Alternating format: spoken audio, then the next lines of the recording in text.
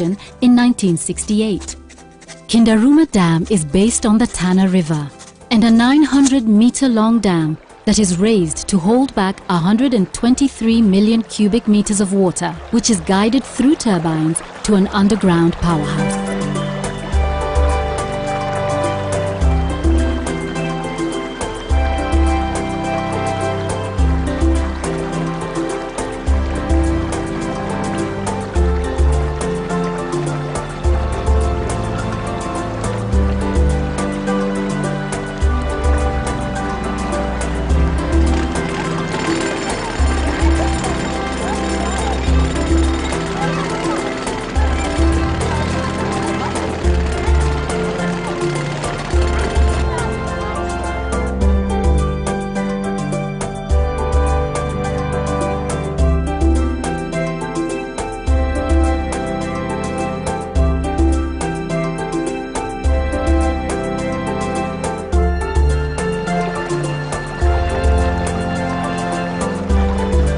The Kamburu project is the second phase of the Seven Forks hydroelectric development. A 110-kilometer, 132-kilovolt transmission line connecting Kamburu to Nairobi is constructed to link with the national grid, and 9-mile transmission line to connect Kamburu with the existing power station. In July 1971, the Kamburu project begins. The main stage of the work, the commissioning of two 30-megawatt generator sets, is set to be complete in 1974.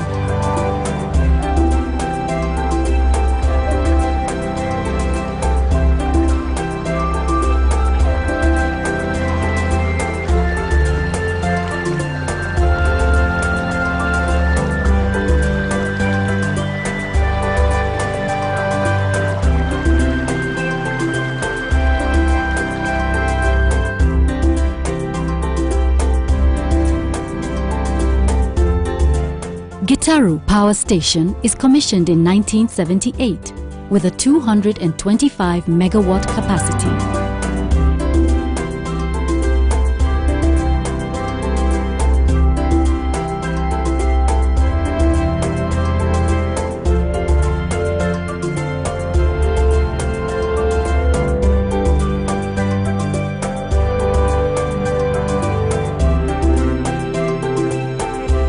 The Masinga Dam is commissioned in 1981 with an installed capacity of 40 megawatts.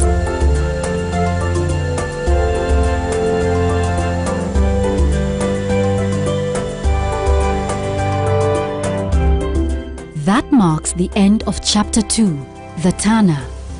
Chapter 3 in our 4-part series is titled Neighbours. It highlights the role of the East African Power and Lighting Company in Kenya, Uganda and Tanzania.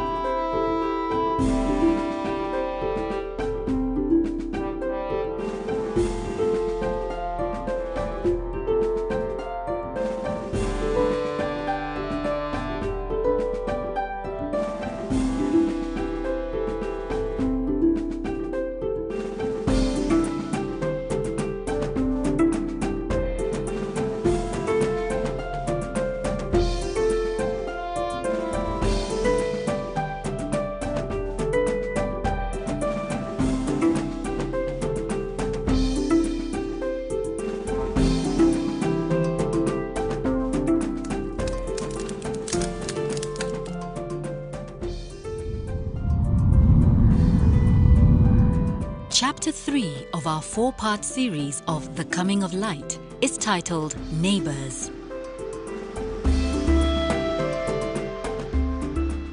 This chapter is a story about Kenya Power's involvement in Kenya's neighbouring countries, Tanzania and Uganda, during the colonial years. In 1908, the Germans introduced electricity to Tanganyika in Dar es Salaam. After World War I, the Germans lose the colonial territory of Tanganyika to Britain. In 1920, the British administration forms Tanganyika's first government electricity department. In 1931, Tanganyika's first electricity generating company, Dar es Salaam and District Electric Supply Company Limited, Daresco, is formed with the Tanganyika government as the major shareholder. It supplies Tabora, Dodoma, Kigoma and Dar es Salaam.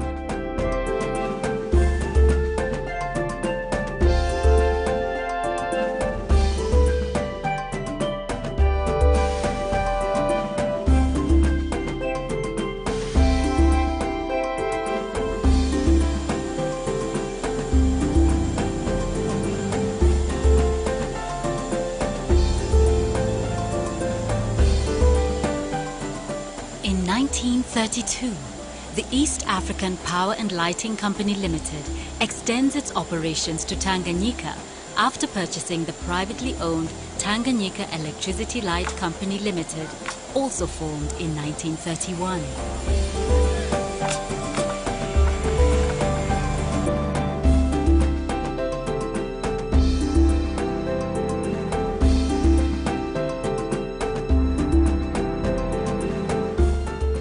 This deal is made possible by the London-based Power Securities Corporation, then responsible for the development of mostly all electrical energy projects throughout all the British colonies.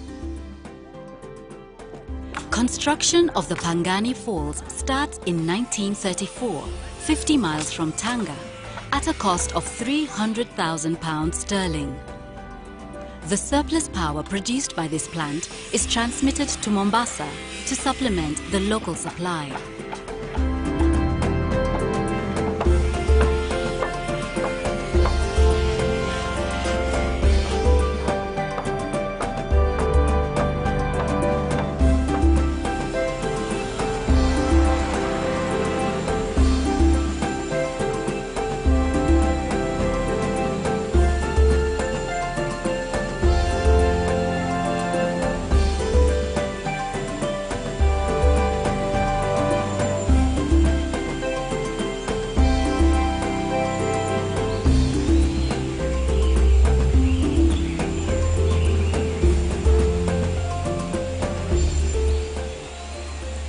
Between 1936 to 1953, a further 8 sites are constructed.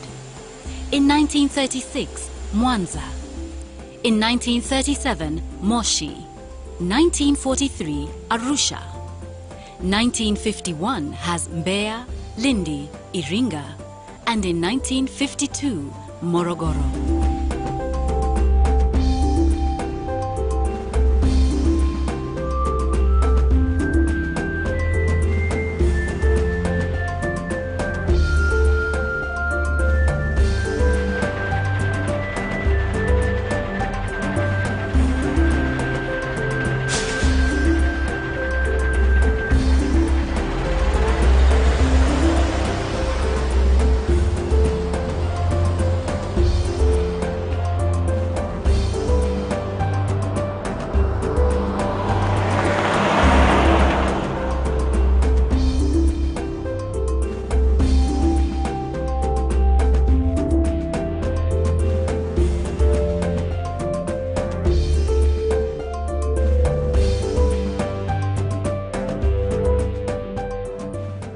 Tanganyika achieves her independence on 9th December 1961, becoming the first among the East African states to become a republic.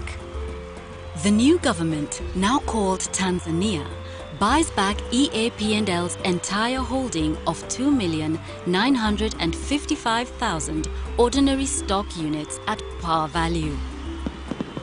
And as the director's annual report of 1963 has it, the Kenyan company is out and back to serving British East Africa, Kenya and Uganda. The records of Uganda show that as far back as 1904, the possibility of using the waters of the River Nile for the generation of electricity had been considered. In 1936, the East African Power and Lighting Company is granted licenses by the Ugandan government to supply Kampala, Entebbe and Jinja with thermal stations at each respective site. These developments are unfortunately interrupted by the Second World War. The war passes, the developments proceed, and construction on the Owen Falls hydroelectric scheme begins in 1949. In 1953, the Kenya government sets up the Kenya Power Company, later to become Kengen, to purchase power in bulk from the Owen Falls hydroelectric scheme.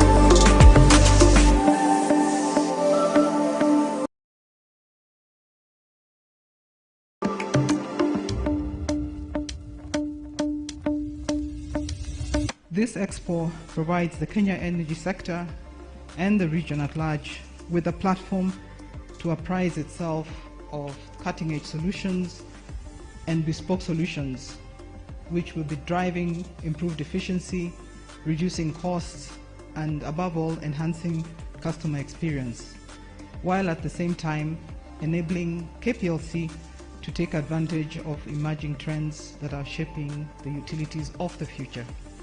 The theme of this forum is clean, affordable, and sustainable energy. It is important to embed our theme strategically in a common framework that is applicable to all of us. Affordable energy is therefore not just a corporate goal for KPLC or for the energy sector, but a universal goal that the global community aspires to achieve before, but not later than 2030. That means that the investments that we all make today must take into account the access and affordability of energy today and far into the long-distant future. We must not burden current and future generations with ever-increasing costs of energy.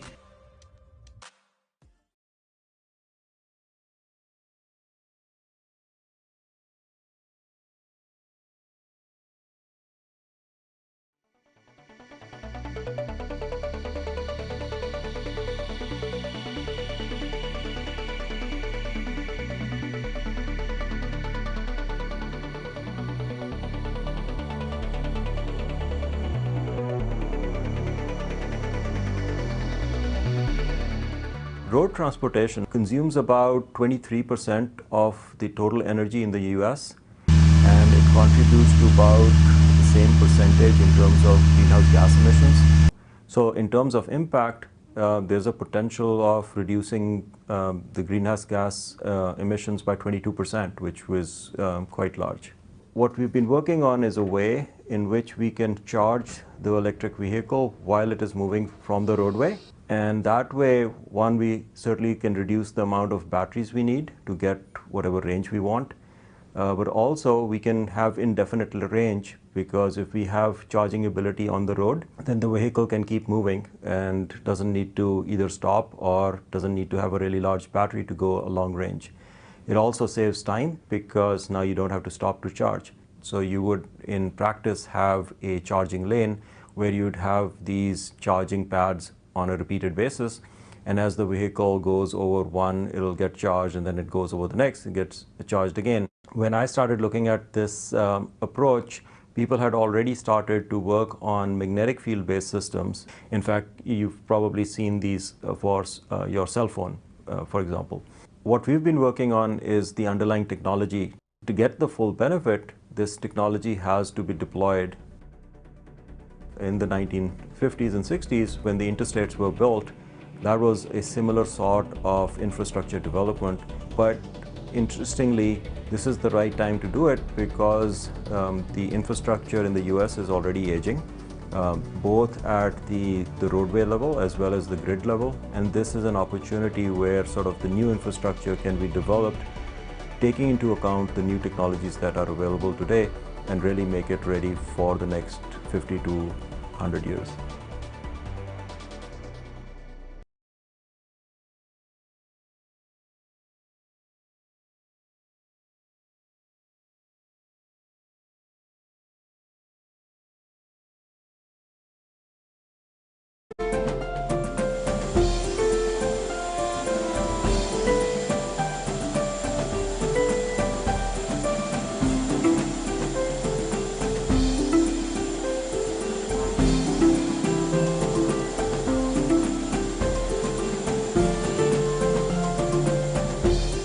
And on the 29th of April, 1954, Imagine sending electricity generated here, all the way here, wirelessly.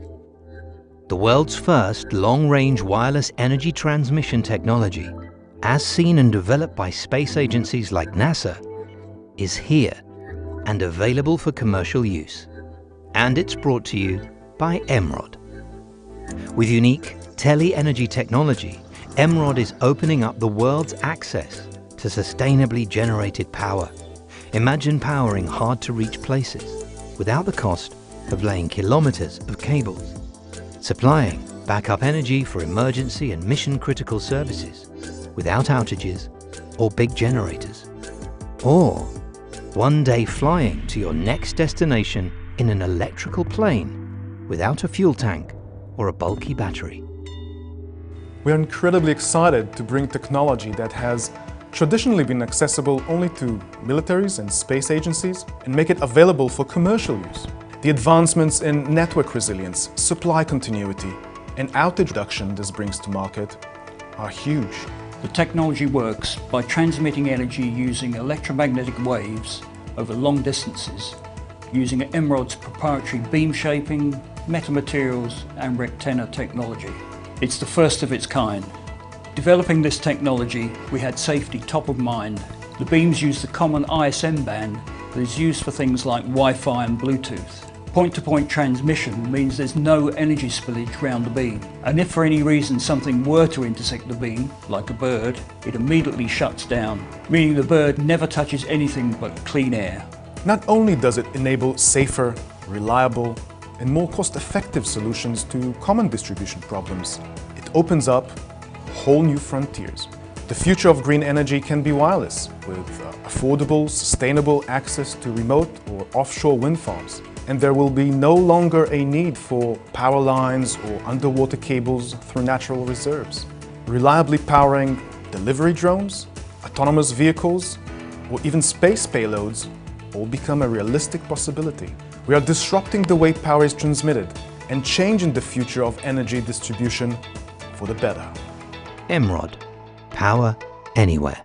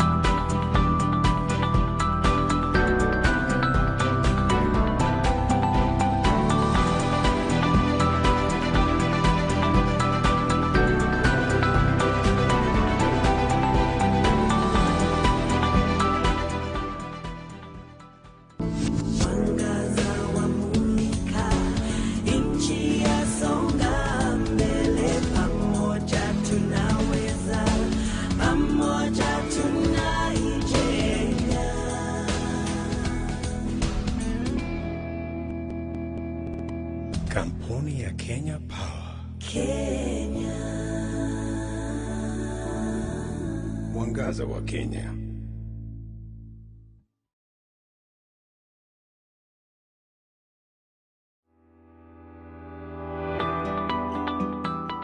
At Kenya Power, we are committed to providing cost-effective, reliable and quality power to improve the lives of our customers.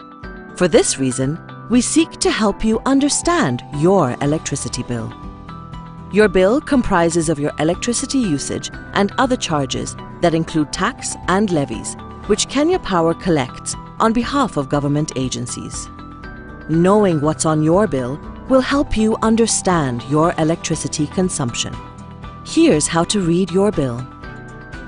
To see how much your bill is, find the total amount listed on this box at the top right of your bill. Also listed in this box is your account number, which you will quote while paying your bill. Underneath is the date of issue and the day your bill is due for payment. Just below that, we have summarized the details of your bill. Consumption. This is your electricity consumption within the billing period. 1 unit is equivalent to 1 kilowatt hour. A kilowatt hour is equal to 1,000 watts of power used for 1 hour. Kenya Power also uses part of this money to procure bulk power from electricity generating companies.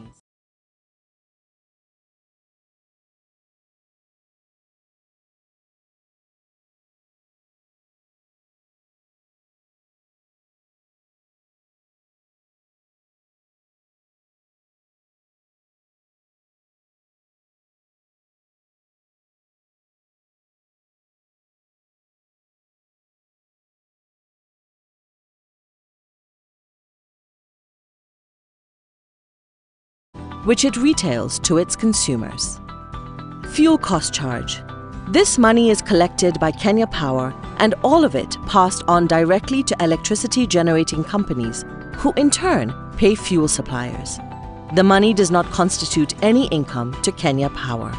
The fuel charge is related to international fuel prices, as well as the quantity of oil used for generation of thermal power.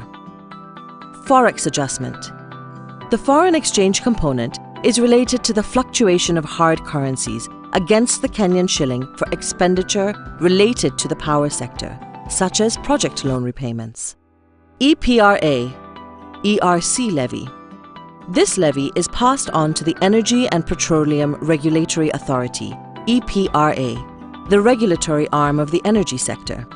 It is currently set at 3 cents per kilowatt hour. REP levy. This amounts to 5% of the cost of the units consumed. This levy is passed on to the Rural Electrification Authority, REA, for implementation of rural electrification projects.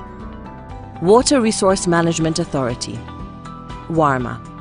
This is the levy for water used by hydropower plants that have a capacity equal to or above 1 megawatt, as approved by the Commission. VAT, 16%. This statutory levy, amounting to 16% of the total bill, is passed on to the Kenya Revenue Authority.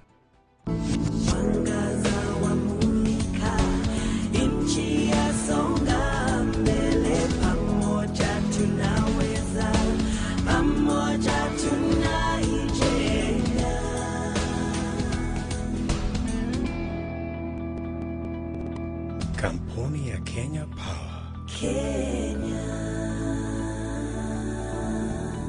Mwangaza wa Kenya.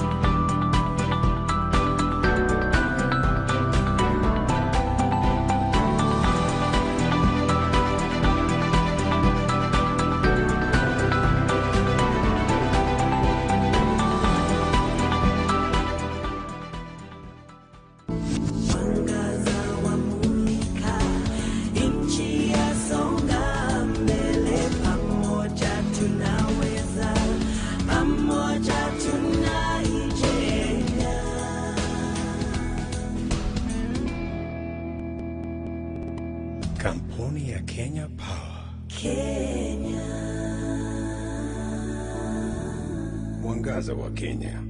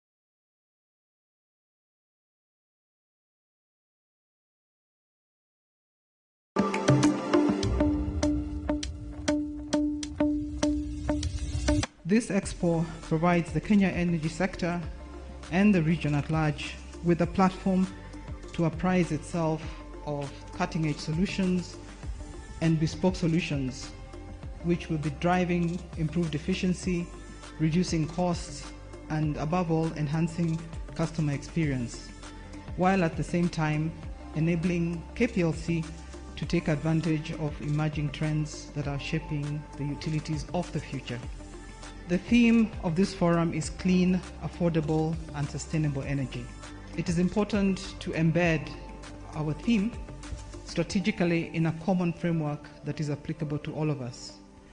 Affordable energy is therefore not just a corporate goal for KPLC or for the energy sector, but a universal goal that the global community aspires to achieve before, but not later than 2030. That means that the investments that we all make today must take into account the access and affordability of energy today and far into the long-distant future. We must not burden current and future generations with ever-increasing costs of energy.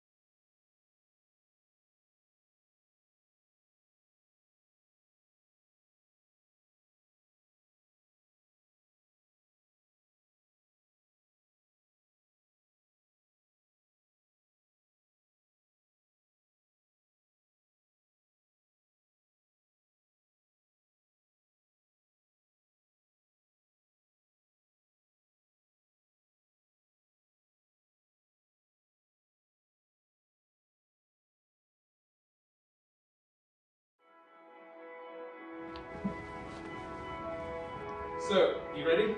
Yeah. Yes. When you're older, what do you think you're going to drive?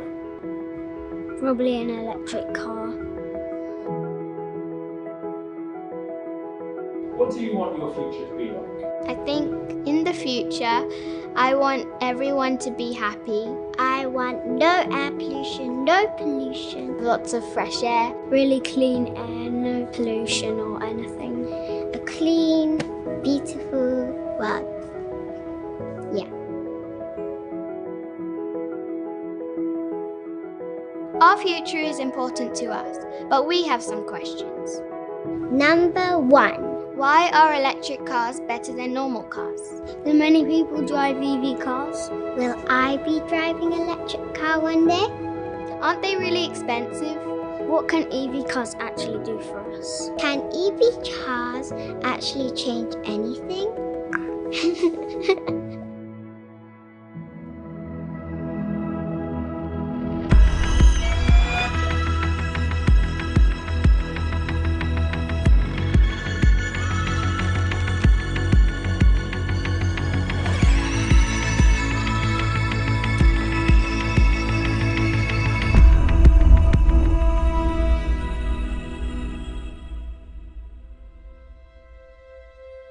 The environmental energy concern is a concern for all of us. It's very important that we leave to our children an earth that is sustainable for their future. You have to be aware of the environment, and it will be worse and worse if we do nothing today. Most of the cars today run on combustion engines, and a combustion engine is burning fuel. If you switch to an electric vehicle, you can use renewable energy, which is available without limits. And that energy can come from solar, from the sun, or from wind, for example, and we are not consuming them. EV technology has the power to change the future and to change the air quality. We will have no more air pollution in the cities. Everyone will drive electric cars, scooters, buses. Everything will be electric. That future is pretty soon. Many people from that younger generation will adopt the electric vehicle. As long as we can manage to store the energy and produce the energy in a sustainable way, that's going to be great for everyone. A decade ago, you needed to charge your car overnight. With the new technology of ABB, you can charge your car within 8 minutes. We want to improve the air quality, and we want, as parents, the best future possible for our children. These are our kids and our future. It's their right to live in a healthy environment, and it's our duty to prepare that future for them. Are EVs the future? A very blunt answer, yes. EV cars can save the world from air pollution. One day.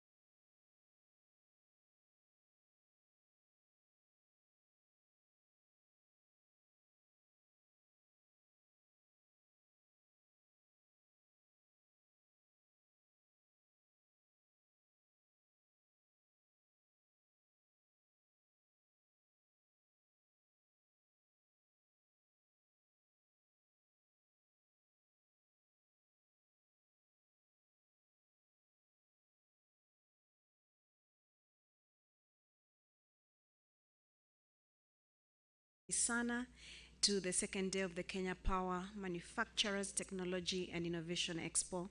I want to begin by thanking and acknowledging Madam Rebecca Miano, the MD and CEO of Kengen, our sister agency and our main generator. Karibu Sana. I would also like to recognize the presence of our panelists and moderators. Today we have an exciting day planned for us. I think everyone who was here yesterday can attest to the depth of the conversations that were held. And I believe for those of us in the energy sector and those of us who are players in that sector have taken notes, and we have begun the journey towards the transition into the utilities of the future and the energy sector of the future. So karibuni sana, and thank you very much for accepting our invitation. So just very briefly before I welcome Maurice Nduranu to moderate the first panel, I just want to give you a flavor of what the program looks like. We have a short day, so basically, unlike yesterday, which culminated in the evening event, today we have two panels, and the first one is energy storage, game-changing markets and technology trends. The energy sector is alive to the importance of storage, the impact and its import on our reliability, sustainability, and as we adopt more renewable energy, and especially intermittent sources like wind and solar, storage becomes increasingly important. And for a market like Kenya, which has 92% of its energy mix drawn from renewable sources, it is important for us to be leading in this conversation as well. So let's look. We're looking forward to a very engaging conversation on that. Then the second panel, which will be after the coffee break, will be technology trends and innovation for the modern electric grid. And we have a healthy mix of panelists drawn from various sectors, so we're also looking forward to that. You will notice that my MD, my chairman, are not here at the moment. They'll be joining us shortly, and we do believe they will join us together with the Principal Secretary, Major General Retired Dr. Gordon Kihalangwa. So Maurice, without further ado, I'd like to call you to take over the stage. Asante sana.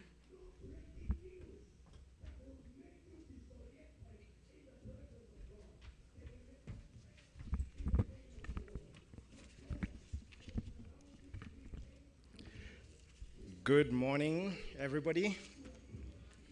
Good morning. I know I may not be as loud as the preaching next door, but I hope I can.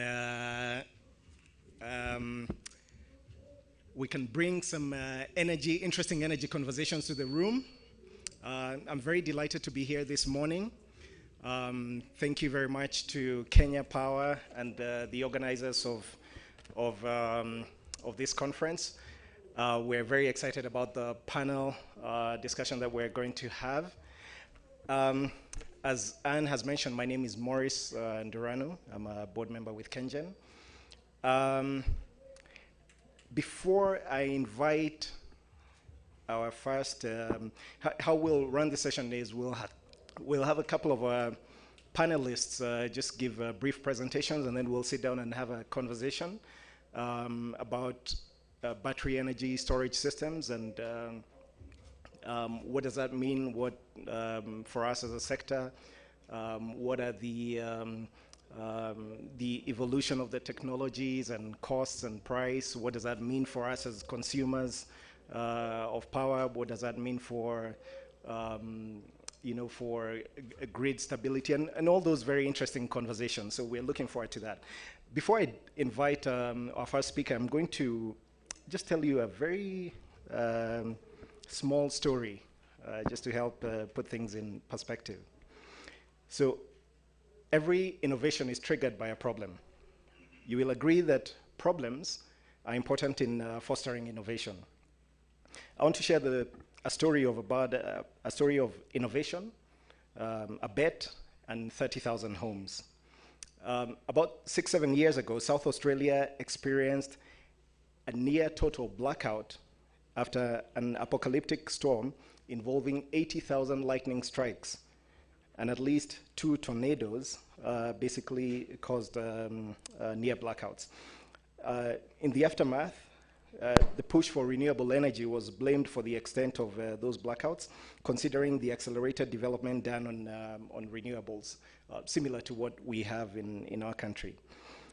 For even those passingly familiar with Elon Musk and Tesla's presence, the head of batteries at Tesla said he was sure the company could do better, could bring solutions. An Australian billionaire asked if he was serious, and Musk basically bet that they could deliver a battery solution within, I believe, 90 or 100 days. The rest is history. Tesla reached their goal early, and the project was completed. We can argue about private solutions to public problems, but that is not the point of the story. The point is whether how we use technology to solve challenges in the sector that traditionally we would not have been able to have those conversations.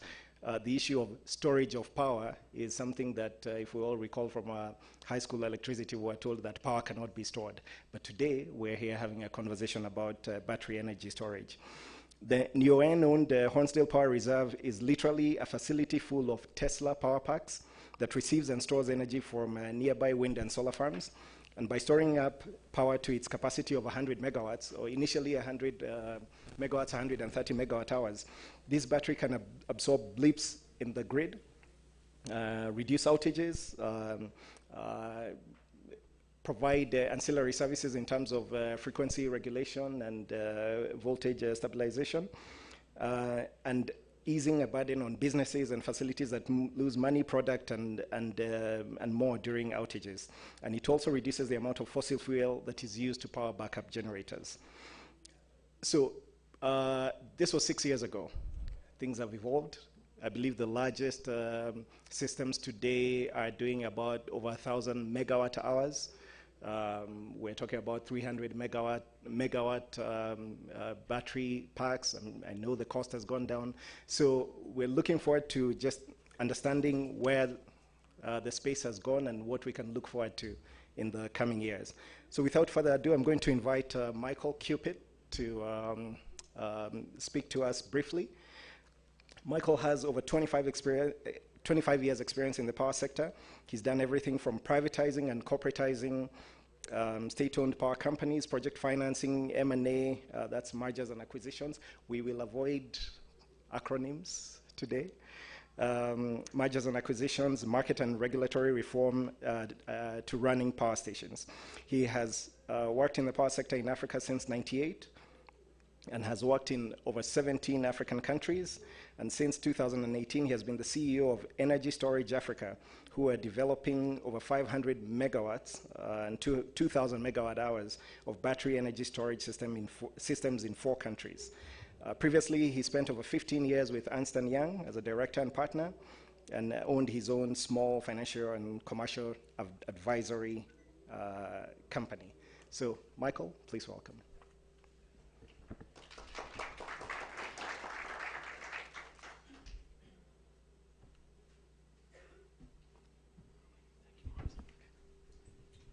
Am I allowed to use one of these? I can't stand still. Where's the button? Hello. Right. The last time I had one of these, I sang. But I'm not going to subject you to that this morning. Excellent. So, just the big green button. Excellent. So, Morris has kindly given a bit of an introduction, a bit more about us as a business. As he said, we were founded in 2018. We're a small, perfectly formed team. There's 16 of us working in, as we say, 4 countries. We'd love to do some work here. We're currently about 14 months away from achieving commercial operations in Malawi on our first project. We've got other projects in South Africa, Zambia and Rwanda. So we're keen to add Kenya into the mix, and I'll hopefully over the next 10 or 15 minutes, I'll explain a little bit more about how it will work in Kenya. But before I do that, looking at trends, right? So nobody wants to be a guinea pig. Nobody wants to pay too much. So what I want to do is just quickly run through exactly where we are with storage technologies. So storage tech is not new. We've had pump storage, hydro, globally deployed for centuries. I think I was explaining to somebody yesterday, when I was about 7, my father was building Dinorwig, which is a pump storage hydro in the UK. And I had the benefit, aged about this high, standing in what is one of the fastest responding pump storage hydro plants in the world before it had even been built. It was just standing in a huge cabin. So globally, there's a huge amount of pump storage that's been deployed. But what we're starting to see now is a much stronger move towards electromechanical, big batteries overall. So if we'd put this chart up 4 years ago, the little bit of the pie that's poking out would have been almost zero. And now we're in a position where it's about 10% of the global market. When you look at what's been deployed over the course of 2021, globally, about 10 gigawatts of battery energy storage capacity has been installed. And that trend will speed up and continue as we move forward. And there's an expectation that by 2030, the total amount of battery energy storage will be about 135 gigawatts of capacity. So that really does put it on a par with pump storage hydro that we've been working with for centuries, almost. The other part of this is just being clear about the economics. And as I said, if we'd been having this conversation 4 years ago, we wouldn't really have been having this conversation because the costs were too high. But over time, the costs have really come down, and now today it's a highly competitive and economic technology which we can rely on. And that's partly been driven by rapid development of the lithium-ion technology that sits underneath it, which we're using for mobility.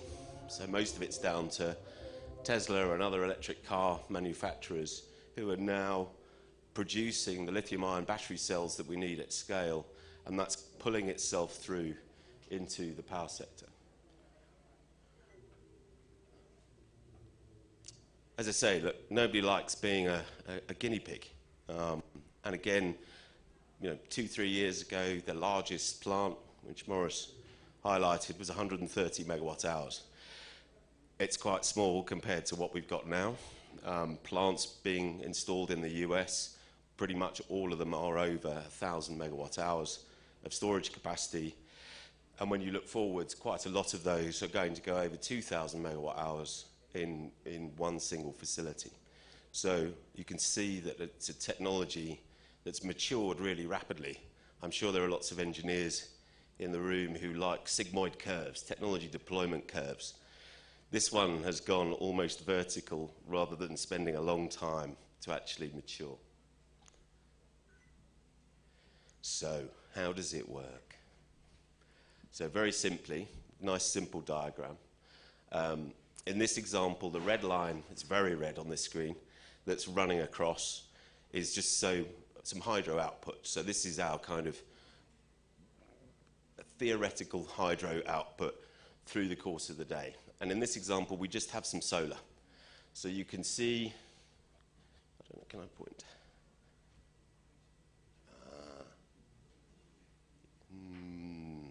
So this red line, I don't know whether,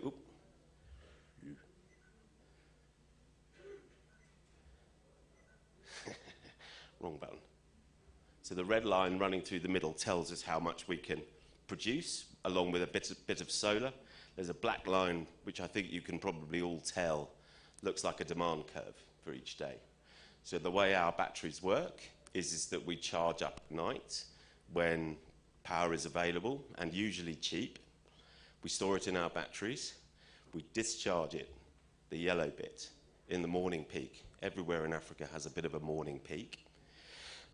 Our solar picks up, and you can see, just as an example at the bottom, hopefully you can see that towards the back, solar output, for example, is always very volatile, but we can firm that up, we can make it dispatchable. So during the course of the day, we make all of that lovely solar, cheap solar power dispatchable. We make sure that we're full in the evening as a consequence of managing that solar curve, and then we're able to empty our batteries out into the evening peak to provide power when it's needed most, and usually when it's at its most expensive, and then we go again and again and again. And that's effectively how a battery works on a daily basis. Now, we've had the benefit of some great quality data from Kenya Power to allow us to do some pretty detailed simulations and analysis for Kenya, which I'm going to talk about now. So when you look at generation volatility in Kenya, this is real data from Lake Turkana and from Garissa. I've chosen just 3 days of data, and you can see that there is a huge amount of volatility in output from Turkana, and you can see that there is a good solid amount of volatility from those solar plant at Garissa. And I've just chosen these randomly in the time series. We have data from when both plants were commissioned up until the beginning of 2020. So we've just chosen these at random just to demonstrate on a normal day or across 3 days, there's a huge amount of volatility which the system will manage or needs to manage. On the other side of that, and we heard a lot about this yesterday, the prosumer. Bit of a funny word, I'm not sure you find it in the dictionary, but we've got this prosumer. So there's this very famous picture, welcome to the Californian duck. Now this is a series of daily load curves across a period of 8 years in California, and this shows what happens when you have a lot of rooftop solar. So effectively, you can all see what's happening as you get more and more capacity that's installed on people's roofs.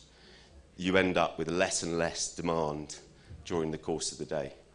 But from a system operator's point of view, this is your second nightmare, because that is as volatile as the large point sources of generation that you've got.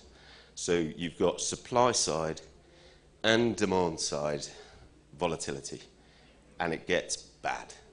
And this is partly why in California, that's where most of the big batteries have been installed, because they have so much volatility that they've got to manage.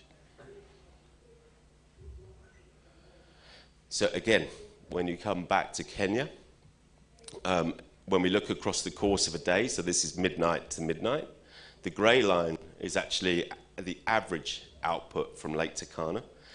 So you can see that it produces the most power at night when we don't need it, and it produces the least power during the day coming into the evening peak when we do need it.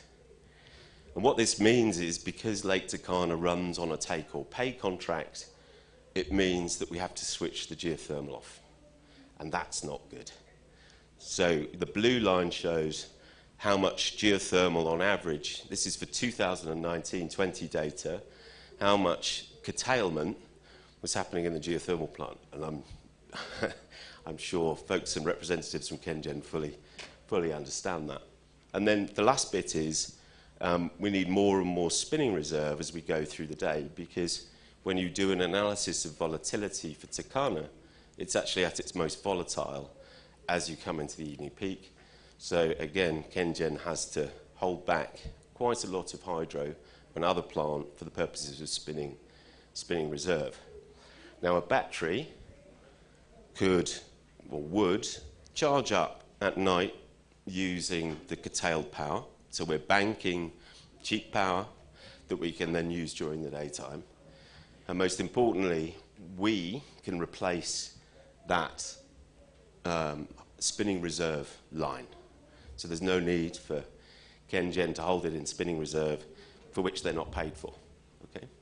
So it allows everybody to start to realise more revenue, manage the system more cost effectively, and manage this important bit of volatility. And then when you look at kind of peak power requirements, as the sector grows, peak power requirements, of course, go up on a daily basis.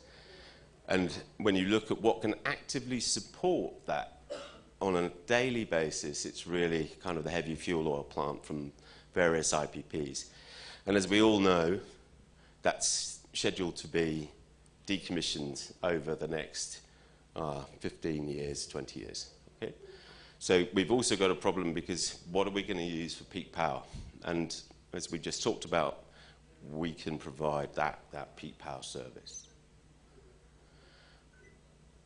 So we do a lot of mathematical modelling.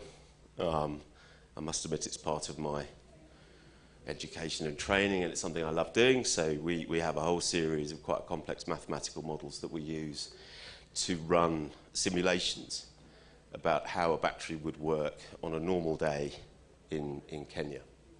So let me just try and explain what's here. So as we talked about, there's a surplus of geothermal power which is available at night, for which steam charges are being paid for as a minimum and possibly other costs, which we can then monetize. So we charge up at night. That's shown in that little loop for number one.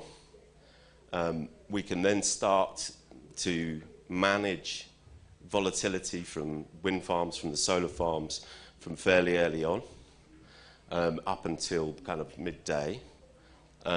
This is data for 2020, when actually there was quite a lot of use of the heavy fuel oil plant, particularly in the first couple of months of the year. I know things changed when the world went a bit weird with COVID, but there was some heavy fuel oil plant which was being used at the time. So we can displace that early on and reduce the amount of cost to the system. We always need to do a little bit of charging, and then we do a full deep discharge in the evening. So across the course of the day, you can start to see how we charge and where from. So in this case, we're charging from the curtailed geothermal. We're balancing off wind and solar output through most of the day. And then we're also working to displace or complement the existing heavy fuel oil plant. So when we do all of this analysis with some assumptions on costs and various other bits and pieces, the cost of our battery, which we've analysed for a potential project at Suswa, at 120 megawatts or 480 megawatt hours. So our annual cost is around $30 to $32 million. To help people understand that a little bit more, on a levelised cost of electricity basis, that's about 10 cents in terms of our throughput. So that's less than it costs on an equivalent basis for a heavy fuel oil plant. The savings are very substantial, and that's through how we optimise the battery operations against commercial need. So as I've highlighted, KenGen or KPLC are paying KenGen for steam charges at Olkaria, which KPLC can't recover from customers. If they give us the power, then they can recover that revenue from customers. KenGen are not being paid for the hydro plant that are held back as spinning reserve. And also, you can't use all of the power that comes out of wind and solar plants because you've got no means of really readily firming that power. So when we add up all of the benefits associated with reducing costs and increasing revenues, it comes to somewhere between $40 and $90 million. And really what this means is that in 2020, there would have been a $14 million profit for KPLC if we'd been operating at that point. Okay? So our batteries increase supply. Now, I know we talk about overcapacity, but at certain times of the day we don't have overcapacity. It's pretty tight. So we can increase the volume of supply on a daily basis by about 4%. So that's more megawatt hours coming into the system.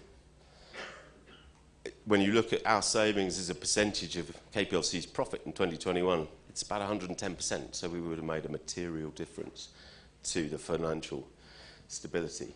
And we've done some work and analysis for the ministry, and we know that our battery, from our analysis, would probably reduce the consumer tariff by at least 5 to 6%, and possibly more depending on how we finance our plant.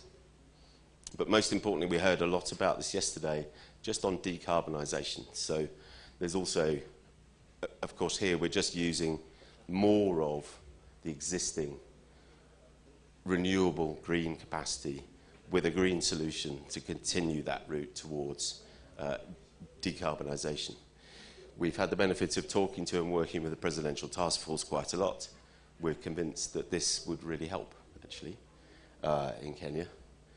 As I say, we've nearly got one working in Malawi. We're not far away, and everybody else can see the benefits.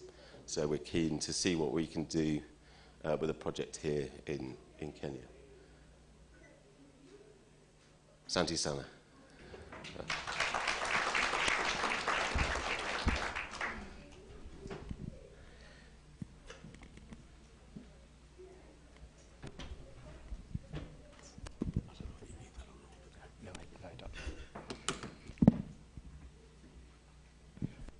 Thank you very much, Michael. We'll hold the questions until we have everybody up on stage. Welcome, Madam Fulake.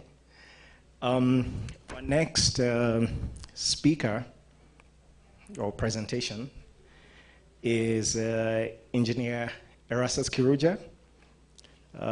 Engineer Kiruja is the Manager Power Systems Planning at KPLC.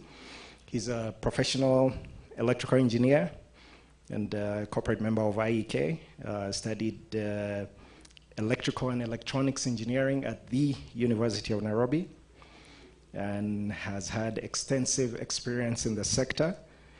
And he currently holds a position of Manager Power System Planning and Head of Power System Planning at Kenya Power, and he's also the coordinator of the Power Subsector Power Planning Technical Committee and a member of the East African Power Pool Power Planning Committee. Welcome, Engineer.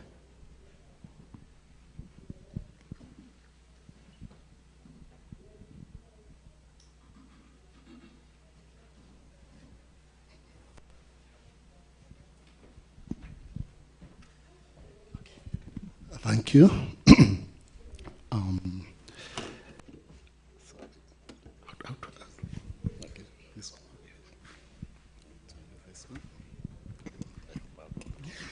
Thank you and good morning, everybody. I'm Engineer Erastus Kiruja. I'll briefly talk about mainly focusing on the challenges that we have in the Kenya power system today as it exists, and then how these challenges can be addressed by storage, and specifically battery energy storage. So as a way of introduction, I will start with highlighting what we have installed in the power system.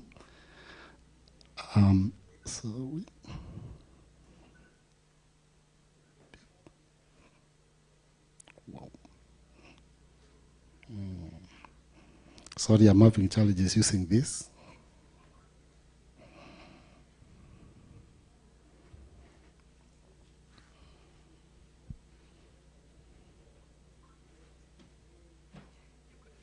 Not okay, not yet. The which one?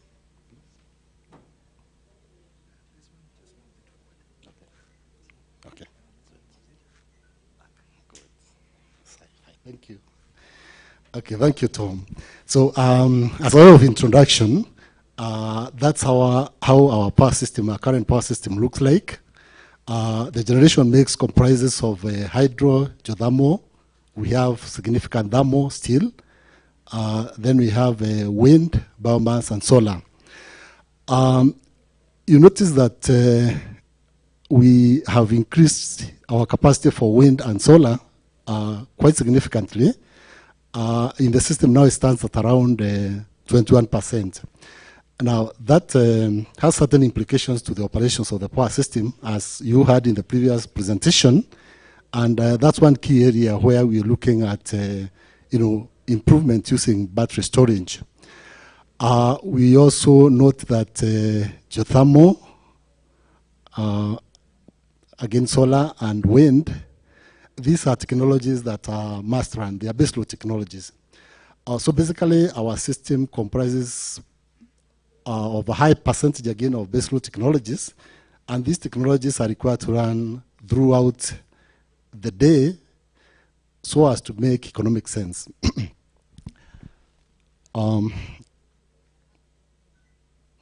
Now, looking at this slide here, this is how we dispatch our energy typically from the power plants that you've seen.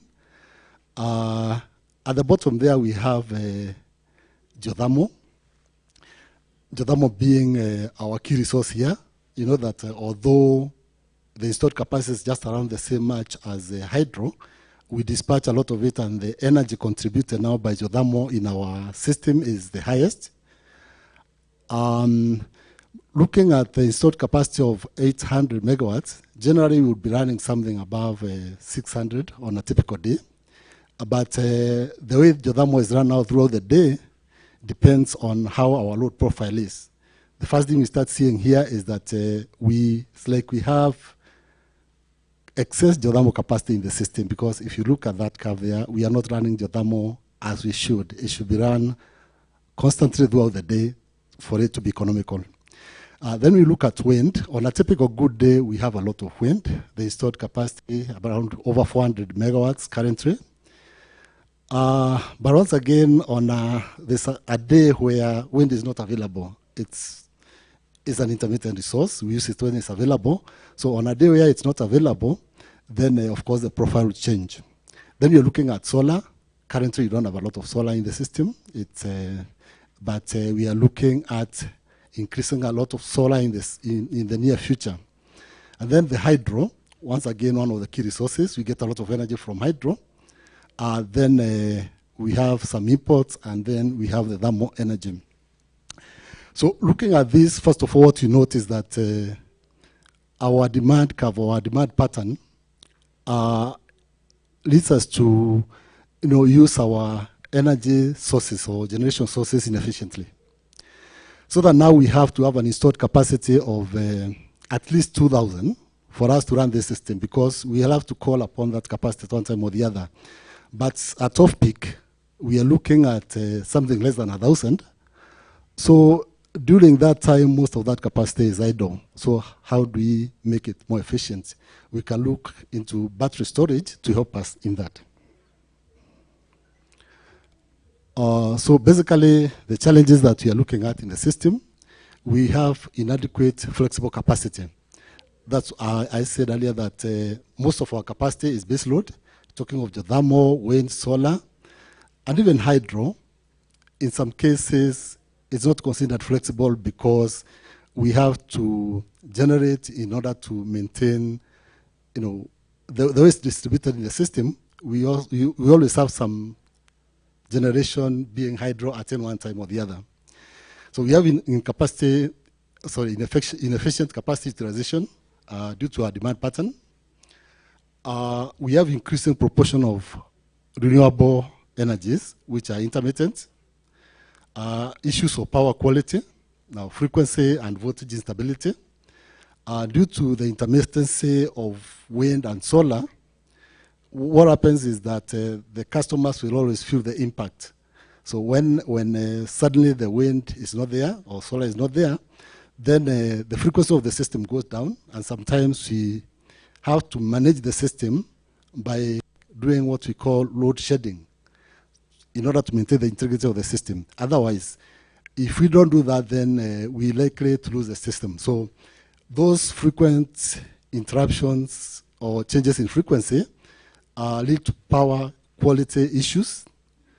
We also have voltage instability in the system, not necessarily due to the intermittency, but due to the way our power system is structured.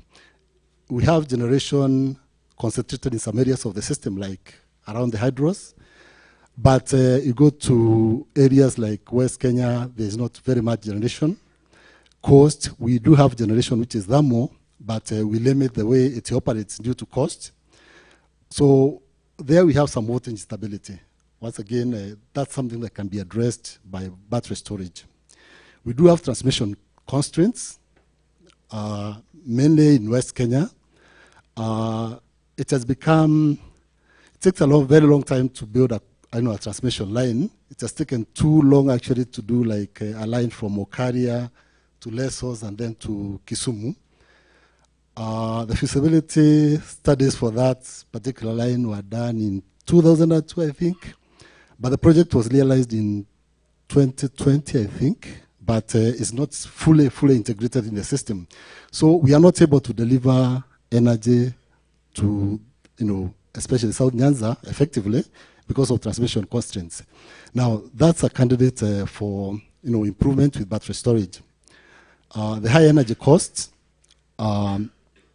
this can be addressed through load shifting using battery storage, supply reliability, and then, of course, electricity access in Kenya is, we have not met our targets, and for us to do so, we can also employ this technology, basically for the unreached areas. So these are the basic applications for battery storage. As I said earlier, you could use it in peak shifting, whereby when we don't have demand at off-peak, we can be able to charge the batteries and then discharge them at peak, and thereby improving the generation efficiency as well. So that now this geothermal energy that we are curtailing at system off-peak, we are able to utilize it at peak. Cost reduction by thermal displacement. Grid security, here that's where you're talking about auxiliary services. Spinning reserves to manage the intermittency, and of course the emergencies when you lose generators and so forth. We can defer investments in transmission. It's quite expensive actually to build a transmission line, and as I said earlier, it takes quite long. So a battery solution can be, a stopgap measure as we develop our transmission systems. And then, of course, in energy transition, if we wanted to connect more and more variable renewable generation, we got to improve the grid flexibility, so that then we are able to respond to the intermittency, and that way we can, increase the amount of green energy in the system. The off-grid applications. Okay, in addition to helping us manage the grid, it's possible to extend our services to areas that the grid has not reached through mini grids or micro grids, and we can be able to supply electricity reliably to customers and increase, access to electricity in the country.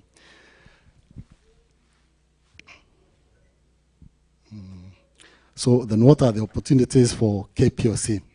So one is in the provision of auxiliary services, as I said earlier, frequency regulation. Currently we have limited reserves for frequency regulation. Actually, we run a very rigid system, and often we have those challenges of power quality, and at times actually we have had blackouts, and especially when we don't have sufficient hydro, or during off-peak when we are conserving hydro, especially during the dry periods. So it's been quite challenging to maybe obtain this service from KenGen, and we're looking forward to technologies that can assist us in increasing the amount of auxiliary services we have in the system. For peak shifting, as I said earlier, the energy cost is quite high, and we are still dispatching thermal generation, though not a lot of it. But where we must have thermal generation in the system currently is like in coast, where we need to maintain some level of voltage stability. But then if we can be able to develop battery storage there, then there will be no need for this thermal. We can charge the batteries at night, at off-peak, using the available geothermal energy or wind energy, and then be able to use the batteries for the same purpose That way reducing the cost. Energy transition, once again, we need to, as the cost of variable renewable energy, solar and wind, is decreasing, we need to deploy more and more of it in the system. It will decrease our costs of energy, and it will, of course, make the system green. But to be able to do that, then we must have that flexibility. There are different possibilities of, getting that flexibility. We could use hydro, but then we realize going forward, we don't have a lot of good hydro resources. We are looking at particularly 2 power plants coming maybe towards 2030. One is Karura, the other one is High Grand Force. But the cost of energy is very high. There's a lot of investment which is required in hydro. It's also not easy to do large hydro these days. So you're going to look at other sources. Maybe gas turbines, we are looking at that too. But we don't have now facilities for delivering gas to Kenya yet. So the options we have in the near future is, one of them is battery storage. So we strongly recommend battery storage for that. We could also have hydro pump storage. It's also a technology that takes quite long to implement, and that is considered in the future. But in the near future, then we think battery storage can do the work. In reliability of supply, I talked about transmission and distribution constraints. Batteries can be installed somewhere in the distribution or transmission system, and we can reduce the outages that we do have. And then lastly, to enhance energy access, I talked about the mini grids and unserved areas. So then why battery storage, and particularly for us at this particular time? We do have available energy for charging this at almost at very, very low prices. Our power market model is such that we are paying for availability, which is capacity payments, as was earlier said, and energy. And the bulk of the payments go to availability, which means we have to pay anyway for the geothermal that is there, for the wind that is there, for the solar that is there.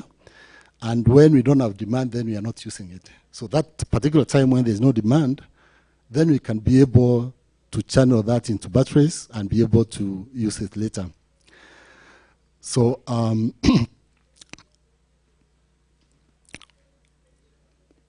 so once again, this is caused by the load profile that we have. It's quite inefficient. We are not able to utilize the capacity all the times of the day, the capacity that we have. Now, the battery storage has also fast response, and it has multiple applications. So it's easy to justify the cost of deployment of battery storage in our system. The technology is mature.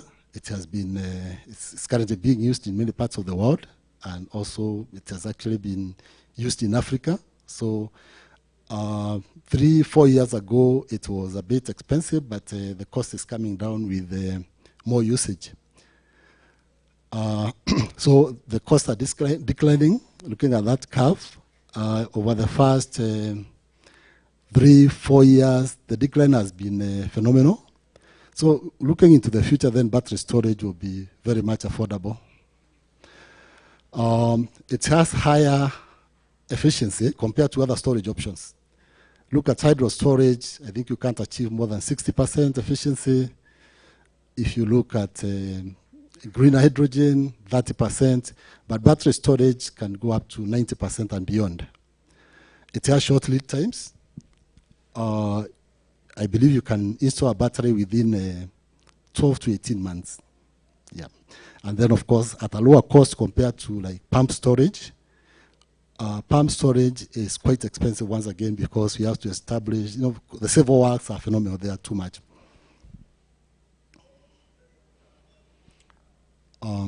Okay, this is just some case studies just to highlight the kind of cost, or rather, what is being done out there in the other world, and the kind of cost that people are realizing. The dollars per kilowatt hour, anything between 8 cents and 10 cents for a project in Hawaii, consisting of various units of storage with solar. So it's battery storage, but charging with solar. So that's the kind of cost that you're talking about. And then, of course, just to demonstrate that the technology has been used elsewhere, and the capacities particularly, looking at 400 megawatts and above, I think. This is quite old data. It's not recent data. So I believe we have even larger capacities now. So for us in Kenya, we are looking at the first unit of 100, 120 megawatts. So that is doable in our opinion. So yeah, there's an opportunity for KPOC, and this is a technology that we need to consider going forward. Thank you.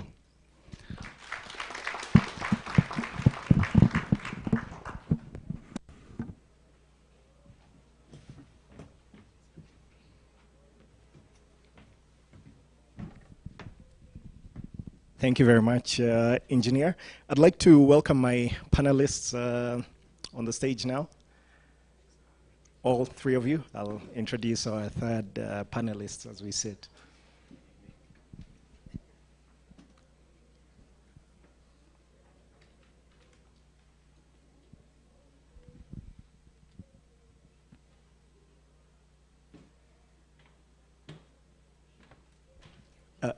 You too, Engineer.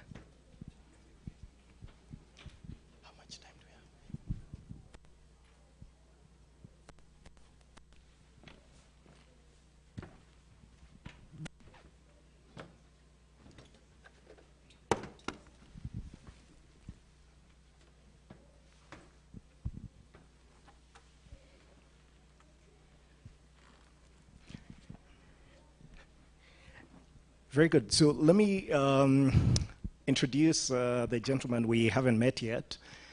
Anthony Mburi is the General Manager, Strategy and Enterprise Performance at Britam Group. He was formerly Business Development Lead for Tesla in the region, looking at battery energy storage systems in East and Central Africa. And he's a leading expert on BESS, battery energy storage system deployment, and for utilities, and CNI, that's commercial and industrial. So I'd like to invite Anthony to make some opening remarks, and then we'll kick off on a conversation. And I'd also like to request the audience, if you can just jot down some questions. We'll have an open mic session towards the end where we can ask questions of the panel. Thank you, and good morning. It gives me great pleasure to be here this morning. I started off working with battery storage in 2016 in an off-grid electrification program in Rwanda. Before doing that across Tanzania, Cote d'Ivoire, and then joining Tesla, and really working on commercial, industrial, and utility scale batteries. I think the conversation has really matured. I think it's very humbling and rewarding to see Engineer Kiruja here talking about battery energy storage and its applications on the Kenyan grid, because for a lot of those years we spent a lot of time evangelizing the benefits of energy storage, and typically Engineer Kiruja and his colleagues will be on that side asking us questions. So today, when he's the one talking about the benefits, I see the conversation has come full circle, and it's it's very exciting to see that I was to use an euphemism, an effective preacher like the guys next door, probably. So very exciting. I think the maturity in this conversation is great. I see now we have data, we have business cases that have been done. I remember talking, I think at the Kenyan G2G conference in 2018, talking about battery storage. And I see that ever since then, it's a conversation that happens at every conference. And I think the time to act is now. And I think we're closer. We've seen the highlights from the study from Michael and Energy Storage Africa. We've seen the conversations that Engineer Kiruja is having on the applications. So it's with great pleasure that we have this forum today. Thank you. You're not getting away so easily, Anthony. I'd like to hear a little bit more based on you know, what you're doing now, what you were doing previously. What are your thoughts about first of all, C&I? I think right now we've been talking about utility scale battery energy storage systems. But maybe for the benefit of those of us in the room who are not affiliated with utilities or are not looking to develop for a utility, battery energy storage for commercial and industrial, just maybe some of the experiences you've seen here. And then Engineer Kiruja and to some extent Michael, both speakers have talked about managing hydros, you know, water reservoirs, venting steam. So any thoughts on sustainability of resources? Thank you. So the first adopters of energy storage really were in the off-grid space. So when you talk about mini-grids, you know, that was pretty easy. Although at a smaller scale with solar home systems with batteries, you know, that took off very well, and it's no longer debatable whether that is an investment class, whether it's feasible, the technology is feasible there or not. And I think the C&I space, the commercial and industrial space, was the next space. I was involved in developing, you know, some mini-grids in the DRC, in Eritrea, and closer home, we did, you know, the Williamson 1.5 megawatt solar plant together with a 4.5 megawatt hour battery system that helped drive their renewables fraction to about 75–80%. So the adoption there has been great. I think the financials, the economic use cases have, you know, been, you know, proven, and investment has flowed into that. Now as we move into the utility space, I think the investment case is there. I'm keen, even though now I'm in financial services, I'm still you know, passionate about adoption of battery storage. I think, and what are some of the things I'm working on is around pitching battery energy storage or energy storage as a long-term investment class, as a new asset class, where we can drive long-term money that we can pool in from, you know, from whether it's our pension funds, whether it's our life insurance companies, and so on. Because at the end of the day, a lot of the, you know, the tariffs or the PPAs or the utilization fees will be paid in local currency. We need to actually fund that using local currency. So pitching that as a new investment class that offers us, you know, a new class away from equities, government paper, property, and so on. So I'm very keen to see a lot of local investment flowing into that. And when we speak, I think between Michael and Engineer Kiruja, they've talked a lot about the technical feasibility, the economic feasibility, the use cases that we can have on the grid here. And I think, to me, when I think sustainability, and right now, you know, decarbonization of the energy supply chain is a key topic for us. I still see, give or take, about, you know, 20–30% of you know, thermal resources on the grid still. Encouraging to note that, you know, solar, wind now at about 21%. And when we looked at that curve, dispatch curve, both from Michael and Engineer Kiruja, what we saw that we're still dispatching thermals, HFO for that matter.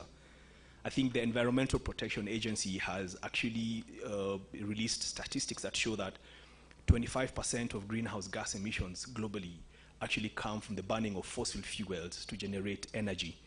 And when we talk about the burning of fossil fuels in industries, then that number moves closer to 50–60%. We do have an opportunity in our own way to do the same here. If we can, first of all, acknowledge that we can actually minimize or actually eliminate the dispatch of thermals on our system by deploying battery energy storage, we'd make a big step, first of all, in reducing our greenhouse gas emissions. If we are in a water-stressed region, So definitely, when we use hydros, probably as a spinning reserve sometimes, depending on the time of the day, whether the wind is blowing at night and so on, then if we use storage, then we actually then conserve our water resources. We conserve our steam. We don't have to vent our steam. Let's even talk about O&M on our hydro plants, on our steam plants, whenever we are running them as spinning reserves and so on.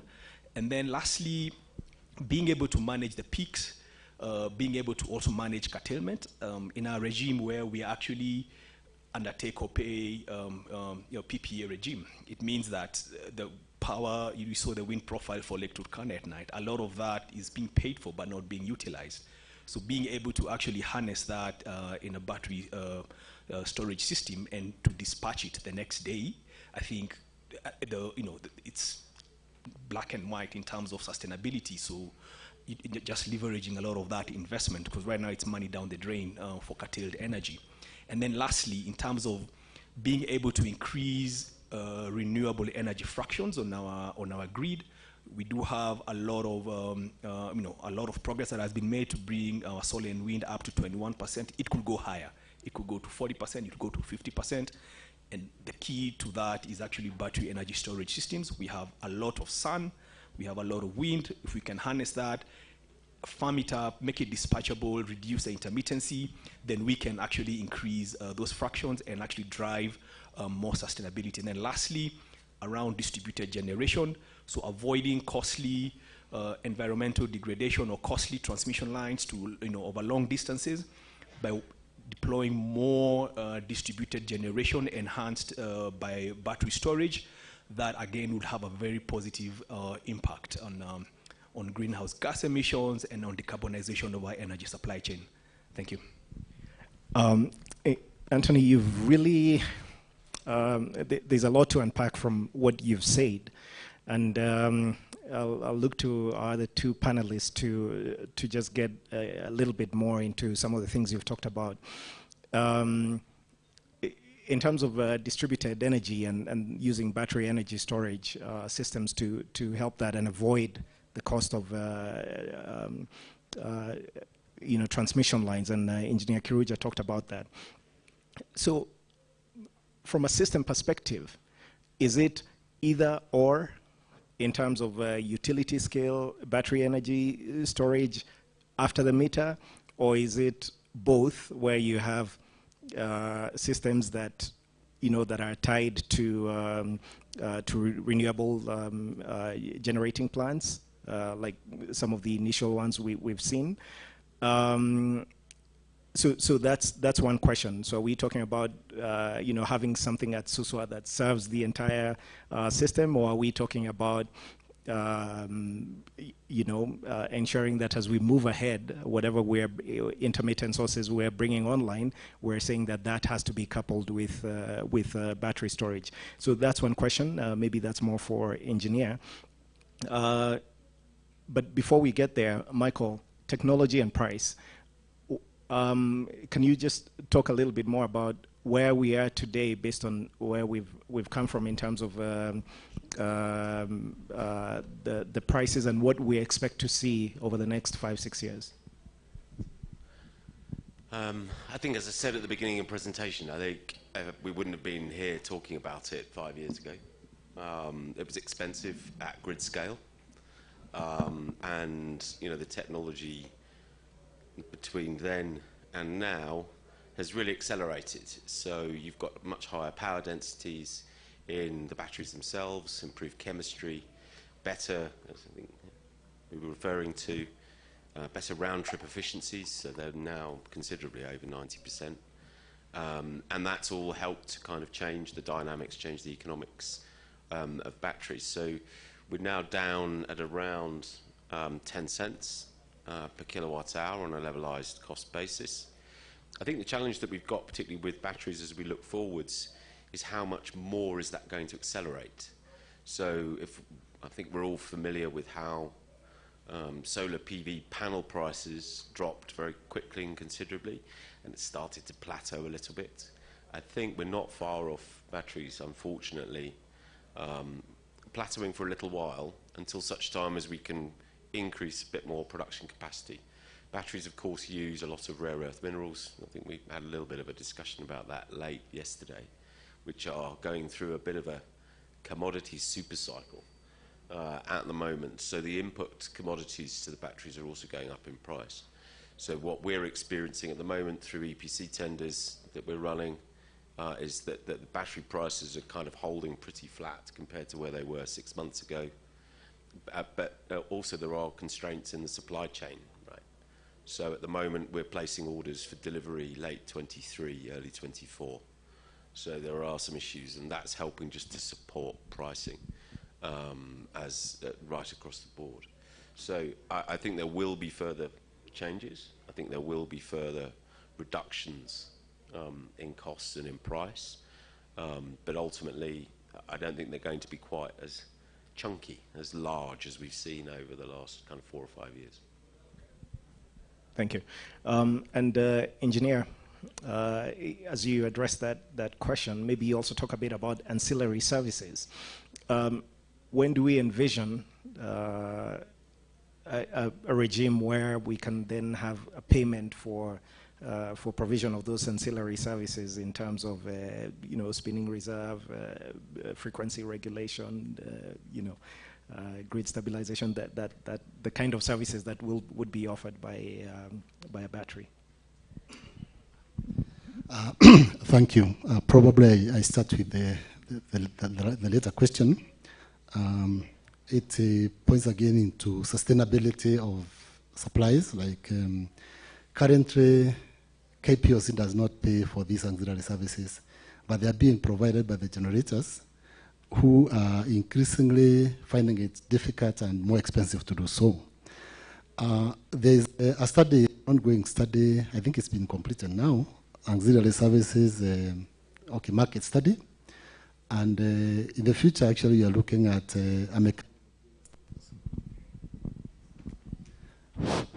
we are looking at a mechanism being established whereby KPLC will be required to pay for these auxiliary services. Being the grid operator it is right now, what really would be a consideration for KPLC, rather than seek auxiliary services from the generators, we could also install our own. Auxiliary services are part of the grid, and therefore we can have battery storage. But grid storage is really a solution to one of the solutions to this, so that you don't have to buy all the requirements from the generators, and then of course them using their resources unsustainably. Coming to the other question, where we are talking about either one battery, storage plant or several across the grid. Really, it depends on the application you're looking at. If you're looking at operating reserves or spinning reserves, you could have one large battery storage unit somewhere in the system, but then you got to consider how this power will be maybe transmitted to the load center. You need to, those are some of the considerations that you need to have, but you can have it located at one location. However, if you intend to resolve power, quality or voltage stability issues or transmission constraints, these are quite localized. So you need to distribute your, battery storage units across the grid. We are talking now, Mombasa is an area where we have voltage issues, basically because we're not doing a lot of generation there. So that's one area that can benefit from that. West Kenya, again, to resolve transmission constraints. The other option, of course, is to go off-grid or even in the distribution systems to address the areas where we have a very, very long line. Actually, the customers are being served, but they are underserved because most of the times, really, the supplies are out for various reasons. And if we have battery storage solutions, more batteries there, they can be able to ensure increased reliability. Of course, off-grid solutions, where we need to connect customers, connect more Kenyans to electricity. then it's also a distributed application. Thank you. Thank you, engineer. So what I'm hearing, and I don't know if Michael wants to say anything about this, is that we don't have to compete in terms of offering these solutions, that there's a lot of room for collaboration across the sector in terms of providing solutions based on the need at any particular point in the chain. Michael? I'll just quickly pick up before I answer that on the ancillary services point and regimes. I've done quite a lot of work in the power sector, and one of the things that I did a long time ago was help develop the ancillary services regime for the UK. It didn't work then, it doesn't work now, and they're very complicated, overcomplicated things. And they were there to try and reward people for holding back capacity, for providing, primary, secondary, tertiary response. Massively overly complicated, semi-small mini markets tucked in here and there that send the wrong signals. And I think in the context of what we're talking about here, we're lucky now because we have the potential for technology to provide not all of the answer, but 90% of the answer. Battery can provide primary response to frequency, can provide similar levels of response to voltage. We have a technology which we could actually almost regulate through contract. And I think it's really important to keep things really simple. I started life as a regulatory economist, and I like to make things complicated. As I've got a bit older, and that picture was taken a long time ago, I've just learned to try and keep things much simpler than they need to be, and just regulate it transparently through contract, would be my plea, having done quite a lot of it. I think we are all pretty much on the same page, actually, when it comes to these things. When we undertook our study feasibility study for Kenya, we actually looked at 6 locations, and I would completely agree with what's been said. There are issues down in the coastal area around Mombasa and up towards Malindi. There are issues in the western half, in Kisumu and Lesos. And there are reliability and quality issues perhaps coming through somewhere like Nairobi North substation as well. So I think there is the potential to kind of spread this around a little bit, and I think it is important from a resilience point of view that we do that. The interesting thing when we looked at potential, so when we get out towards 2025, 2026 in our work, because we want to make sure that a battery will work for the long term, not the short term. When we looked a bit further out, you can probably see in excess of 1.2 to 1.5 gigawatt hours of storage that's needed in Kenya to cope with the integration of renewables, to manage that peak, and to provide the kind of reliability and quality of service that we all want. So this is part of I would hope, part of a process, really, to try and increase this across the network, because it's a very valuable service. I'll stop. Thank you. I think we'll open up to the floor for any questions. I don't know if we... Let me take a few mics around.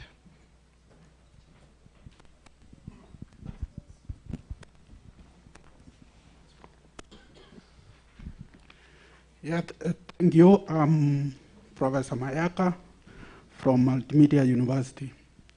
I think the discussion has been concentrated on battery storage. I know in Kenya we use much of the energy in heating. Have you tried to look at other, explore other means or systems of storage of energy? Recently I was hearing from city Finland, they are trying to store energy in sand. In Kenya here, are we exploring other means of energy storage other than the batteries? Thank you.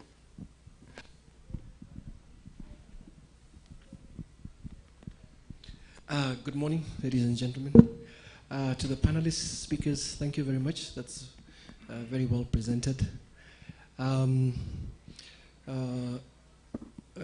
Anthony, of course, you know what I do at Kenya Power. I'm driving strategy. And this is one of my focal points that I've put out very clearly in terms of how we need to look at grid stability, reliability, and resilience going forward in view of the issues around decarbonization, digitalization, and all that. But I guess I have a comment and a question. And Engineer Kirunja, actually, I'm quite excited about this because a lot of the times when we talk about storage, when we talk about storage within the organization, the indicators you get is like, this is something still on the test bed, not tried. This is not proven technology. Where has it been done? etc. But the comfort I'm getting now, based on your contributions, especially from Engineer Kirunja, Michael, and from Anthony, this is actually proven, tested, tried, demonstrated. And I would think the time to act is actually now. It's not something we need to ponder and overthink. And Engineer Kirunja, this is to you. Unequivocally, you believe we are ready for this, isn't it? This is something we can go into production. And I agree with your position, or I know Madam Rebecca is here, is I think we should do this as Kenya Power and own it. Those are my thoughts. But I think the message is very clear. As Kenya Power, this is something we can move on with and do without too much delay. So those are my thoughts and comments. Thank you, Mr. Ogutu. We'll take a few other questions. My request is that we keep the questions succinct and to the point. Who's next? Go ahead. I'm Kelvin Mukare. I'm an intern at the Ministry of Energy and a student at Chuka University. So my question is, we are talking about utility scale battery energy systems. What are the optimal sightings so that you can meet like the grid requirements? So will that be in the transmission network, in the distribution network, near the load centers, or co-located with the variable renewable energy generators?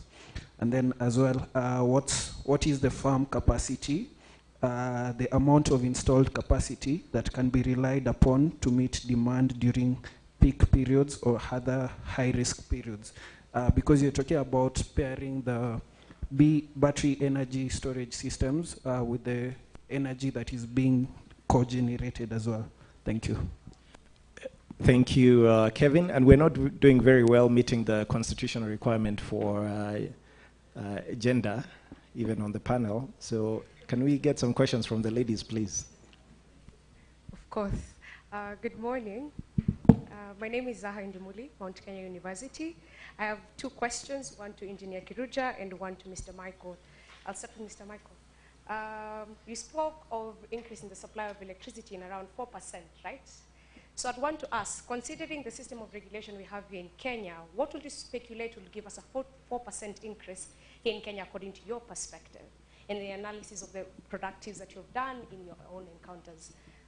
Engineer Kirunja, the rationale for battery storages, prevailing energy markets right now in Kenya, especially for now, looking forward at the rationale that you've spoken for, vis-a-vis the prevailing energy market model whereby we have capacity payments and energy charges. How do you think, or what would you say about the effectiveness of the purchasing power supply, especially in Kenya, in regards to the fact that we have KPLC running and working? Thank you. Thank you. We'll take those questions for now, and we'll come back for another round.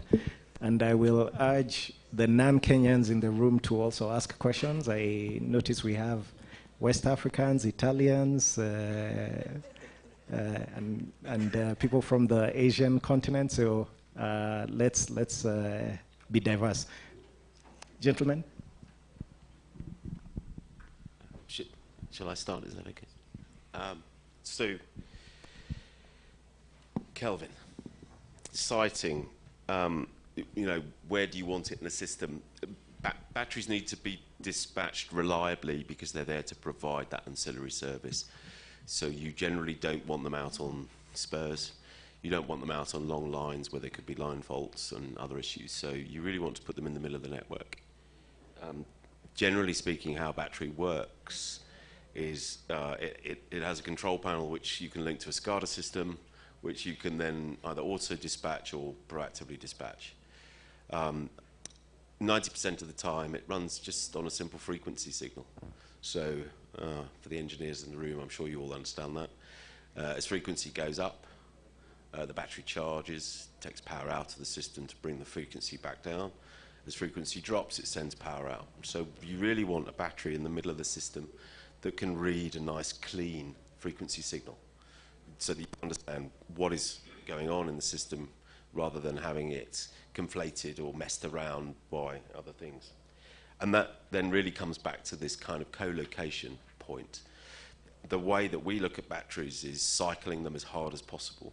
So we want to try and get as much throughput, megawatt hours through our battery every day as we possibly can. And to do that, you need to be somewhere where you're not constrained by a connection with another generator.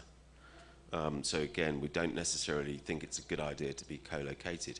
If you are co-located, then there are a lot of things that you can't do. So some of the ancillary services that might be needed elsewhere in the network for frequency and voltage, if you're co-located with a solar plant, you can't actually necessarily provide at the same time. Because obviously if a solar plant is generating, you've got a connection, you can't necessarily push more power out to compensate or take power in to compensate if frequency is rising. So that's why we advocate a kind of standard when you look at the costs associated with that, because we can't cycle the batteries as hard, costs go up. So when you co-locate a battery versus having it standing in the system on its own, it's about 30% more expensive than having one that stands on its own. So we're advocates, and I probably would say that, I'll put my hand up now, big batteries that are more towards the center of the system, that have more flexibility and variability in what they can do, when they can do it, and how they can do it. But the key thing to getting value for money from a battery is cycling it as hard as you can. There are technical limits as far as we can go, but the more you push it, the cheaper it gets. You had a question on firm capacity. So again, this comes back to be sure that we're in the right part of the network. Our preference is to connect at 132 kV. It's too expensive for us to build transformers and install them that take us up to higher voltages. And at lower voltages, we have less impact on the network because we've got to go through other transformers and other grid nodes to have that impact. Whereas if we're on the 132 kV bars, we can then usually make use of 400 kV network and down. So it's kind of, that's the optimal point from our perspective. Maintenance on our batteries is pretty light. They usually offer about 2 hours a year. So we bring kind of 99% availability as a rule, and that's usually warranted by the manufacturers. So we think we're fairly reliable. Obviously, you'll have unplanned outage if we have any issues with transformers. But the work that we've done in Malawi, those transformers that we use are massively oversized. So we have a 60 megawatts site, 240 megawatt hour project there at the moment. And we've got 2 transformers in situ with a third connected so that we're always available. And each of our transformers is actually sized at 72 megawatts. The reason for that is we can push a little bit more power out than 60 if we absolutely have to each hour. But we've sized them to such a degree that there would never be any thermal stress or anything else. And we've got N-2 as our failure rate because we know that we've got to be available. So we have one transformer that we always use, we'll have 2 that are connected in case we actually have to use them. Okay? So we know that it's really important to be available. That's why we're here. Right? 4%. Or is it Zaha? No, hopefully I got the name right. So the 4% point. So when you look across kind of Kenyan electricity system, a lot of wind, a lot of solar. Okay, if you remember my chart where it was bouncing about all over the place, KPLC are paying for everything under that curve. So all of that area under the curve they're paying for. But they can't actually use all of it. So they will do, or should do, or I'm sure, or are doing, some kind of probabilistic analysis of dispatch. Yeah. So if Takana comes along and says, "Oh, I can dispatch 300 megawatts," then it could be that KPLC decide, well, actually, I'm only going to take 240. I'll pay for the rest, but on a system level, I'm only relying on 240. Okay. So a lot of our savings are made from the fact that you can actually now use that chunk of power because you've created extra electricity which we store, which you can then use. And similarly then overnight, which actually with Engineer Karuja as well, with his slides, you could see that dip in geothermal output overnight. That power is cheap and it should be being used, and we can store that. So when you combine the kind of the losses associated with wind and solar and that geothermal availability, we're pretty confident that we can push up as a minimum 4%. So hopefully that's okay. Engineer Karuja. Okay, okay, thank you. I'll first respond to this question regarding other storage options. I confirm, yes, there are other storage options. And particularly here in KPLC or in Kenya, we are looking at other forms of storage. Hydro storage, the large hydro reservoirs, are a form of storage. But these are limited due to the idea a hydro reservoir will store water when it rains. Okay, so it's to store rainwater. Now, if you want to store more than that, we need to look at pumped hydro. We use energy, say, from solar sources or wind sources or excess geothermal energy to pump the water, and then we release the water, when we need to generate. So we are also looking at pump storage. I think KenGen has been doing some studies in this area. They have identified sites around the country. More detailed studies are required. What came out of that is that we don't have a very, very good site, but sites are there, they're available. Development time is long. It will take long to implement. So we are considering this in our development plan, probably within the next 10 years, around there. So we should be having pumped hydro storage plants. Another storage technology, green hydrogen. This is fairly new. I doubt the maturity of this, but we're also looking at it here in Kenya.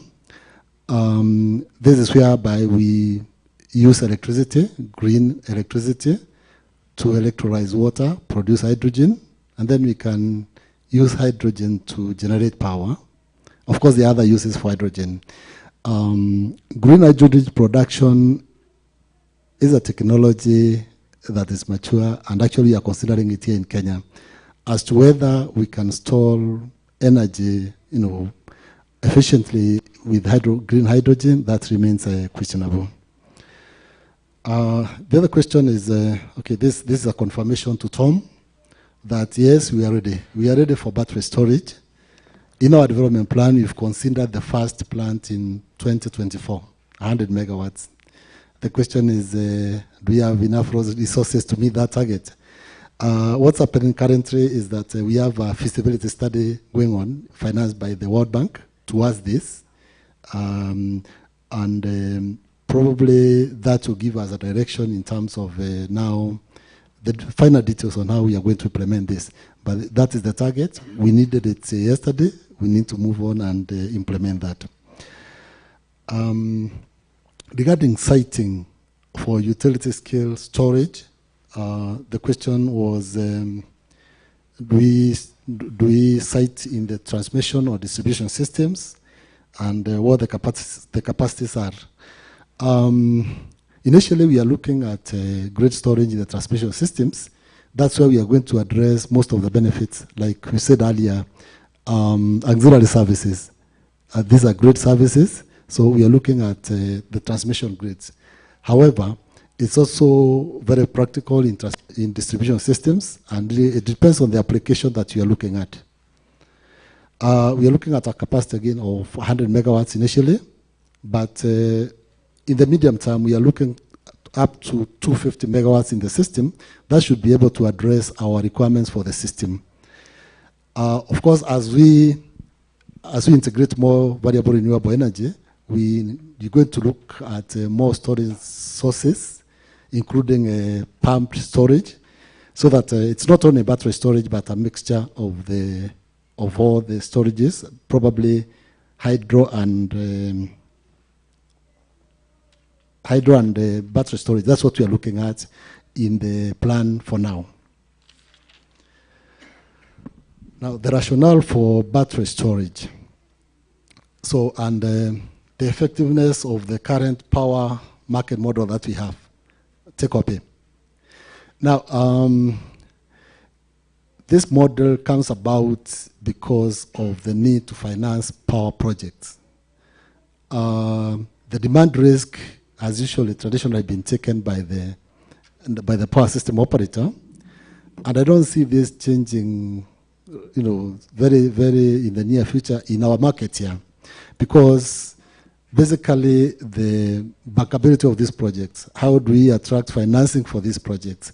We got to ensure that the developers have some steady, reliable, revenues to be able to fund whatever investments that there may be. And, that kind of market is not mature here. Out there, it is. However, we are looking at energy auctions going forward, but the kind of energy auctions we are looking at, we are moving towards cost effectiveness, yes, but still I think for bankability of projects, we still need to assure some, some guaranteed payment somehow for where now there's a demand risk. Thank you.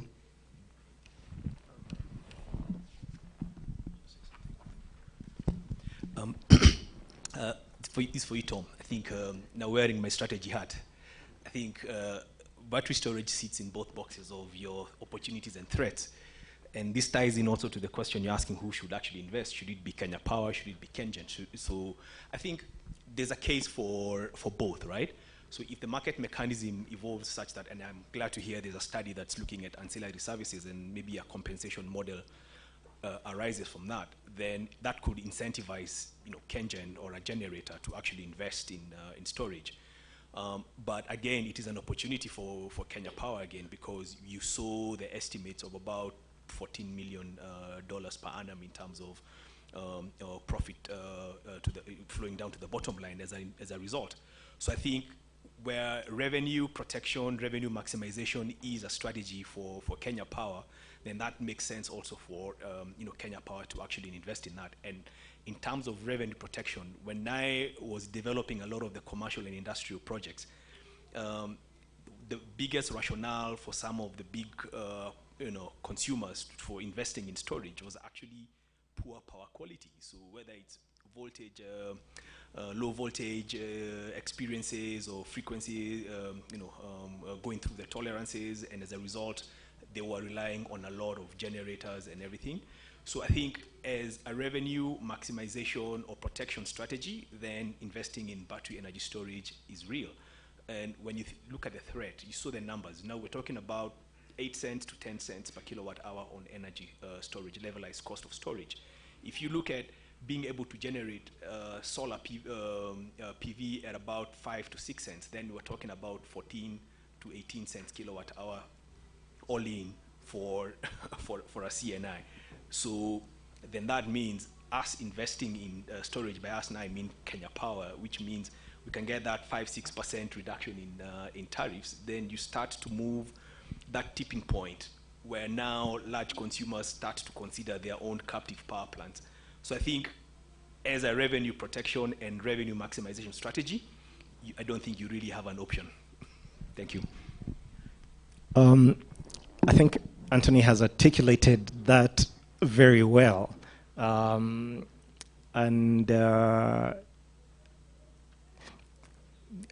think there are some decisions that need to be made, some hard decisions that need to be made in the sector. in terms of how do we move ahead in terms of implementing these solutions, who implements them, how does that work? But clearly, these are conversations that that need to happen and decisions that need to be made. So we'll do one last round of questions.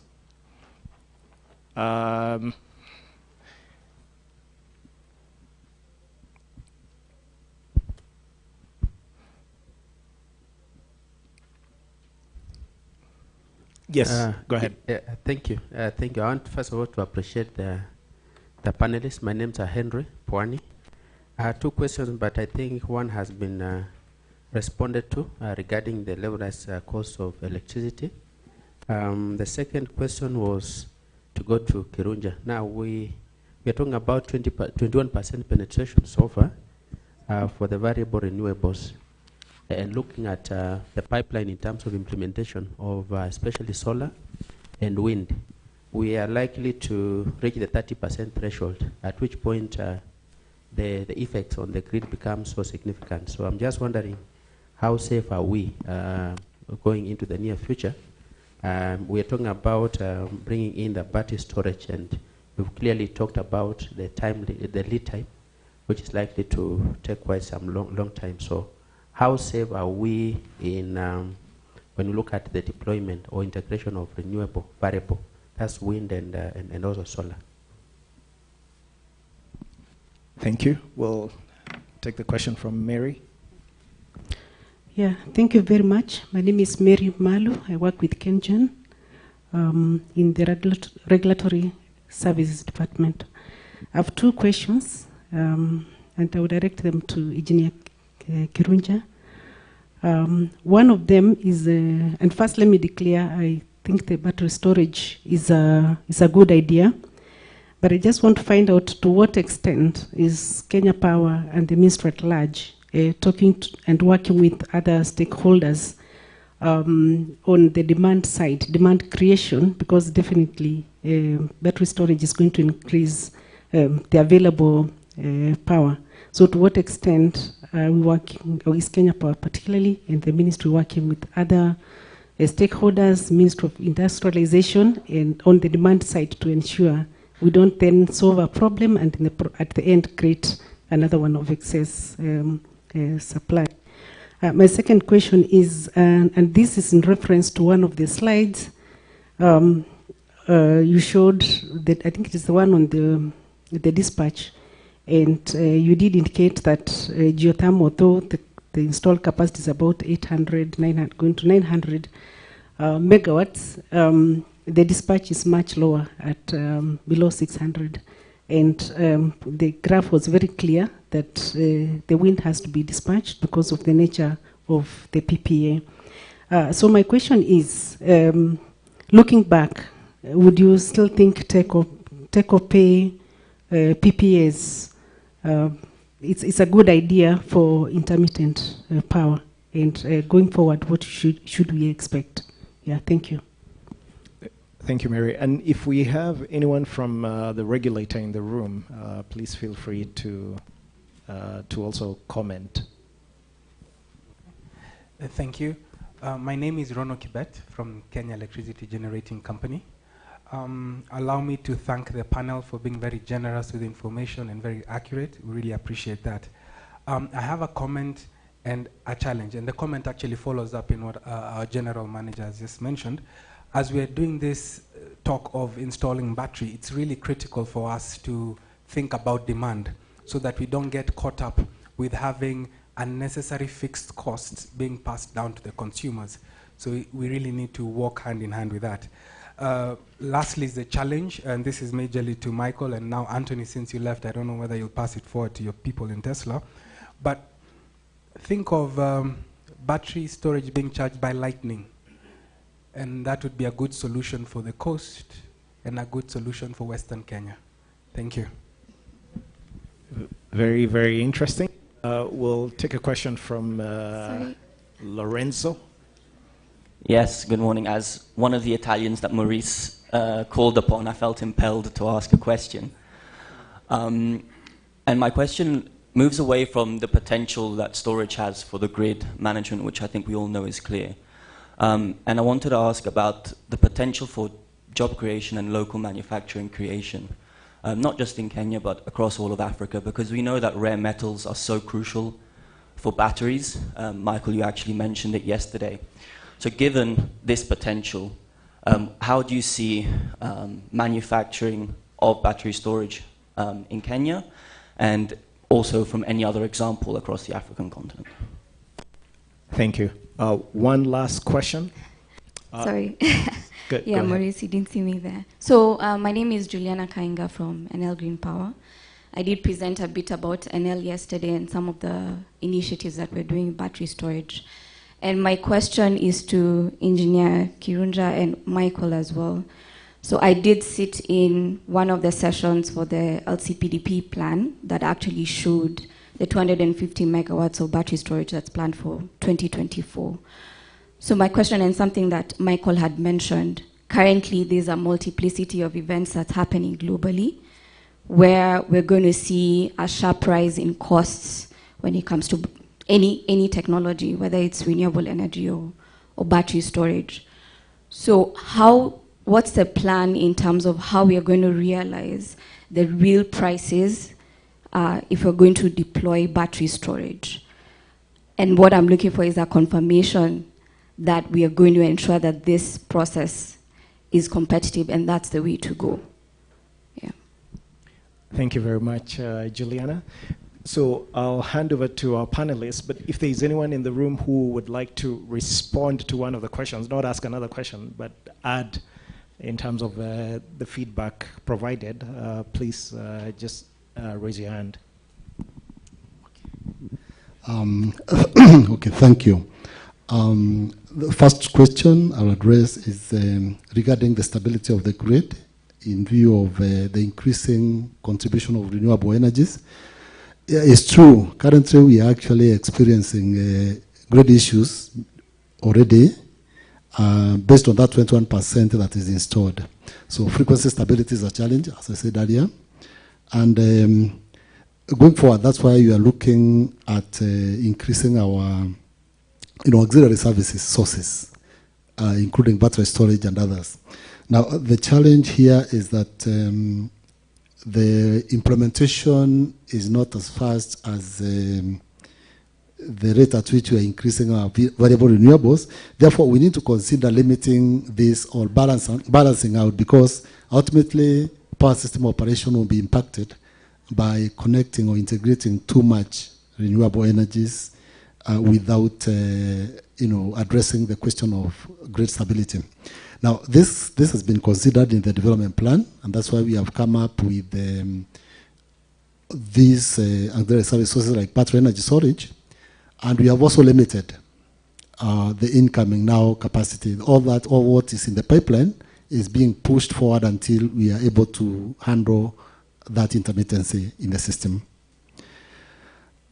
The next question is about demand creation, and to what extent is KPLC engaging other stakeholders in demand creation.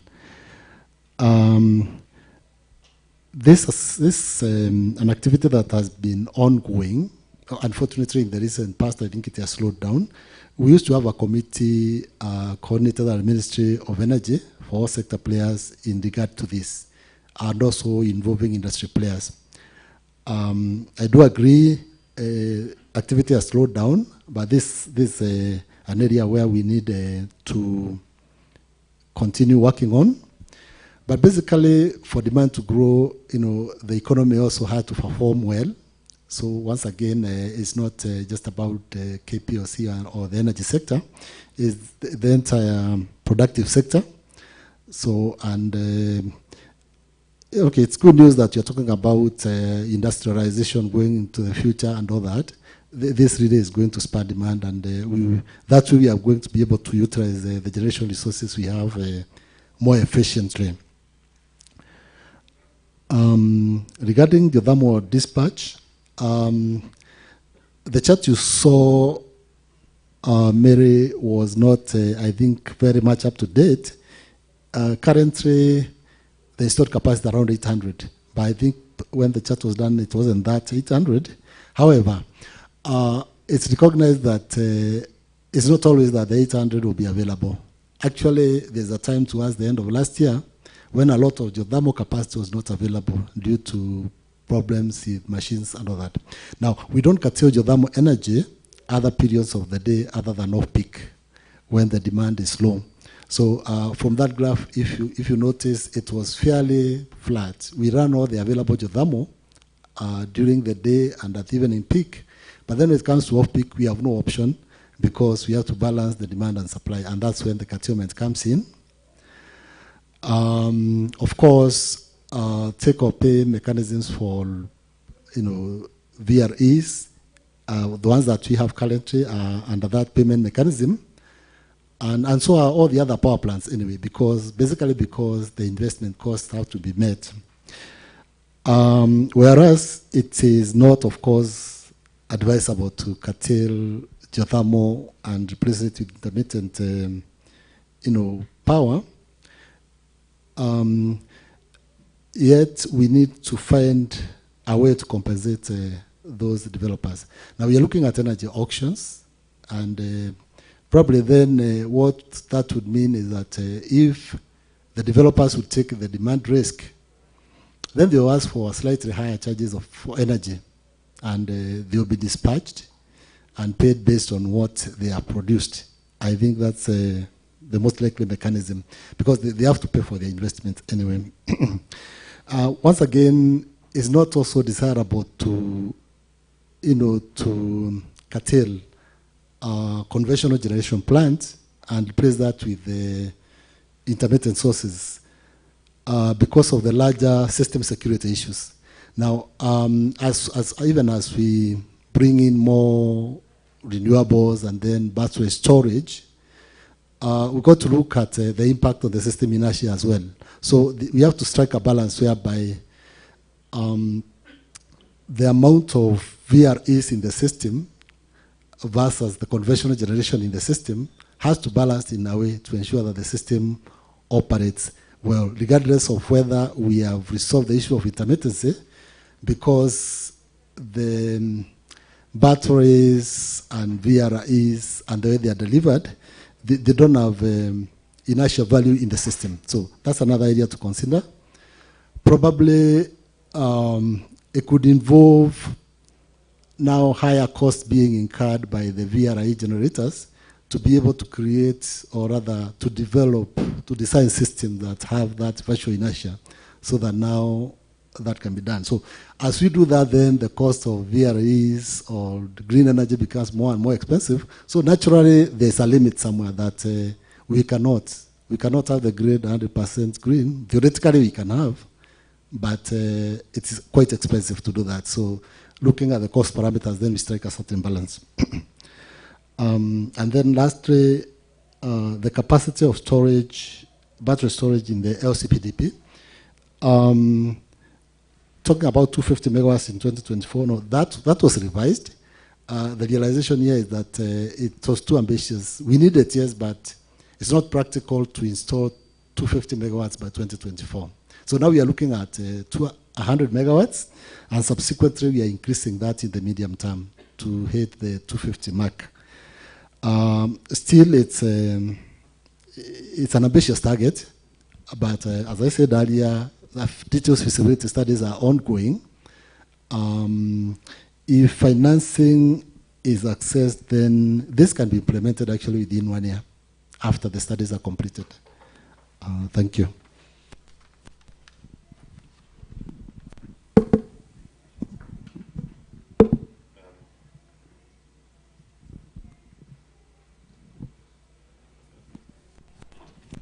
It's okay. We're all right. I'll pick up a few of the points. I think Engineer Karuja's done a great job of answering most of them. Just as from an investor's perspective, take-or-pay contracts, they're used everywhere in the world.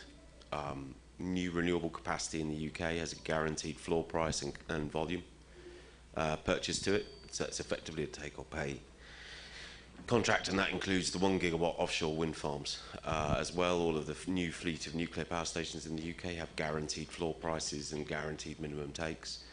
Unfortunately, I think it's one thing that it's difficult to get away from.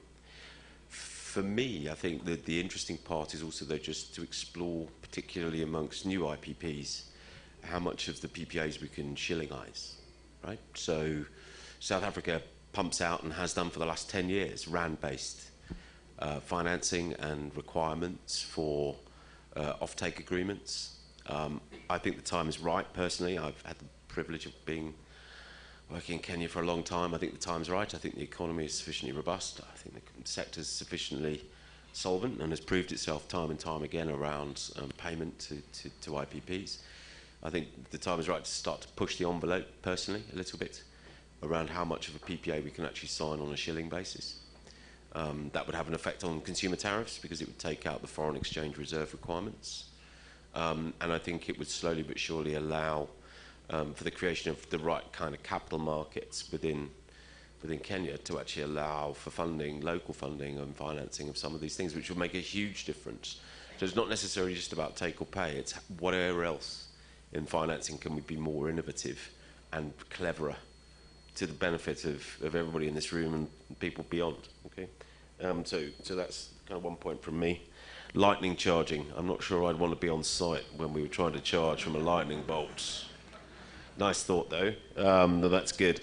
So on jobs and market creation. So what you're seeing globally at the moment, mainly through automotive uses, there's a lot of gigafactories which are being built, and these are battery creation, battery production units. They pack them into the cells that are needed for automotive uses. They apply them to the skids, and then off you go. You make cars. So there's a huge growth in those gigafactories.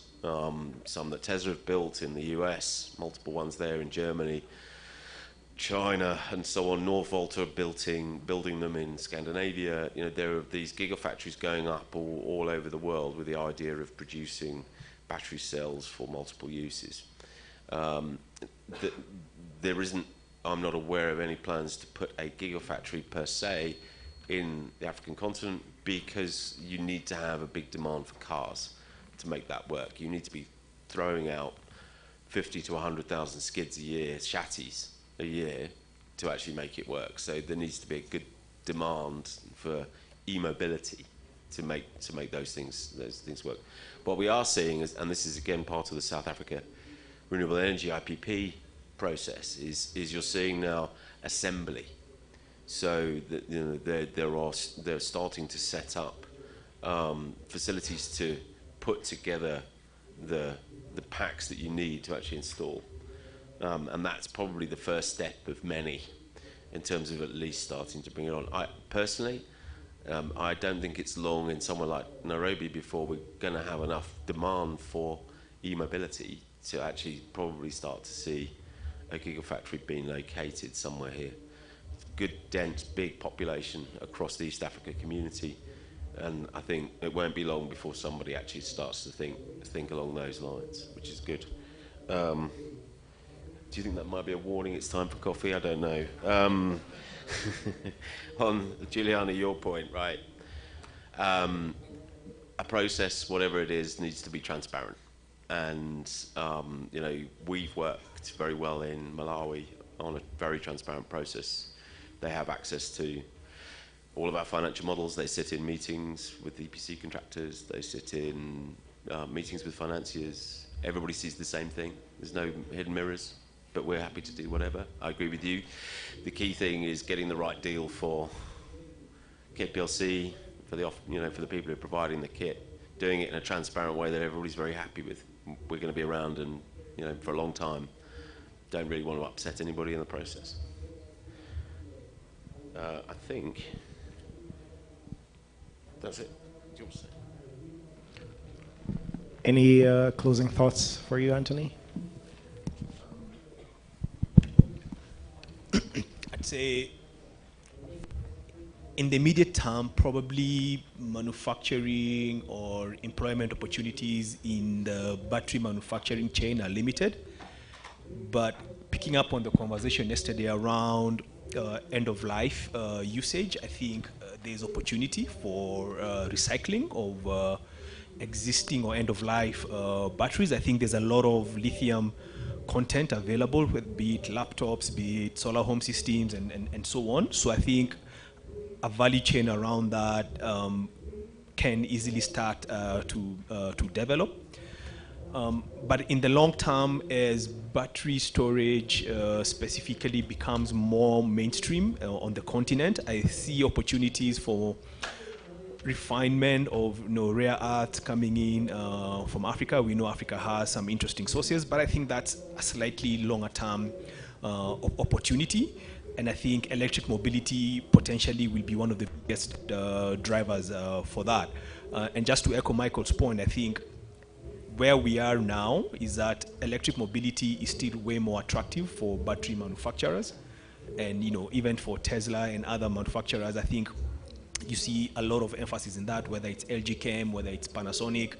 A lot of the battery capacity, both production and manufacturing, is actually being directed towards electric mobility. But I think it's a matter of time before you see a shift with more local manufacturing or parts of the value chain that we can play.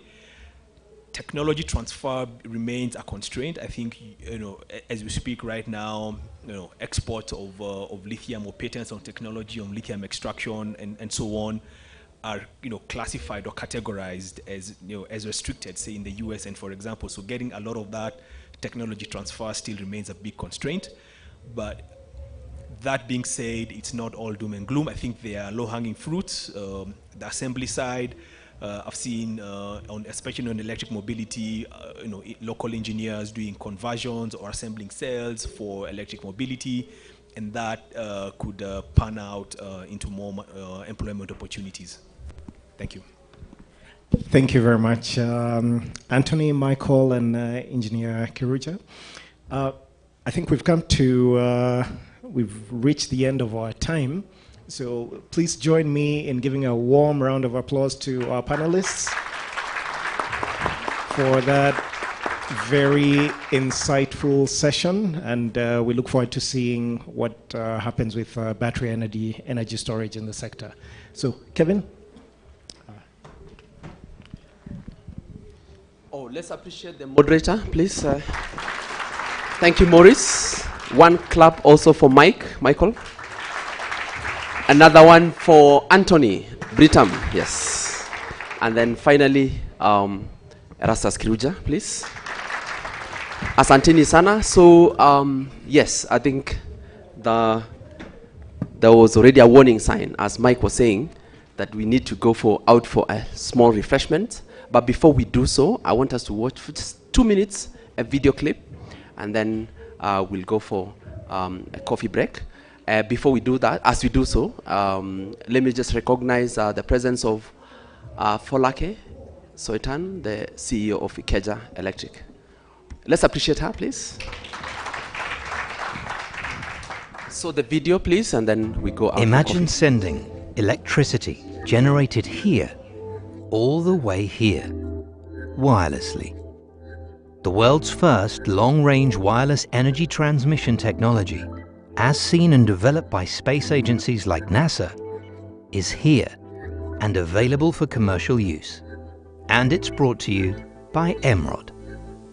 With unique tele-energy technology, Emrod is opening up the world's access to sustainably generated power. Imagine powering hard-to-reach places without the cost of laying kilometers of cables, supplying backup energy for emergency and mission-critical services without outages or big generators, or one day flying to your next destination in an electrical plane without a fuel tank or a bulky battery. We are incredibly excited to bring technology that has traditionally been accessible only to militaries and space agencies and make it available for commercial use. The advancements in network resilience, supply continuity, and outage reduction this brings to market are huge. The technology works by transmitting energy using electromagnetic waves over long distances, using Emrod's proprietary beam shaping, metamaterials, and rectenna technology. It's the first of its kind. Developing this technology, we had safety top of mind. The beams use the common ISM band that is used for things like Wi-Fi and Bluetooth. Point-to-point transmission means there's no energy spillage around the beam, and if for any reason something were to intersect the beam, like a bird, it immediately shuts down, meaning the bird never touches anything but clean air. Not only does it enable safer, reliable, and more cost-effective solutions to common distribution problems, it opens up whole new frontiers. The future of green energy can be wireless, with affordable, sustainable access to remote or offshore wind farms. And there will be no longer a need for power lines or underwater cables through natural reserves. Reliably powering delivery drones, autonomous vehicles, or even space payloads all become a realistic possibility.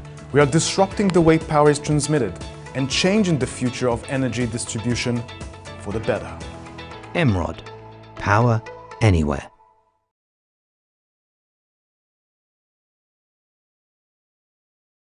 15 to 20 minutes break, and then we come back for the last panel. It also promises to be very exciting and engaging. Thank you.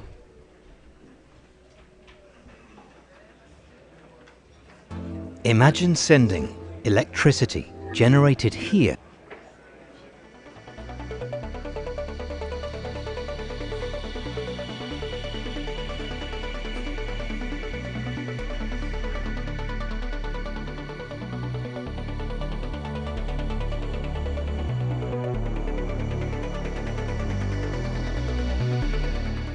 Road transportation consumes about 23% of the total energy in the US, and it contributes to about the same percentage in terms of greenhouse gas emissions. So in terms of impact, there's a potential of reducing the greenhouse gas emissions by 22%, which was quite large. What we've been working on is a way in which we can charge the electric vehicle while it is moving from the roadway. And that way, one, we certainly can reduce the amount of batteries we need to get whatever range we want. But also, we can have indefinite range, because if we have charging ability on the road, then the vehicle can keep moving and doesn't need to either stop or doesn't need to have a really large battery to go a long range.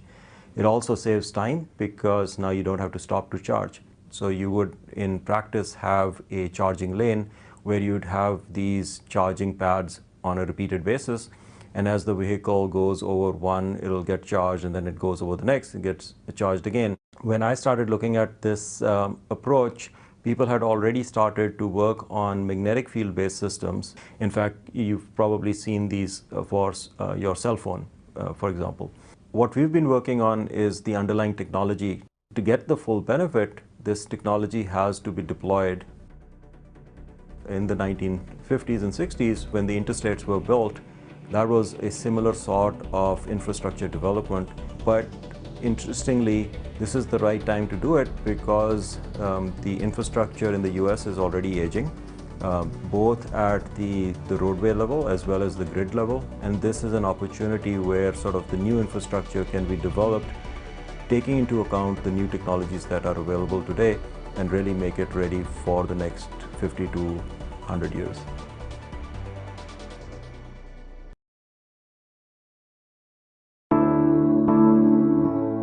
Kenya Meta, nchi ya ng'ara.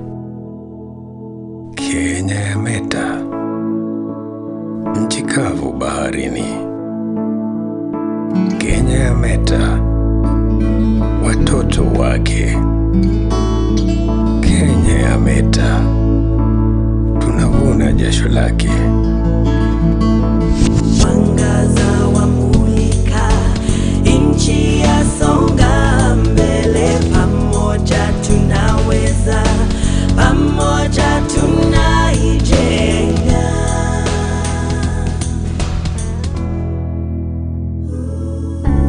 Kenya Meta, mtindo wetu, utamaduni wetu, tuwajivunia kuishi pamoja. Kenya Meta, baraka kwetu, kwa imani twasimama wote imara.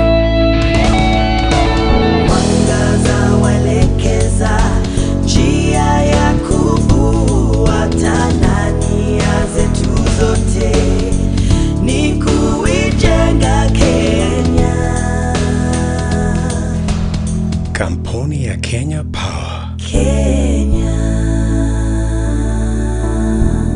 mwangaza wa Kenya.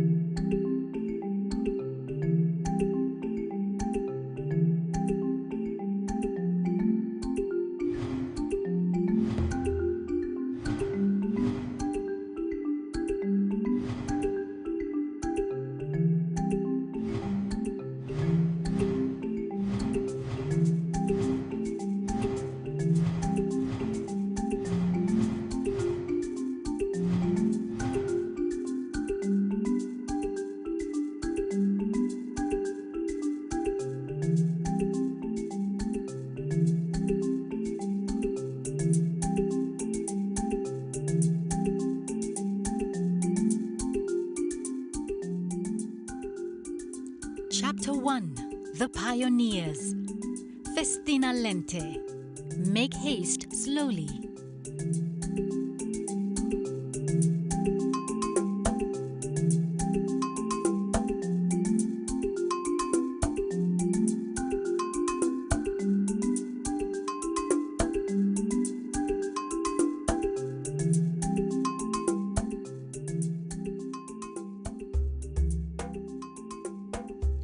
The story of electricity in East Africa dates back to 1881, when Sultan Sayyid Bargash bin Said of Zanzibar, inspired by his travels to Europe, seeks to replace the oil lamps lighting his palace and nearby streets with electricity.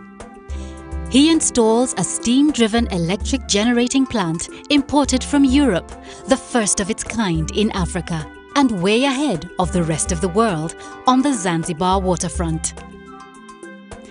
By 1904, an American, Joseph Augustus Jones, receives a concession for his company, Zanzibar Electric Company, ZELCO, to light Zanzibar town and also to supply power within a radius of 8 kilometers from the Sultan's home. It takes nearly 30 years before the achievements in Zanzibar are replicated in Kenya, when electricity reaches Nairobi in 1906. The Coming of Light is a 4-part, 110-year history journey into one of the oldest companies in East Africa, the Kenya Power and Lighting Company Limited. Chapter 1, The Pioneers, tells a story of the trailblazers who built the company from virtually nothing. Their crazy adventures, misdemeanors, and the company legacy they would leave behind for others to build upon to this day. In February 1903, a young British electrical engineer, Major Clement Hertzl, arrives in Nairobi. The city was then infamously nicknamed Tinville by the early white settlers. On the 8th of April 1904, he receives a concession, Ordinance Number 13 from the Colonial Office, to exclusively supply Nairobi with electricity.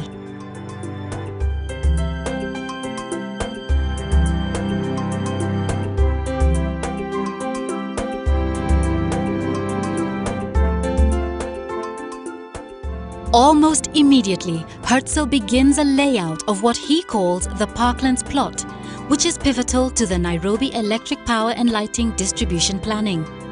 It would receive its power from Ruiru. 3 years later, in March 1907, he starts the construction of a hydroelectric station at Ruiru.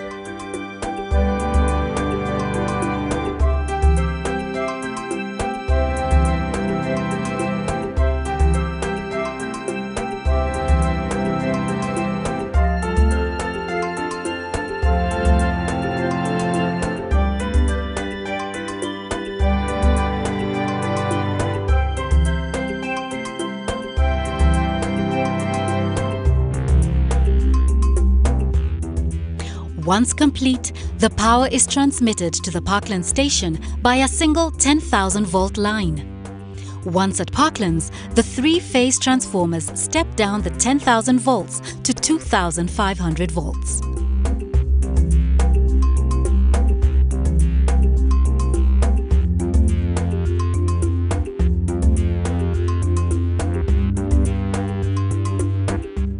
In November 1907, Winston Churchill, then the British Under-Secretary for the Colonies, visits Ruiru during his summer tour of the East African colonies. He records, "One of the streams has been dammed effectively, and turbines are already in position to light Nairobi with electricity."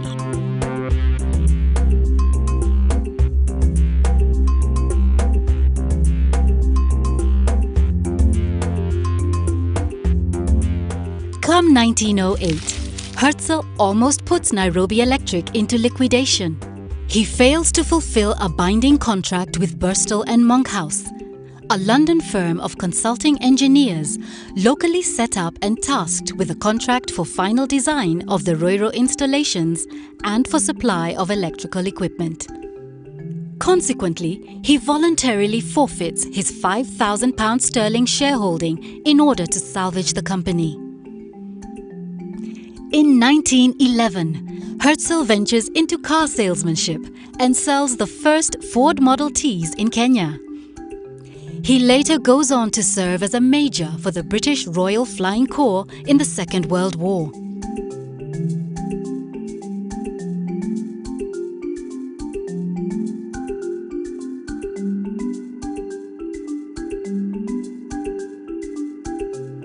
Major Clement Henry Armitage Herzl retires in the Mediterranean aboard his yacht, the Mabruki, named after his Limuru farm. He never makes it back to Kenya.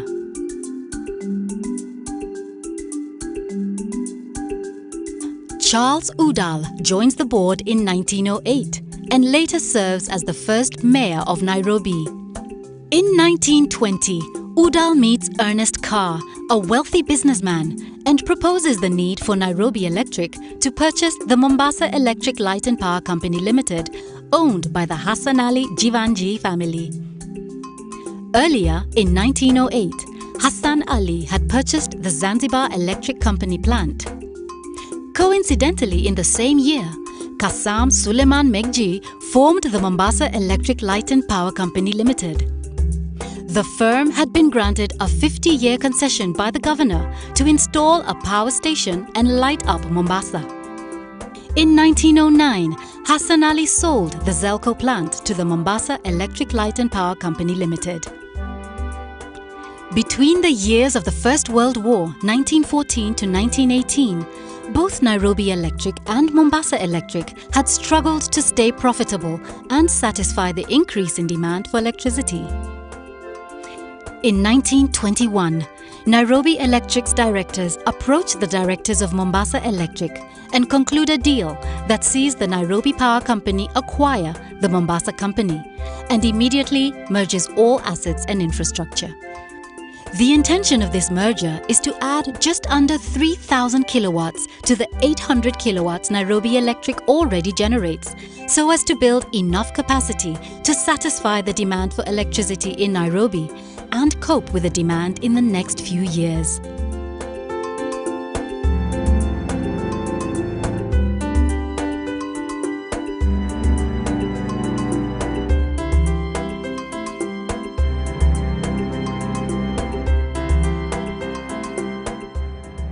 And on 2nd January 1922, the East African Power and Lighting Company is formed, with a hybrid of directors and shareholders from both the Nairobi and Mombasa boards.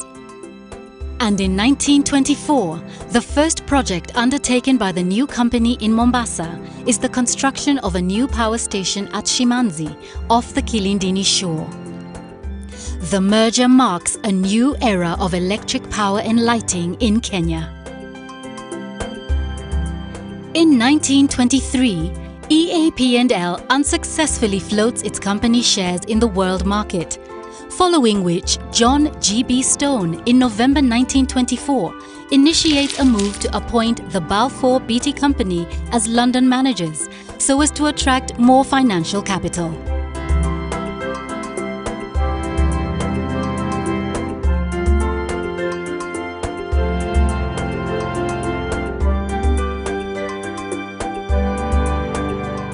Under the East African Power and Lighting Company Limited, Charles Udall becomes its first general manager and spearheads the merger.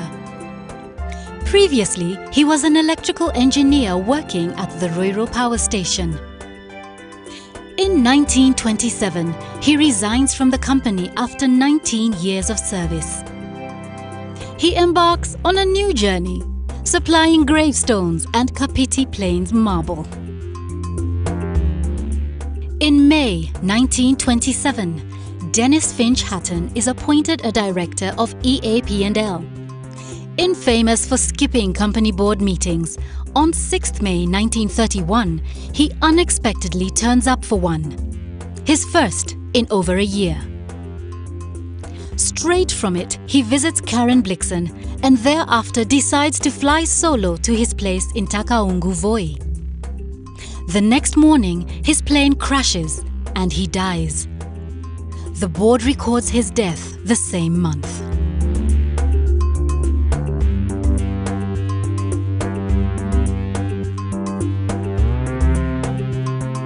In 1964, Robert Ouko is named the first African board member.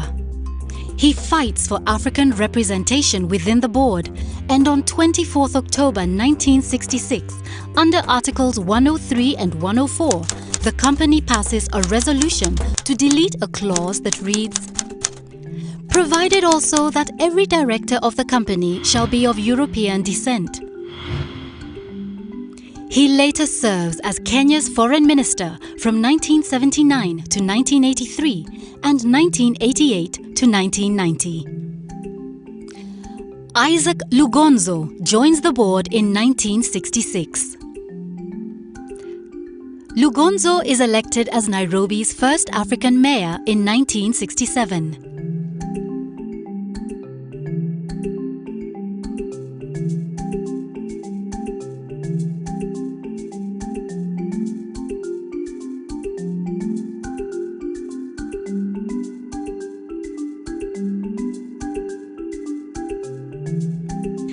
Arthur Goge is appointed company secretary in January 1969. He is Kenya's first African company secretary. In 1970, Mr. Julius K. Geshau is appointed by the government as the chairman and chief executive of the board of East African Power and Lighting Company Limited. Geshau had attended Church of Scotland Mission Primary School in Kikuyu for his early education and later Alliance High School. He then joined Ewing Christian College in India, where he graduated with honours in economics, political science and English in 1953. In 1956, he took his Masters of Arts studies at the London School of Economics, followed by an internship at the British American Tobacco in the UK. Geshau would work as a personnel manager for the East African Tobacco Company before being appointed to head the EAP&L. With that, we come to the end of part 1 of our 4-part story titled The Coming of Light.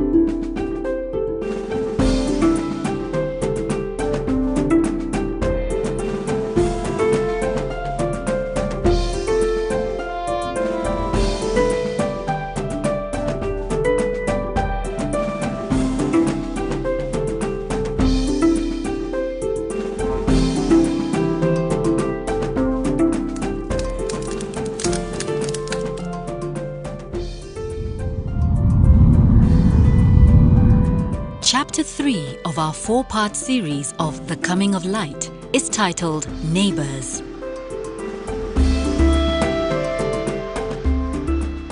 This chapter is a story about Kenya Power's involvement in Kenya's neighboring countries, Tanzania and Uganda, during the colonial years.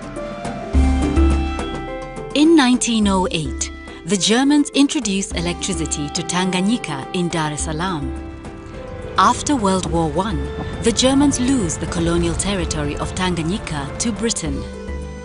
In 1920, the British administration forms Tanganyika's first government electricity department. In 1931, Tanganyika's first electricity generating company, Dar es Salaam and District Electric Supply Company Limited, Daresco, is formed with the Tanganyika government as the major shareholder. It supplies Tabora, Dodoma, Kigoma, and Dar es Salaam.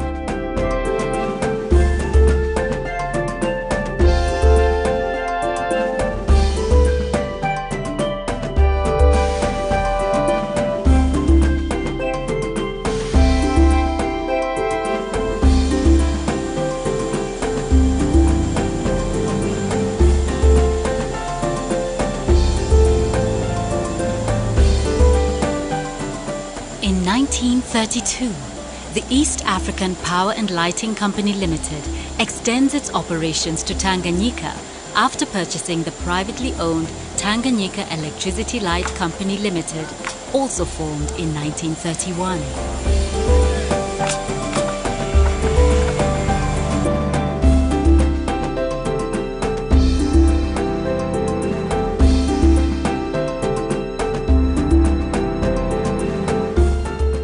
This deal is made possible by the London-based Power Securities Corporation, then responsible for the development of mostly all electrical energy projects throughout all the British colonies. Construction of the Pangani Falls starts in 1934, 50 miles from Tanga, at a cost of £300,000 sterling. The surplus power produced by this plant is transmitted to Mombasa to supplement the local supply.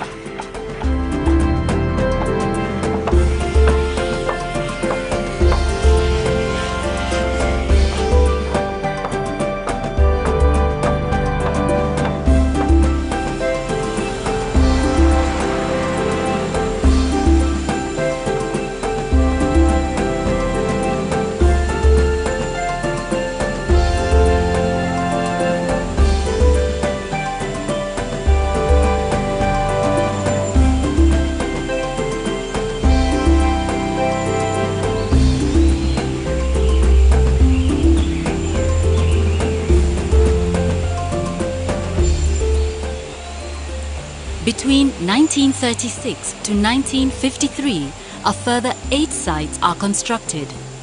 In 1936, Mwanza.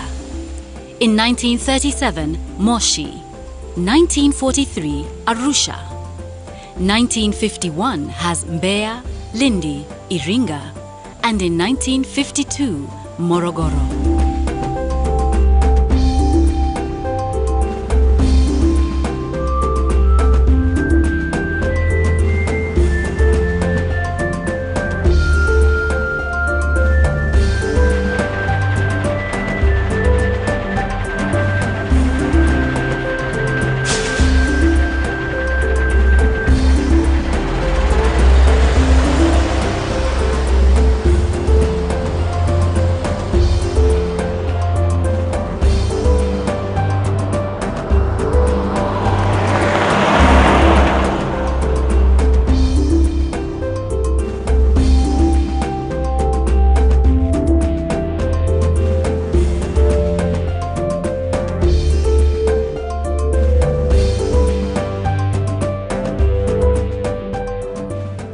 Tanganyika achieves her independence on 9th December 1961, becoming the first among the East African states to become a republic. The new government, now called Tanzania, buys back EAPNL's entire holding of 2,955,000 ordinary stock units at par value. And as the Director's Annual Report of 1963 has it, the Kenyan company is out and back to serving British East Africa. Kenya, and Uganda. The records of Uganda show that as far back as 1904, the possibility of using the waters of the River Nile for the generation of electricity had been considered. In 1936, the East African Power and Lighting Company is granted licenses by the Ugandan government to supply Kampala, Entebbe and Jinja with thermal stations at each respective site. These developments are unfortunately interrupted by the Second World War. The war passes, the developments proceed, and construction on the Owen Falls hydroelectric scheme begins in 1949. In 1953, the Kenya government sets up the Kenya Power Company, later to become KenGen, to purchase power in bulk from the Owen Falls hydroelectric scheme.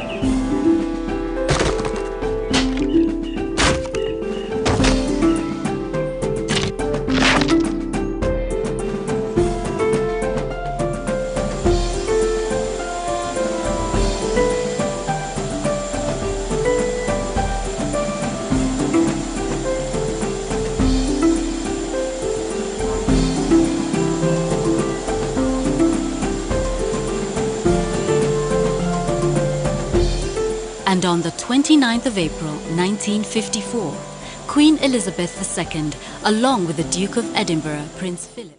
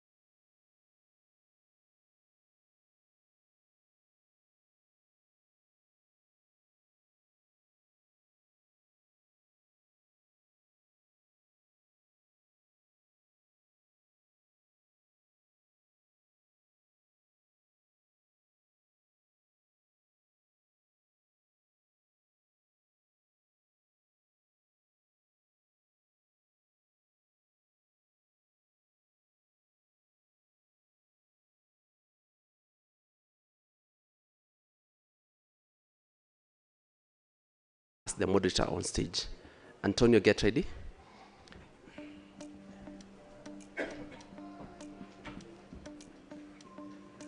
KICC is an innovation which came about after my experience of lack of power for 3 days.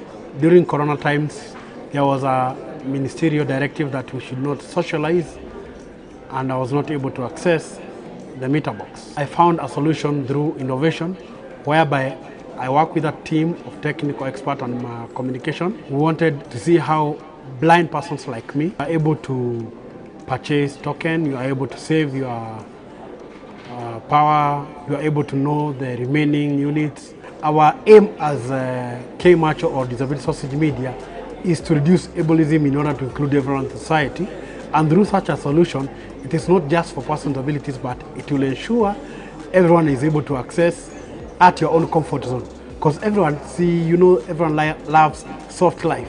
So our solution is providing that. The innovation works through interfaces, the communication between my gadget and the way we communicate to it so that it can give information through mouth, and also other features whereby in case you are not able to hear, you can also use letters. Society is judged on its civilization on how it has enabled or how it has included the largest minority of the population of the world, who are persons with disabilities. Kindly join me to make this reality and also support us so that we can enhance disability inclusion.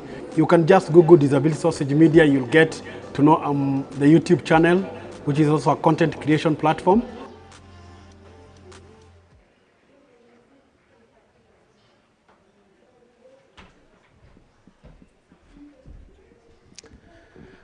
Okay, so that is rather an abrupt ending, but is it rolling over? Okay.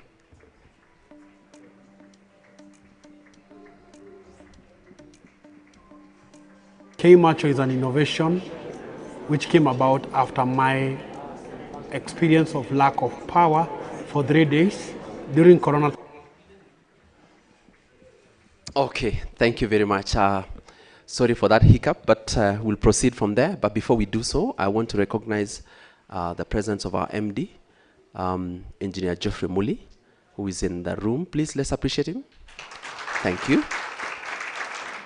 Okay, so the next panel session is about technological trends, and it will be moderated by Antonio Passero. Antonio, please come on stage, and you'll do the introductions of the panelists.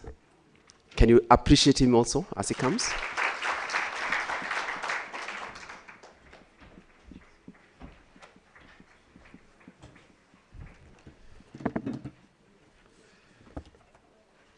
Good morning, everyone. My name is Antonio Passero. I'm from Rest for Africa, an Italian foundation that promotes the development of renewables, grid improvements across Africa. So based in Italy, but with a heart here, with this geographical scope in Africa and with a big focus in Kenya. Probably some of you already met us a few months ago, where we hosted an event with Juliana that actually gave us the possibility to meet most of the stakeholders that are here, that also invited to be here. So, well, we are talking today in this specific panel of innovation and trends in the modern grid. This actually completely copes with what we've talked in these 2 days. We have talked about storage this morning, that anyway is something innovation, but it's still something, innovation is also present, it's also reality. We talked yesterday about digitalization. Everything copes with this. Everything copes with the grid. Everything goes into the grid. That needs to be modern.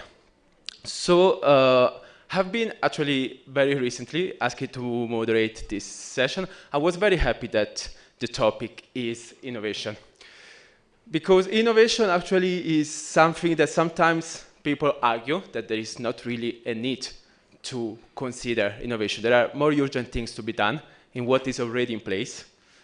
What is already in place requires manutention, requires something urgent. That is something fair, that is something true, but we have to remember that actually innovation makes you present in the market. I will just do a few examples of actually other markets, but gives you the idea of why innovation is crucial to be present. Let's think about also the camera market. Kodak didn't want to move to digital. After a few years after this choice, it was completely out of the market. Let's think also about movies. Movies companies that didn't decide to go to colors, or more recently, they didn't want to leave the halls and going to the platform. They were also out. So actually, this example give you the taste that innovation is not something to be more fancier, to do something more. It's just a way to give you the possibility to stay in the market in a sustainable way and long term, not just for one day, but staying there. And innovation actually is also, I would like also to see innovation from another perspective. Innovation gives all the possibility to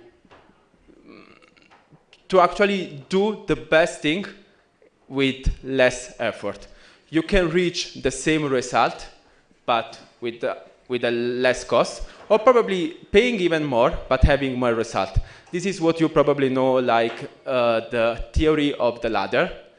You can choose to do all the steps of the ladder, but actually, in a certain moment, you already have some technology that gives you the possibility to do the same thing at a less cost. This is just an opportunity that we have. We can go directly with the latest technology available in the market.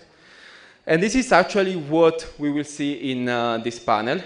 We will have representatives from the private sector and from companies that do innovation, that they have smart solution in grid management. We do have General Electric, Enel Infrastructure and Network, Safaricom, and American IoT. They will show us actually what is their solution, what is the frontier of in their market. So now it's just up to us to decide if we want to stay in the frontier, choosing what is already available in the market, what can be already used, or staying behind, as we said. If we don't innovate, actually you just go out.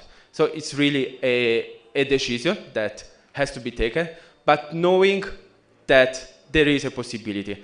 And actually this also gives you another level of awareness, because what we are talking here, technology actually gives you digitalization, gives you much more awareness of what is the state of your grid, talking about in this sector. So knowing what is your asset, knowing which are the challenges, obviously gives you the possibility to act in the most effective way. Say that, I will be happy now to leave the floor to the first speaker of this panel. He is Enoch Mamamil from General Electric. Enoch is a sales leader with over 50 years of experience across healthcare, utilities, construction, and land administration. He presently is the Senior Sales Manager, East Africa at General Electric Digital. Previously, he held various roles as Regional Manager for Sub-Saharan Africa at Leica Geosystem, Channel Manager, Utility Segment Director at Schneider Electric, Regional Sales Manager for East and West Africa at Timken Company, and he held Business Development and Regional Sales Portfolio at Siemens East Africa. So actually we can see that also considering his current position, his previous activity, he does have a very deep knowledge. We were already talking before, and actually his speech will put all the things that we've seen together. This is the last panel, so good to see all with the things that we have talked about generation, about distribution, about transmission, how these all go together and how these stakeholders could act. So thank you very much, Enoch Mamal, I leave you the floor to you.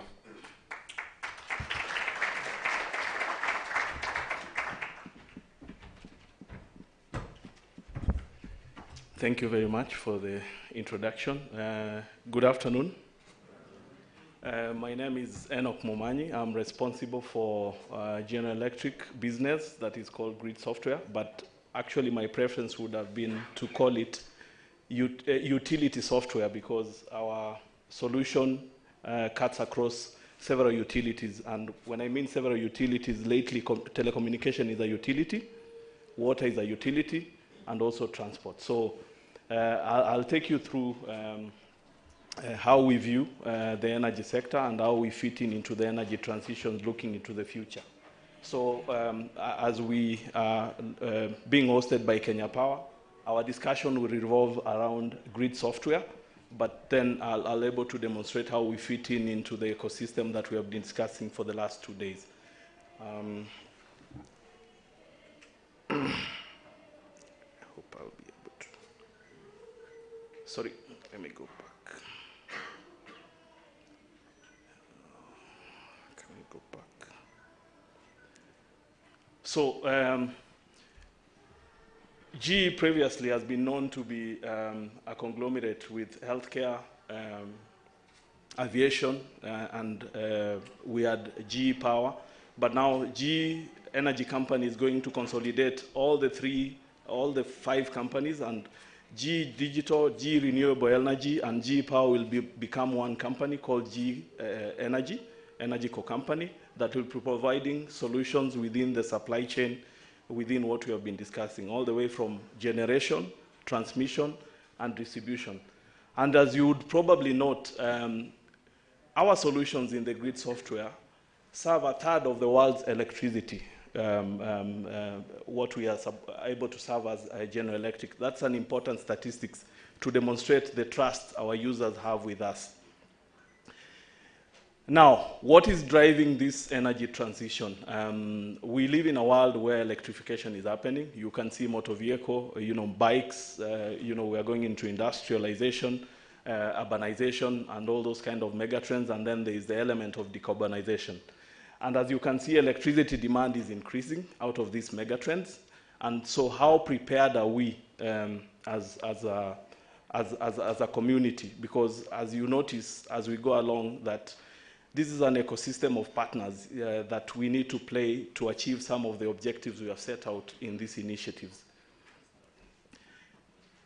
So as you can see, the energy transition is now much faster than what we saw from the first electric grid. So if you look at from the year 2000 up to the year 2020, the transition has been very rapid. So the dynamics are changing very fast. We as General Electric look at the future of energy now into what has been discussed in this forum. From yesterday's session, today's session, there was a mention of the same aspects, that how are we going to tackle the aspects of idle power, the inefficiencies, and how do we see the future of the grid? We see the future of the grid from a grid that is consumer controlled, and then we are self-healing grid, whereby it's a unified grid where we're having transactions across different markets, where we are running away from idle power, and where we are going to have more of transactions, where we have auctions that are going to deal with a lot of the inefficiencies we see across the region. We're already seeing this happening in most parts of the world, and this is something that will not be a nice to have, it will be a must have as we go forward. So, and this is where we fit in as the grid software organization. So the electronic economy will be powered by the intelligent energy network. And we as GE Grid Software see ourselves as the operating system of what we have been discussing for the last 2 days. Like your computer, you have the operating system that manages several aspects of your applications you run within your computer. So for the network, our solutions are bound to be the operating system of the grid network. So as you can see, we provide a portfolio that fits from an end-to-end perspective from a grid solution network. We have the GIS network modeling. There's a lot of discussions at the moment in the world. Maybe some of you have heard about the digital twin. How do you transform the physical environment into a digital platform? for modeling purposes. And this is where the GIS or network modeling comes into play. And this is mainly now being made possible by what they call the LiDAR technology, where you're able to take imagery to capture information and plan according to existing systems, as well as to, setting out new systems that you would intend to deploy. And then there was a lot of discussions around renewable coming into the network, and various aspects of the renewable bringing various dynamics into the grid. So at GE, we are able to orchestrate. What does it mean, orchestrate? It's bringing all these players together to provide an environment where different stakeholders within the grid are able to make decisions and collaborate for efficiency from a planning perspective and also from a maintenance and optimization perspective. So, and then, as I mentioned, we as a world, we are going eventually to go into more of transactive energy. This is where we are talking about the power pools. We have the West African power pool. We have the South African power pool. There's a lot of discussions around the East African power pool. Then how are we going to play and be ready for those kind of technologies that are coming into play in terms of how we are going to collaborate from a regional perspective. All this requires customers like yourselves, Kenya Power, where we are pioneering together. We'll need unmatched technology where we have various stakeholders within the supply chain. And then most importantly, what we have also noticed in the recent times, the people and the experience. There is a global shortage of skilled manpower. And so we need to walk this journey together to build the right capabilities as we develop some of these must-have in the grid network. So it's important for us to develop the people along the way. Having had the privilege to also be in the regions traveling and meeting various customers in different forums, you might think that we have been, or Kenya Power has been discussing with them before, and so some of the challenges I see coming up are very similar, and that's a clear demonstration that the world is compelling us to adapt. So I'll go into, sorry.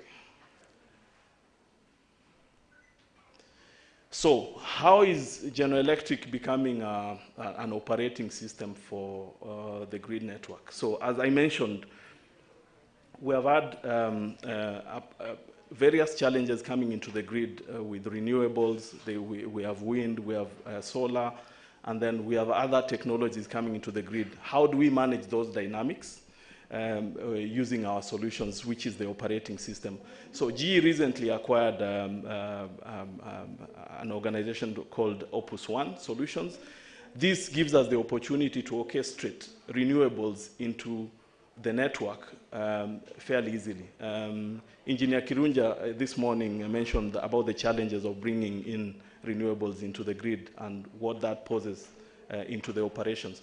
So as GE, we're able to bring this operating system that is interoperable with other softwares that you already have, that gives you the platform to collaborate at all levels within your network, to enable you manage the distributed energy resources within your network in a more efficient manner. So,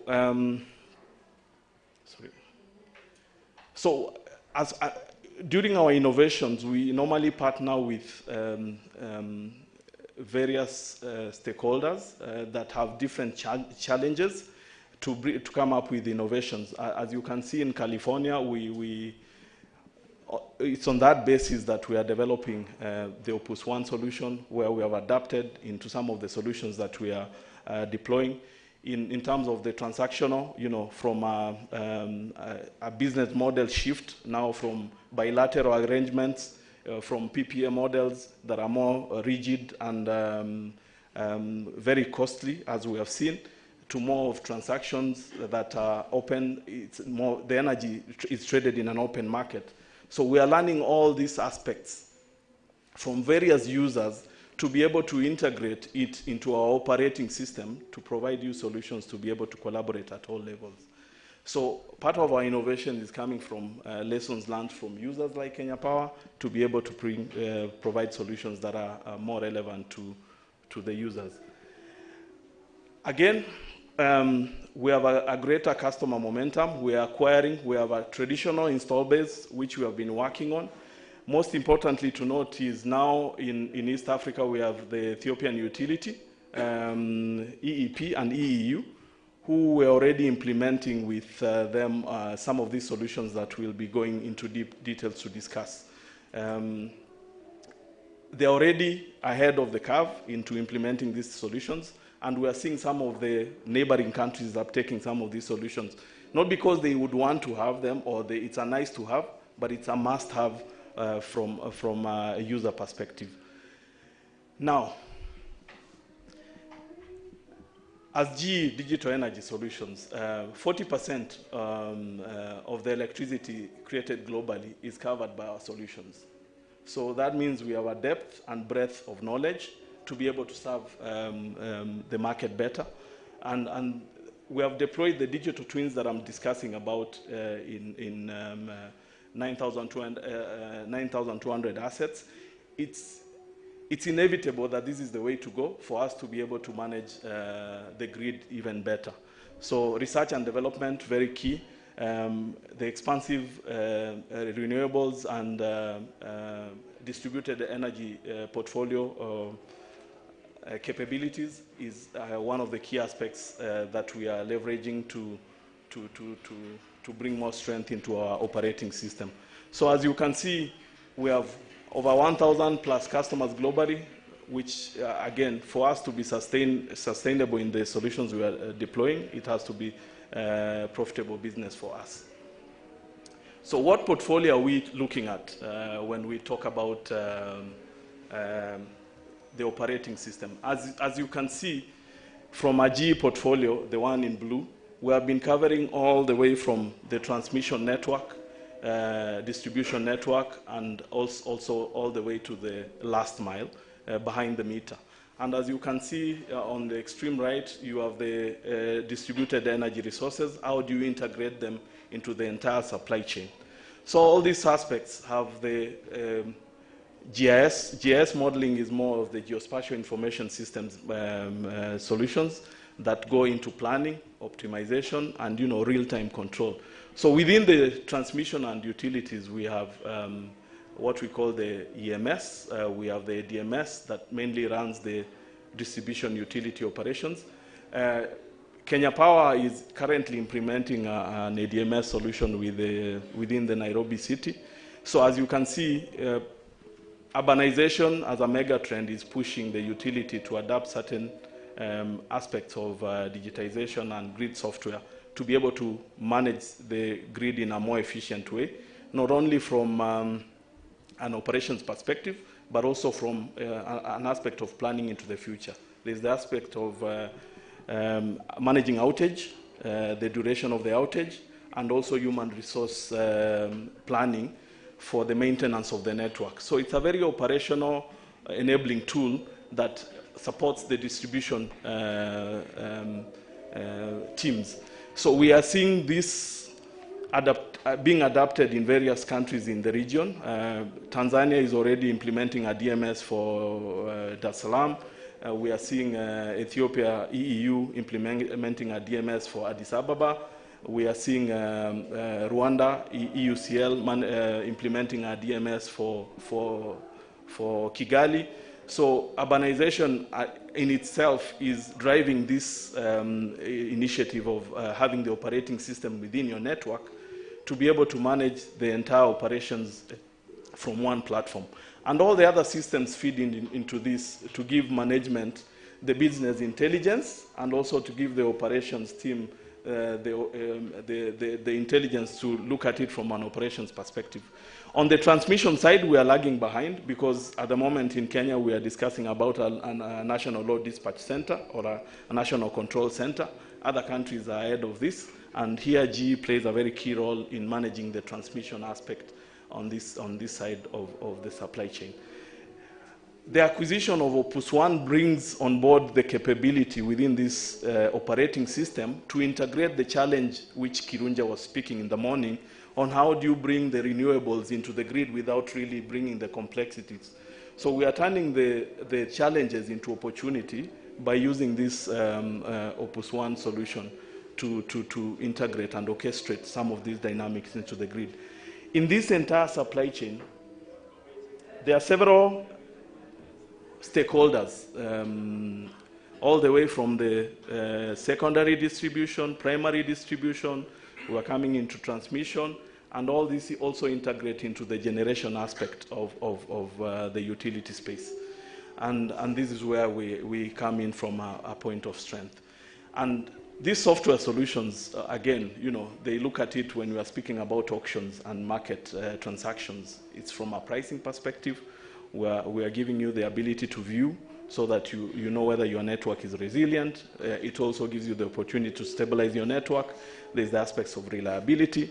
Some of these solutions give you now the ability from a response perspective, outages, how do you manage them?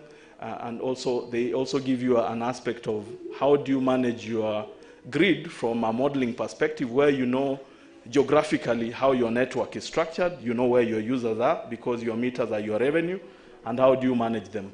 It gives you the flexibility and the visibility, and then this all comes into productivity, and then you have to, you're able to predict what would you want to do with your grid into the future, because as I mentioned, there is the aspect of digital twin, and this is a reality now. It's not something that is being imagined.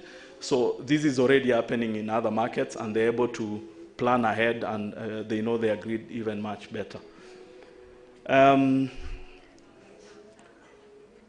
What technology and innovation is happening within our space going forward into these aspects? So initially we had assembly of world-class solutions where you have a system that was, when you are sold, you are told this is it, you have reached.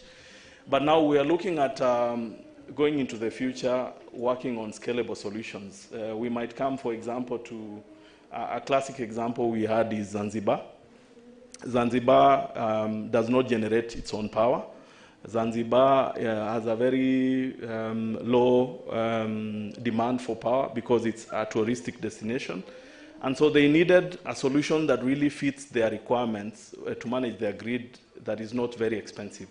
So what we normally do is we have realized that certain customers along the journey, they are in different stages in the journey.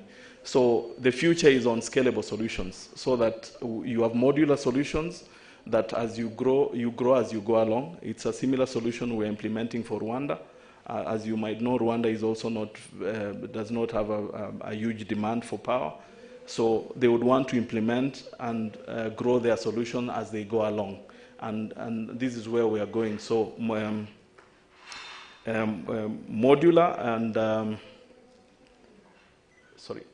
we are going into a more modular applications where we're able to grow the network as we go along in terms of looking at ADMS, outage management, load frequency. There was that discussion in the morning on those challenges we face within the grid. And then there is aspects of customer partnerships like what we are having here today in terms of how do we look into the future in deploying some of these solutions that are fit for purpose. And that's where we are doing. And also there is the aspect of, since we are getting into a smart grid, we are talking about software, then the aspect of security comes into play. Cybersecurity is very key because these are critical assets within any economy. You can sabotage an economy from the grid, and we are working with various stakeholders on the cybersecurity in order to monitor and maintain. And these are some of the key players or some of the stakeholders that we're working with in this supply chain and there was a discussion yesterday regarding data center and cloud versus having storage on the premise. the world is going mobile, and so sometimes having fixed assets within your premises might not be value for money, and so shared services or co-location is becoming the right way to go to minimize on costs, and we are partnering with various stakeholders in this perspective. Again, as I mentioned, we cut across various stages of the utility network. You have a transmission operator, distribution operator, and then now we are having the market operator where we are talking about the auctions. So what we are speaking today in the morning regarding idle power, then we'll be having a different dimension again on a market operator. So KenGen, when they have idle power, they can auction it in other markets where we have Burundi who don't have power, they can buy. Eritrea, a small country, they are currently running on thermal power. I believe with the regional interconnection then, some of the APPs and KenGen or any other APP can be able to sell power into the other regions. And also, as this is very critical because then the collaboration happens in such a way that, for example, Tanzania is investing very heavily in generation. We have the Julius Nyerere that is being constructed along the Rufiji. It's going to generate 60% of our generation capacity, 2,100 megawatts, one power plant. You have the Grand Renaissance that is going to projected to generate 5.1 gigawatts. So when we have this kind of platforms, then we'll see countries trading power in a way that will reduce the costs, and then we'll have a different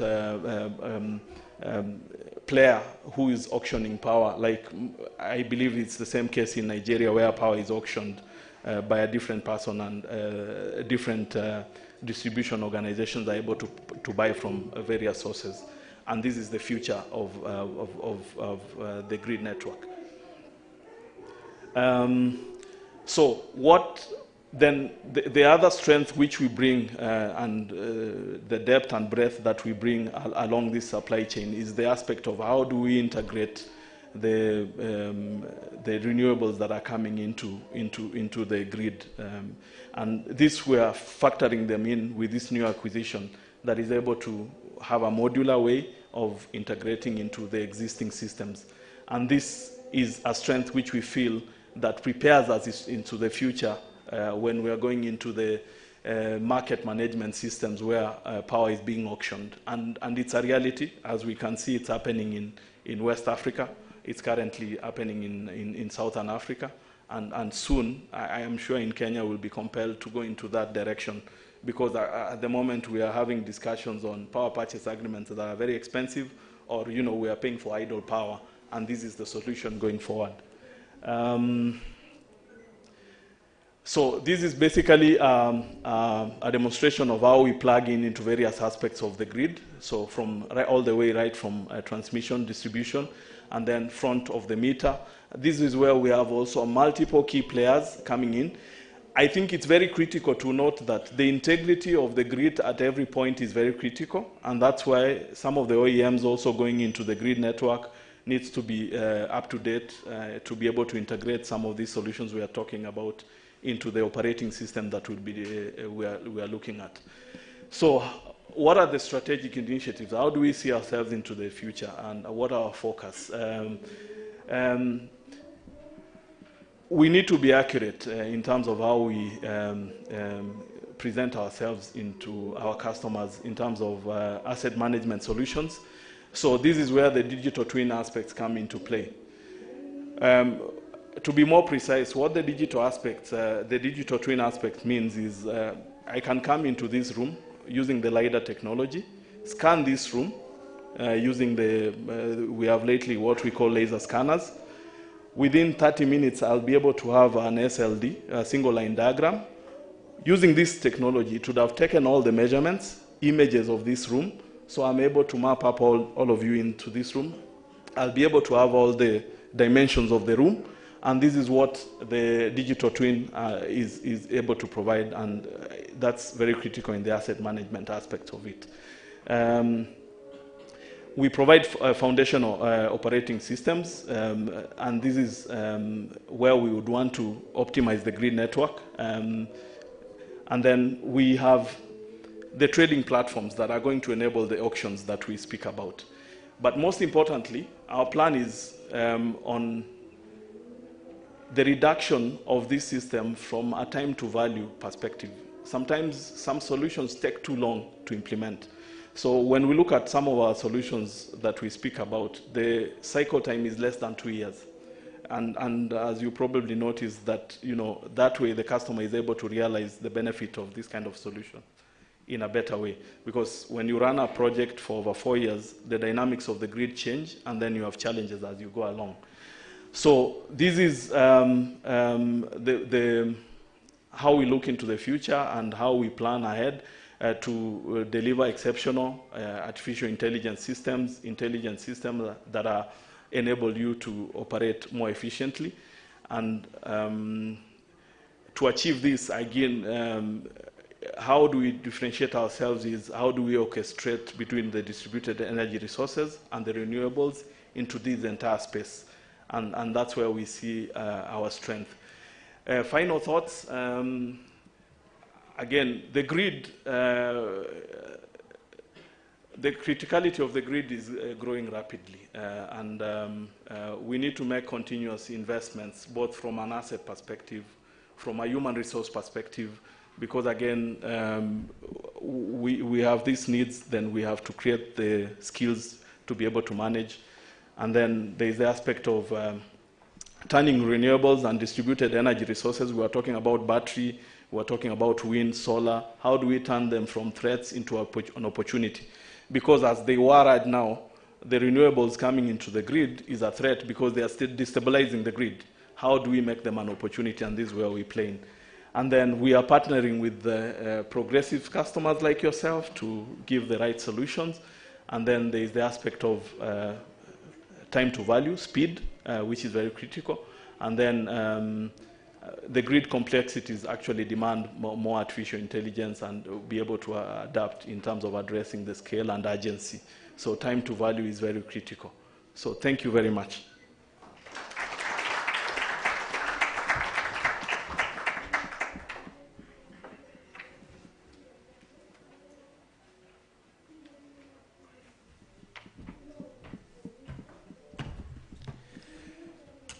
Thank you very much, Enoch, for your valuable speech.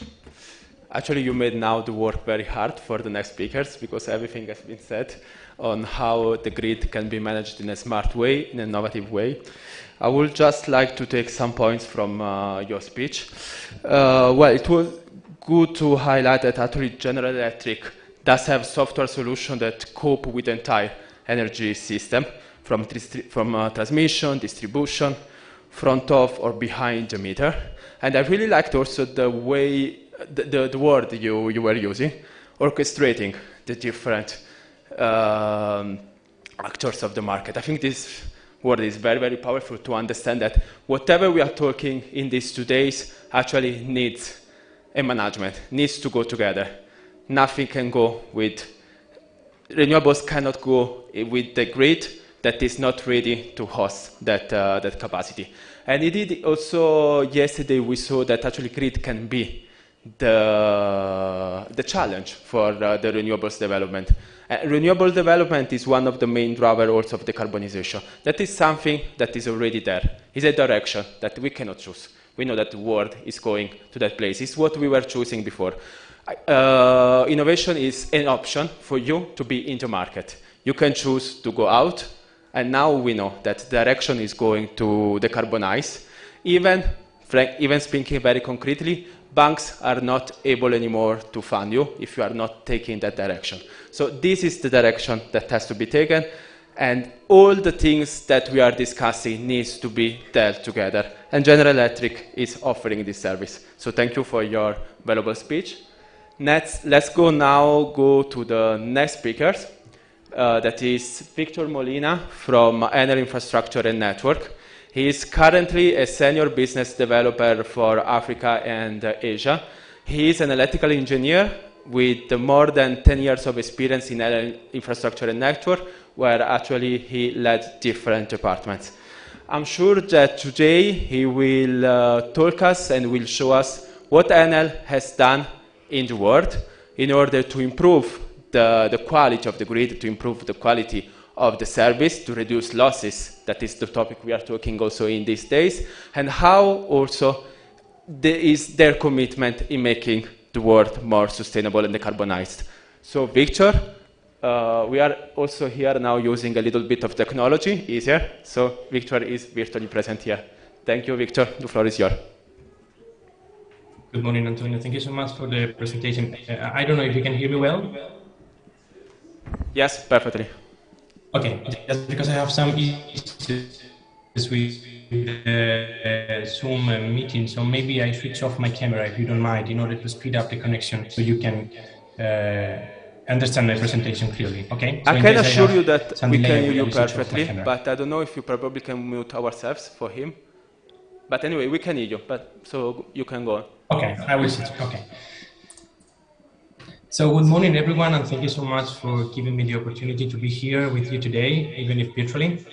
My name is Victor Molina. I work within the business development team in Enel Grids, so the business line dedicated to distribution networks in the Enel Group.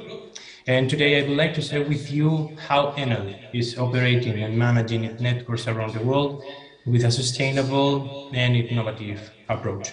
I will share my screen with you. I hope you can see the presentation. I will put it into. Yeah, we confirm we can still see you and hear perfectly. Okay, great. So, first of all, I would like to share with you some of the group figures. We are present in more than 30 countries. We distribute more than 500 terawatt hours of energy at the moment, and we have 91 gigawatt of installed capacity, almost 60% of them coming from renewable energies. If we took a look to the Enel Grids, we are present in 8 countries. I will explain you later where they are. And through our 2.2 million kilometers lines, we supply energy to around 75 million end users. I would like also to highlight from this slide that we have installed more than 45 smart meters, and we have already produced or changed also and delivered 85 million. So here is the map of the world. As I told you, Enel Grids is present in 8 countries, operating networks with distribution concessions. So Europe and Latin America are the regions in which we are present. Europe covers the 60% of our portfolio, considering customers, and the rest of the 40% is coming from 5 different countries in Latin America, so Colombia, Peru, Chile, Argentina, and Brazil. What we consider when we are managing our networks, I would like to start by saying that Enel is strongly committed to the energy transition. We have already anticipated by 10 years our target, our narrow 2014. As a DSO, people access to electricity affordable and sustainable, not only for them, but also because we think that this electricity access, energy access, contribute to the development also of the region, the community, and the country. For doing that, our grids have to be ready, of course, to cover all the demand trend that we have, the electrifications, and also to satisfy the customer needs. So that's the reason why we are improving and empowering our networks all the time, also to face some weather and climate change conditions in the areas in we are operating. Regulation is something crucial for us as well. As I told you, we operate under the concession, so it's not just the standards of the regulation. So the opportunity for us to interact also with communities, with regulators, with policymakers, with the whole institutions in the country in order to make understand which our targets are, our business model is, to make everyone to understand it. And of course, innovation and digitalization, as I will explain you later, is the key lever for us. We have already started more than 10,000 startups around the world. So here you have more detail about what was introduced before. So grid expansion and empowerment for guaranteeing an affordable electrification. If we are talking about energy access, we have experience in regulation because all the countries in which we are operating have different regulation, of course, of different specific points that we have to be considered. But the dialogue is something that we take into consideration a lot when operating there. So to talk to governors, national, local institutions, customers, to create the environment in which everyone is happy to having us there operating the networks. The digitization and technological know-how and expertise, as Antonio was saying before, also enables the decarbonization, so the energy transition that is the path that all of us want to follow. It can be understood that those are theoretical topics, but it's not. That's the reason why I have prepared this slide to make you understand the experience in Italy and in Spain. So by starting from technology, as I told you before, so by installing in 2001 the first smart meter in Italy, now we have like the third generation of a smart meter. It's called open meter that we are implementing in different countries. Then working on the network automation, working on the workforce management, so to reduce risks when operating networks, getting all our knowledge from different realities in order to optimize the processes we are working on. I don't know, maybe safety, maybe procurement as well, and also to work on technology convergence. So not having different infrastructures in different countries managed differently. We want all of them to follow the same standards because it's easier for us to get a know-how in order to improve and in order to, in case we face any kind of problem or if we have done any kind of mistake, do not do it again. So it's a matter of understanding and a matter of learning also for us. As you see, from 2001 in Italy, we have reduced the interruptions by a 65%. We have done it by a 30% in Spain from 2009. And if we take a look to the operating expenses, from 30 to 40% is the reduction that we have achieved.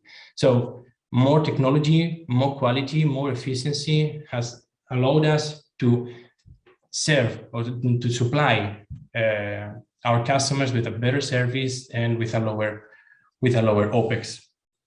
That's a reality in European countries. But I don't want you to think that it's the only experience we have. That's the reason why I would like to introduce you also Colombia and Goiás. So other realities, that's Latin American countries. Maybe those one can be more similar to Kenya in this somehow. So I will explain you that we have replicated the same that we have done in Europe. We have done it also in Latin America. So it's possible to do that and to achieve the same performances all over the world.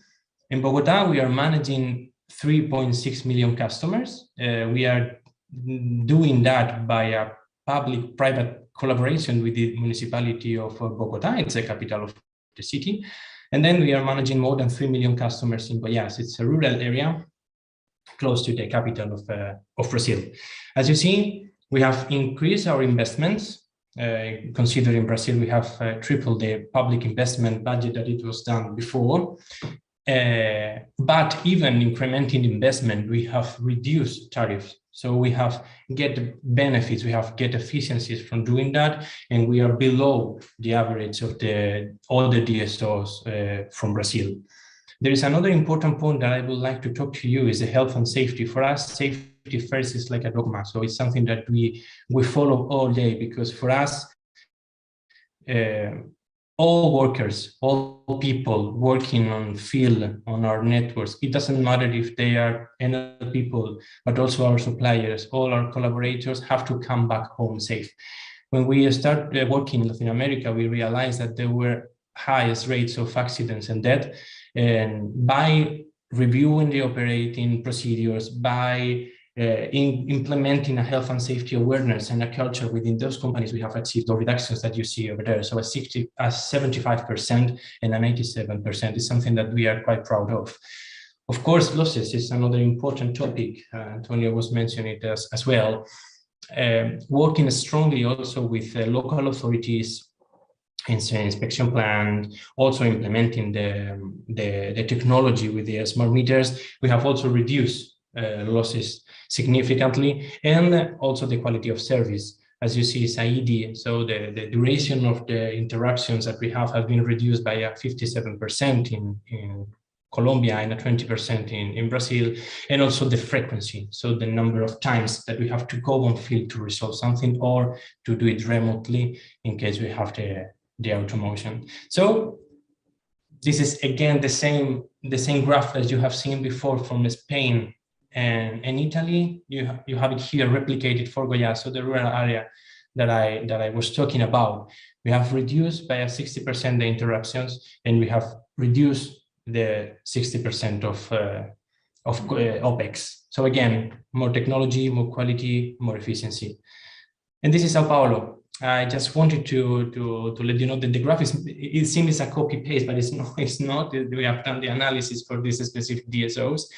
But the result is the same. I just wanted to highlight that Sao Paulo is one of the mega cities of the world, and you can see down there that the population density is around 1,600 customers per square meter. So many people living there. It's not quite easy to manage a network like that. With this picture, I want to show you which is the areas that we in which we are operating. So it's not the most part of the city. We have also areas like this, and it's normal in all countries. So it's not the situation is like that, no? So this is a photo taken from Copacabana Beach in Rio de Janeiro. So at the bottom of the picture, you can see the residential areas, and at the back you can see the called favelas. It's not quite easy managing networks over there because there are two areas so differentiated, not isolated, of course, and everything that is happening in one of them affects the other immediately. So that's the reason why we have worked a lot with local authorities, allowing us to do our best with that, and in order to reduce commercial losses, because it was a specific topic in these areas. We have done the same in other realities in the Latin American countries, of course, also in Spain and in Italy and Romania. But considering the Latin American experience, we have reduced these losses by an average of 37% within the first 4 years of the privatization, so in which we have done the biggest efforts in order to reduce significantly those losses. You have it here within this slide. So having talked about the most operative part of Enel, I would like also to talk to you to some partnerships, sustainable models we have developed, because I think it's quite important for us to make you understand that we are quite committed also in the community's involvement when operating. I have mentioned the energy transition commitment, quality of service, improvement, energy access. I will focus on the third part, this one, the community's involvement, with a couple of examples. The first one is the Pachacutec Foundation. So it's a collaboration program that started in 2006, through which we gave the opportunity to more than 300 students to be trained as technicians. But not only, we want them to join Enel or even to join the value chain, the energy sector somehow, so suppliers, collaborators, etc. is quite appreciated by the local people, and it's something that we are so proud of, because it is one of the, we have so many examples about that, but this is one that I'm very proud of, because it's something that it's appreciated, and I think it's good also to give them the opportunity to understand well what we are doing in their countries.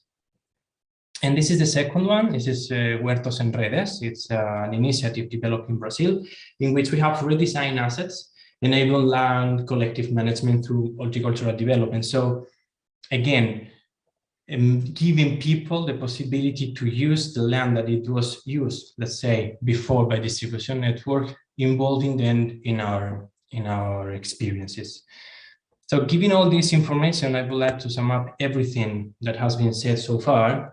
So Enel saw that the collaboration approach for success has some topics to be focused. The first one is the word collaboration. So to agree from all parts that we want to work together.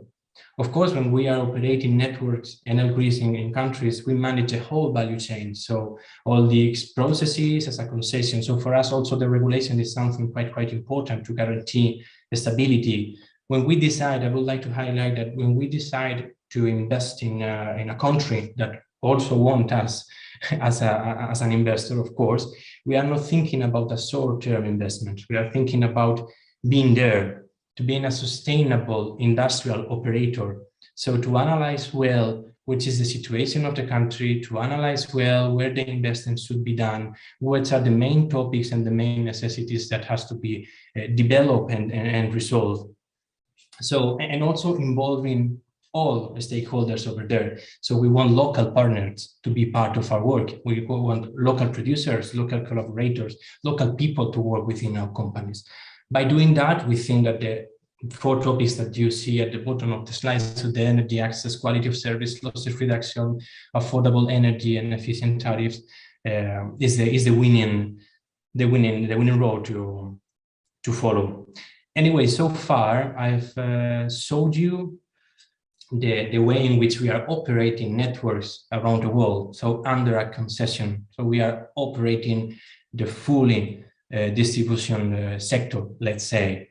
But Enel doesn't stop itself from there. So we are moving, as Antonio said before, we want to continue being in the market. So that's the reason why I'm so proud of introducing you Gridspertise.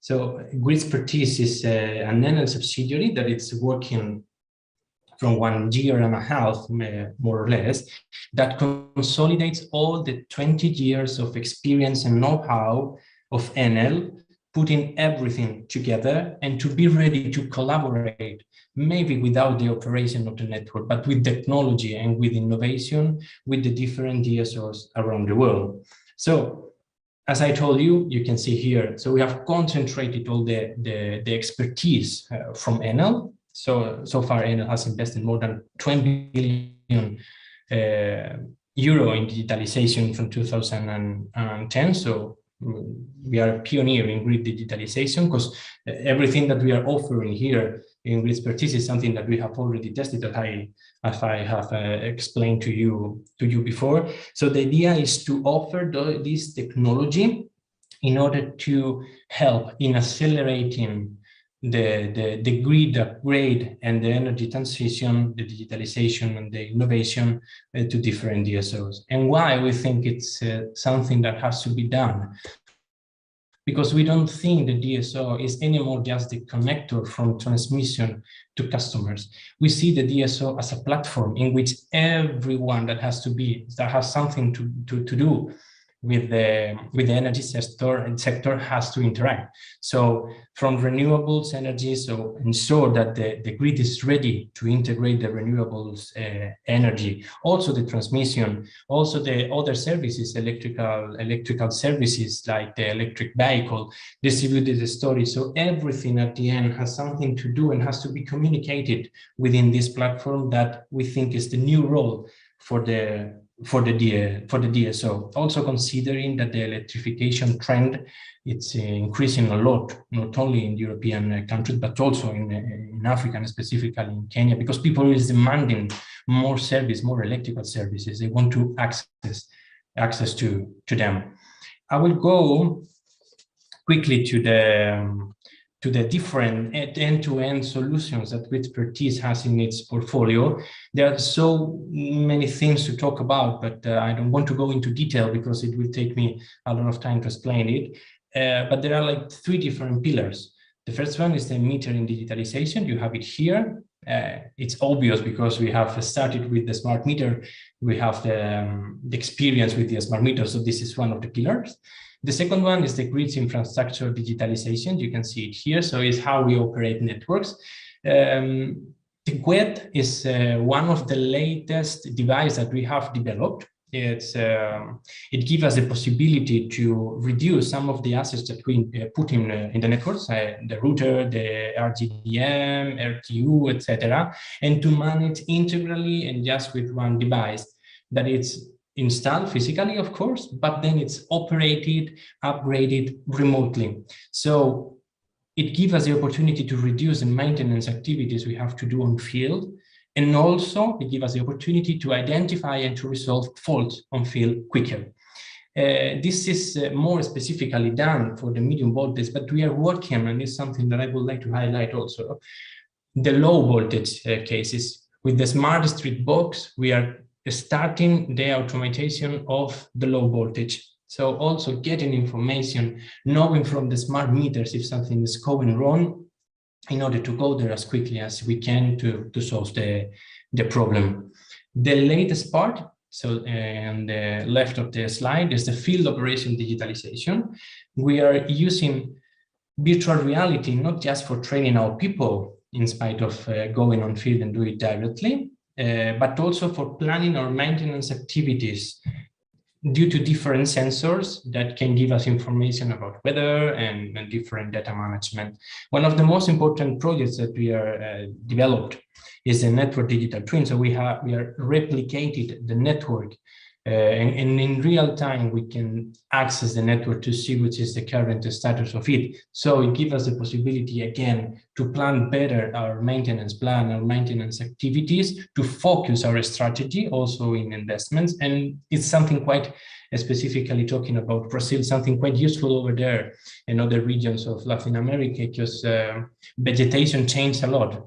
So from one day to the other, vegetation change, grow as a lot, and sometimes if we do not control remotely the network with this network digital team, it's impossible for us to see where the problem is coming the following day. Okay, so I think I'm running out of time. I think I'm taking a lot of time from my presentation, but anyway, I hope it was clear. Again, thank you so much for the team for organizing this event, in particular to Tom Maguto for the invitation. And Enel is here. Enel can, as we have seen, has the capability of operating network, but also to collaborate from a technological and innovation point of view in different business models, because I think it's something quite useful and demanded nowadays around the world. Thank you so much.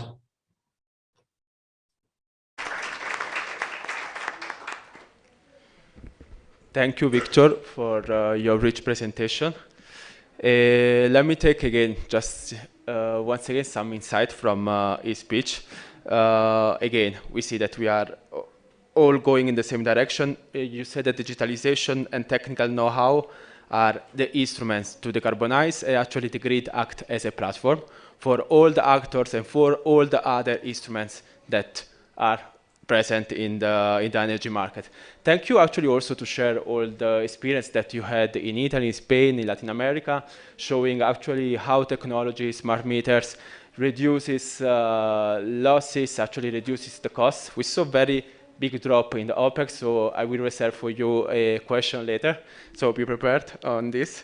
Yeah, and I also liked how you show that innovation is not only in the solution that you are proposing, but innovation is also on yourself.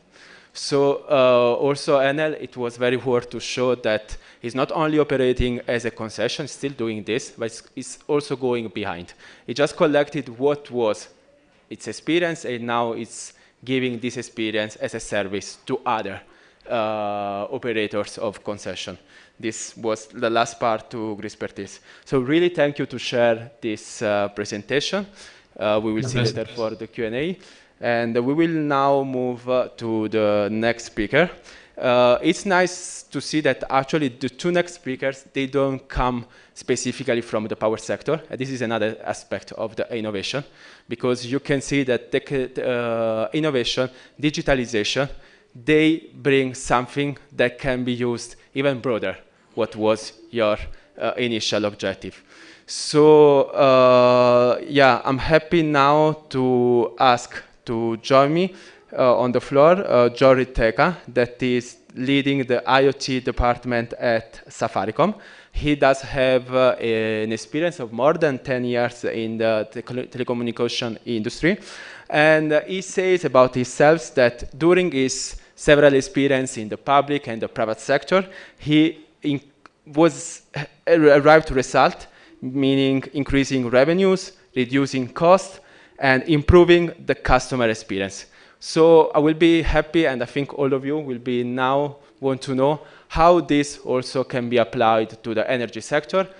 Thank you to the IoT sector of Safaricom. So please, a warm welcome to Jerry.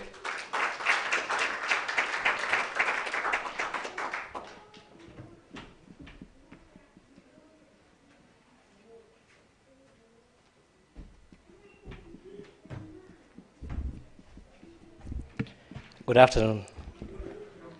Now, the challenge of presenting during lunch. From here, I can see some of you really struggling to stay awake. Just a few minutes, then you'll be out for lunch. I'd like to say thank you so much for the opportunity, and thank you for having us here. Kenya Power is Safaricom customer number 1. So if you don't know today, you know. Kenya Power is customer number. Yeah, so Kenya Power is Safaricom's customer number 1. We usually say we are not separate entities, we are joined at the hip.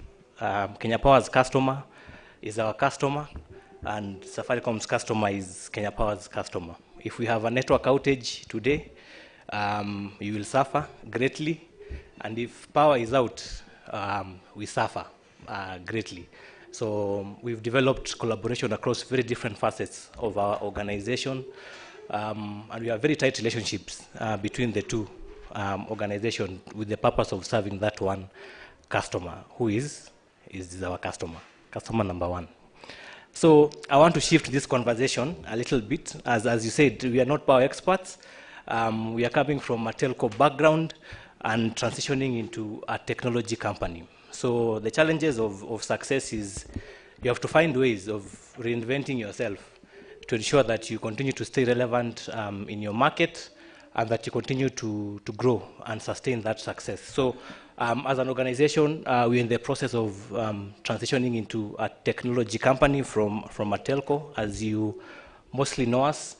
And as a result of that, then we've gone into different lines of businesses. So IoT is one of those new lines of businesses. I've been given the responsibility of growing this line. And together with my team, we work on developing different smart technologies, serving different sectors. So utilities, water, power is one of those critical sectors that we feel we can collaborate and add value.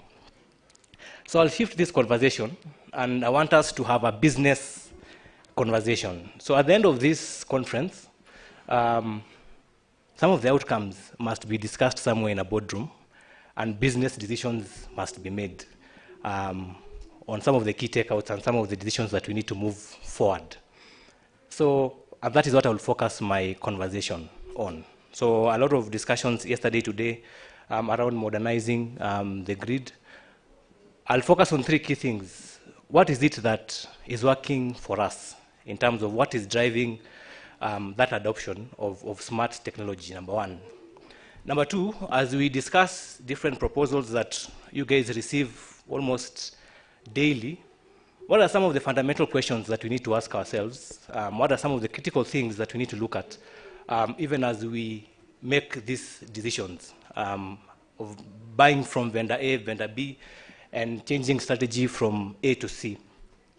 And lastly, what are some of the critical shifts within our organizations that then we need to make to ensure that we achieve maximum value of the investments that we put in, even as we work towards modernizing the grid? So, number 1, and very most important, is there is value in investing in technology. I want to repeat that. There is what?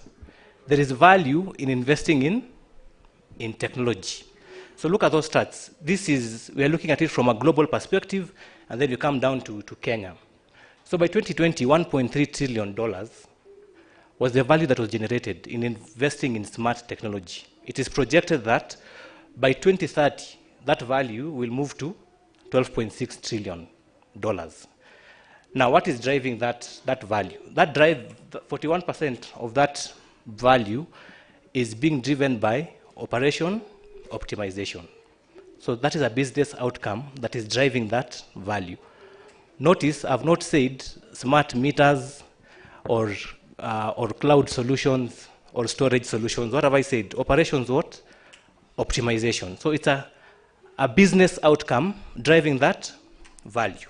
And that is the first shift that we need to start making as players in the public and in the private space. Shifting from looking at products and solutions to asking ourselves, these investments that we are going to make, what value do we desire to achieve from these particular investments? So coming back home, Kenya, the Kenyan research was done in 2019. So given that we've had a lull from the pandemic, it means 42%, most of these CIOs now are looking at investing in smart tech today. Now, look at that. They strongly believe that technology will enable them improve customer experience and what? Reduction in costs. So there is value in investing in technology. And as you make those investments, you must ask yourself, what are these critical outcomes that you're looking at solving? What are these critical outcomes that you're looking at achieving?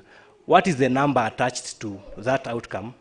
And then what then do we seek to achieve, as opposed to looking at just the technology by itself?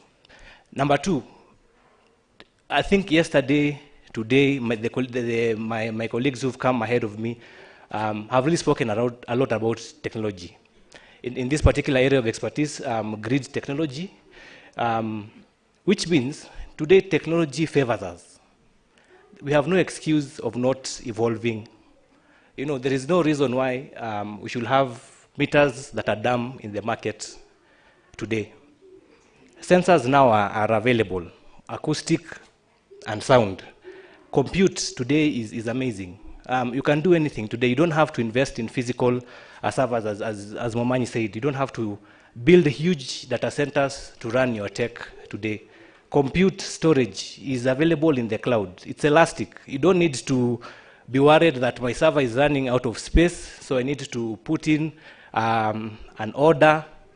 This is government, so I need to go through the procurement process for me to start procuring. No, these things are now elastic, which means you can continue scaling as you go. The technology is working for us today, and because of that, then you have no reason not to think about investing. Decision making, how are we making our decisions today? The reality is, and even us as an organization, as we are learning, we don't have a culture of making data-driven decisions. And that's another shift that we need to make as business leaders. We make decisions based on hunches, what we feel, what we think. You know, so if I woke up today and I want to wear a purple tie, that is what will inform my decision.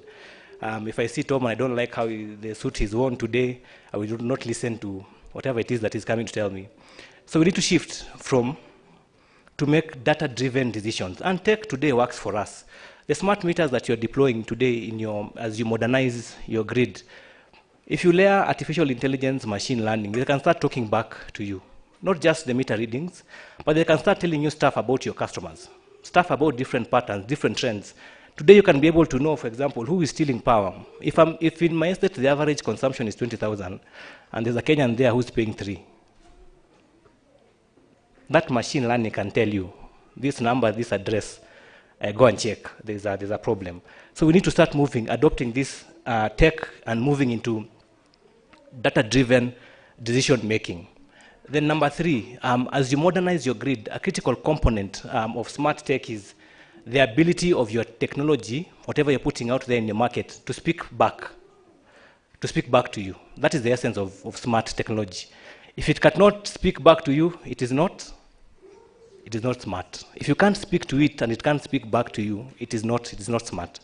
So network today has evolved. You know, we are coming from, I was just sitting there and thinking how stuff has evolved. A place where we used to sell 1 meg in 2008, 2009 at 40,000 Kenya shillings when internet was just coming in. Today we can give it for free. It is a commodity. So tech has evolved.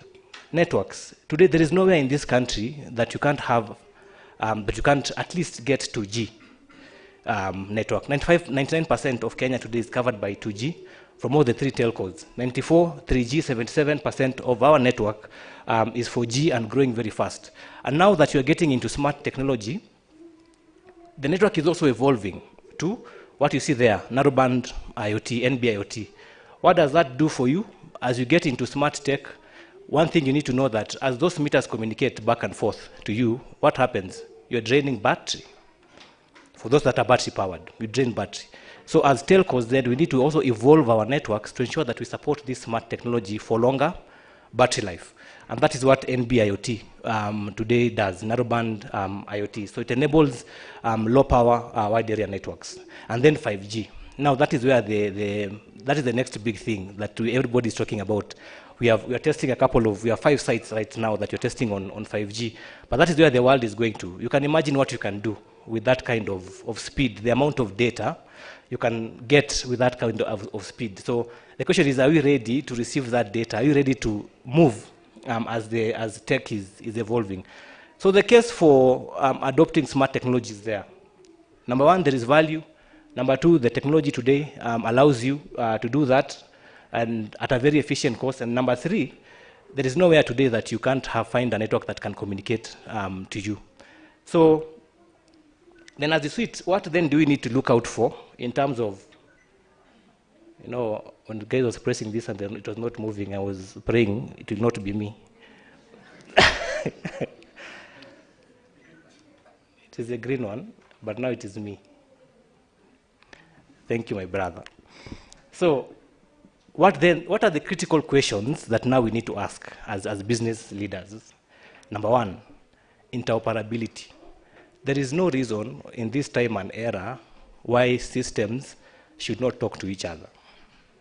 Globally, most of these protocols are standardized. They are standardized. So a meter from vendor A should be able to speak to a meter from vendor B. Platform A should be able to speak to platform B. But what do we see today? A lot of us vendors have proprietarily, and then now we have evolved our ecosystems. So we've locked in our ecosystem. Of course, it is a business strategy for me to be able to sell more to you, but is it a smart move? It is sustainable in the short run, but not in the long run. So we have to ask those questions. This tech that is being positioned in front of us, to what extent is it interoperable? To both the systems that I have internally and to also the legacy systems that I'm working towards conversion to smart. So if you have stuff that is in front of you that is not interoperable, those are flags that you need to start raising. You can't invest in this time and age into platforms that cannot speak to each other, that are not interoperable. These platforms are standardized globally.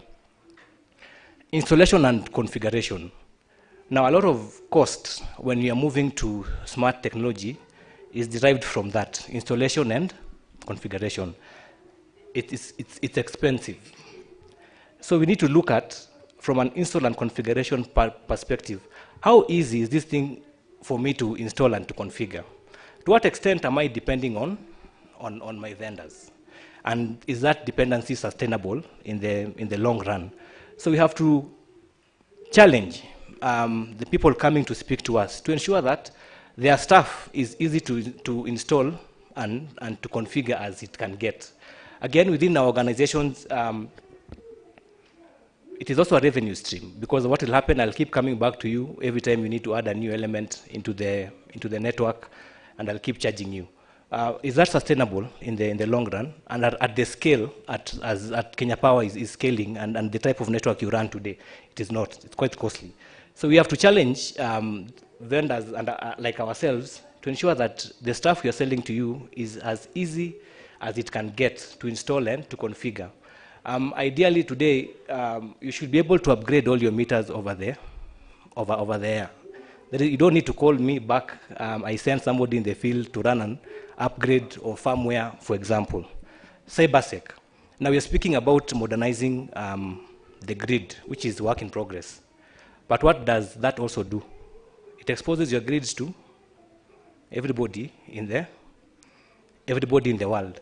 Have we thought about it critically? And security is not just at one level where you say my platforms are secure. Security starts at that device, that smart device that you send out there. Number one, it goes into the network that is carrying that data. Number three, the platforms where that data is residing, and the different applications that you're interfacing with your customer. So we have to look at those different facets and ask ourselves, to what extent are these devices secure? To what extent is the network that is carrying my traffic secure? So you have to put the network providers to task, and to what extent are my platform and applications secure? Any vulnerability at any layer there then exposes you to cyber attacks. I'll speak about change management. That is big.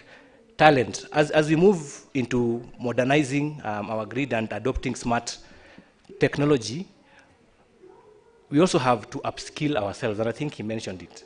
We have to upskill ourselves. And you know, when you talk about upskilling ourselves, we usually leave it to who? To who? The technology guys. You go and learn the tech, come and implement. But as a business leader, how will you know if this person is, I don't want to use that word, the service on the other side, or not? If you don't know, you will not know. You can't challenge, you can't question. Whatever they give you is what you're going to take. So as we evolve and as we move into smart technology, smart systems, even us as business leaders, we have to make an effort, Mr. MD and CEO. We have to learn what is this that we are transitioning to. When I see that proposal, I should be able to ask intelligent questions. That the next time that person comes to me, they know this person knows what they are looking for. They know what they are doing. So talent is not just for the technology guys implementing the project to learn. We also have to upskill ourselves as business leaders, because that is where the world is. We have to learn some machine learning.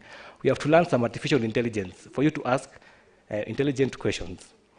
And then privacy and confidentiality is now a big thing. Moving into smart tech, it means today your company holds a lot of customer data.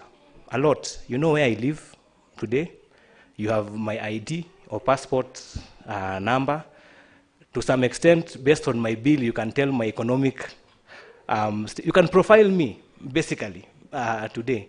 So what are you doing with that data? How secure is that data? There are laws around privacy and confidentiality. Locally here now we have a data commissioner who's taking care of that. You know, are we aligned to regulation? Are we aligned to the laws that come around privacy and confidentiality? So we need to go back and ask ourselves, to what extent are we aligned? You know the fines that are there, very hefty fines. So we have to ensure that we adhere to the current regulation and policy around privacy and confidentiality, and challenge the guys implementing this tech to ensure that we align both to the global standards and to our standards here locally. Public policy. Now, I will use an example. Investing in smart tech, especially at the device level, is quite costly. And that device is so critical because that device is the one that collects that data and puts that data back to us. So we need, as a collective, to start lobbying government, for example, to start introducing incentives on some of these devices. Can we get some tax breaks, for example, for some of these devices that we are investing? For the local guys who we have seen here, who are building some of these devices that we are buying expensively, how can us as an organization lobby the government to support some of these local manufacturers to ensure that these devices are quite affordable? So to what extent can we use our position today to lobby to ensure that even as we modernize our grid, we do it at a cost that is affordable? Then lastly, change management. So most of these transformations are usually looked at as a technology transformation driven by tech. Tech sits probably in your ICT, IT organizations. But I want to challenge, and I want to challenge us to a shift. These are not, they're not IT projects, they're not technology projects. These are business transformation projects. These are what? Business transformation projects, which means it caters for the entire organization. For these projects to succeed, it is not just the technology. You can have the best tech that is there, But if your people are not aligned, if your processes are not aligned, if you don't have performance management matrices to measure those outcomes that we discussed in the first slide, then the likelihood of your project failing with very good technology is extremely high.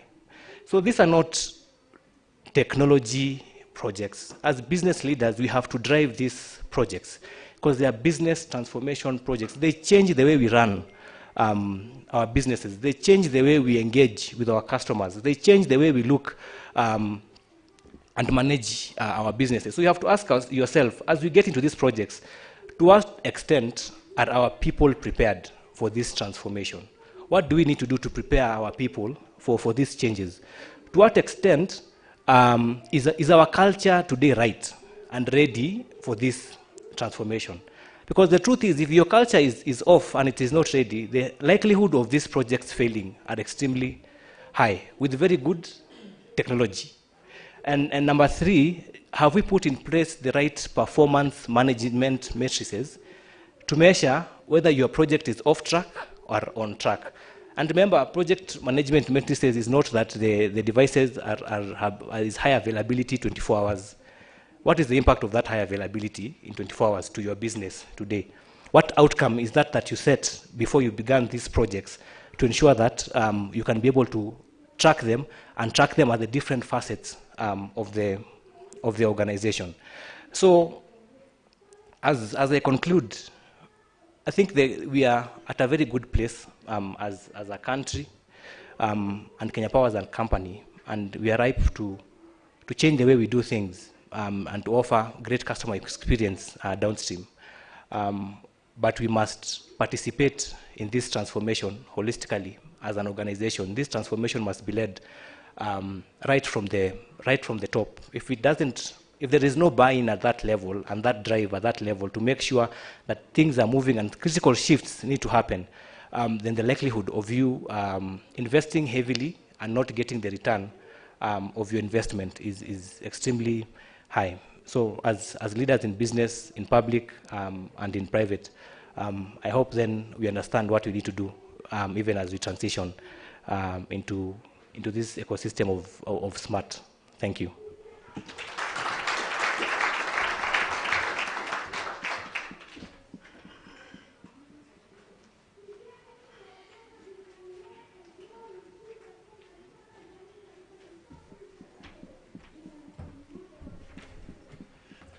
Thank you very much, Jerry. I will repeat with you, there is a value in investing in technology. Yeah, I mean, because technology is there, so it's up to us to choose which step of the ladder taking and being aware of what will be the consequence of our choice.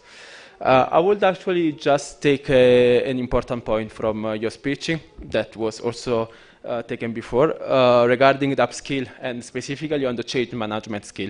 That's crucial when we talk about innovation, because innovation can be also temporary. We can take a decision regarding the innovation that can actually change, and we need to be sure that our decision is right today, but is right also the day after.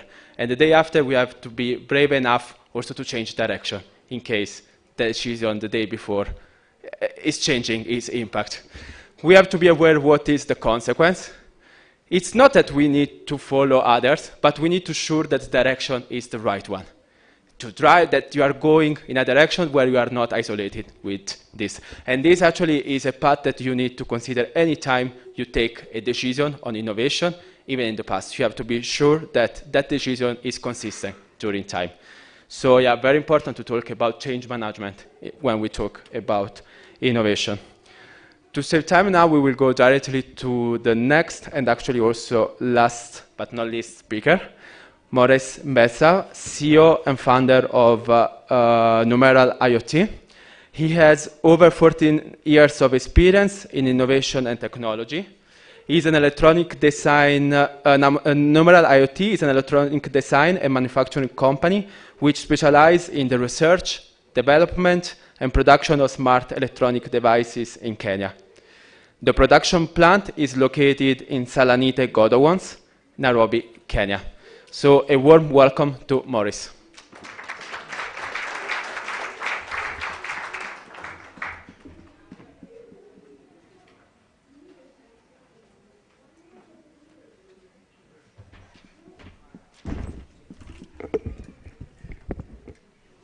Thank you.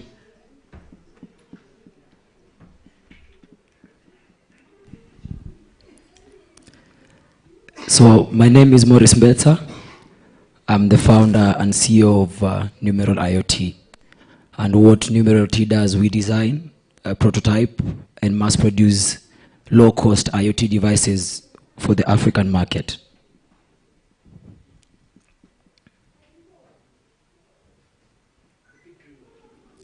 So I'll give you a brief story about myself before I go to IoT.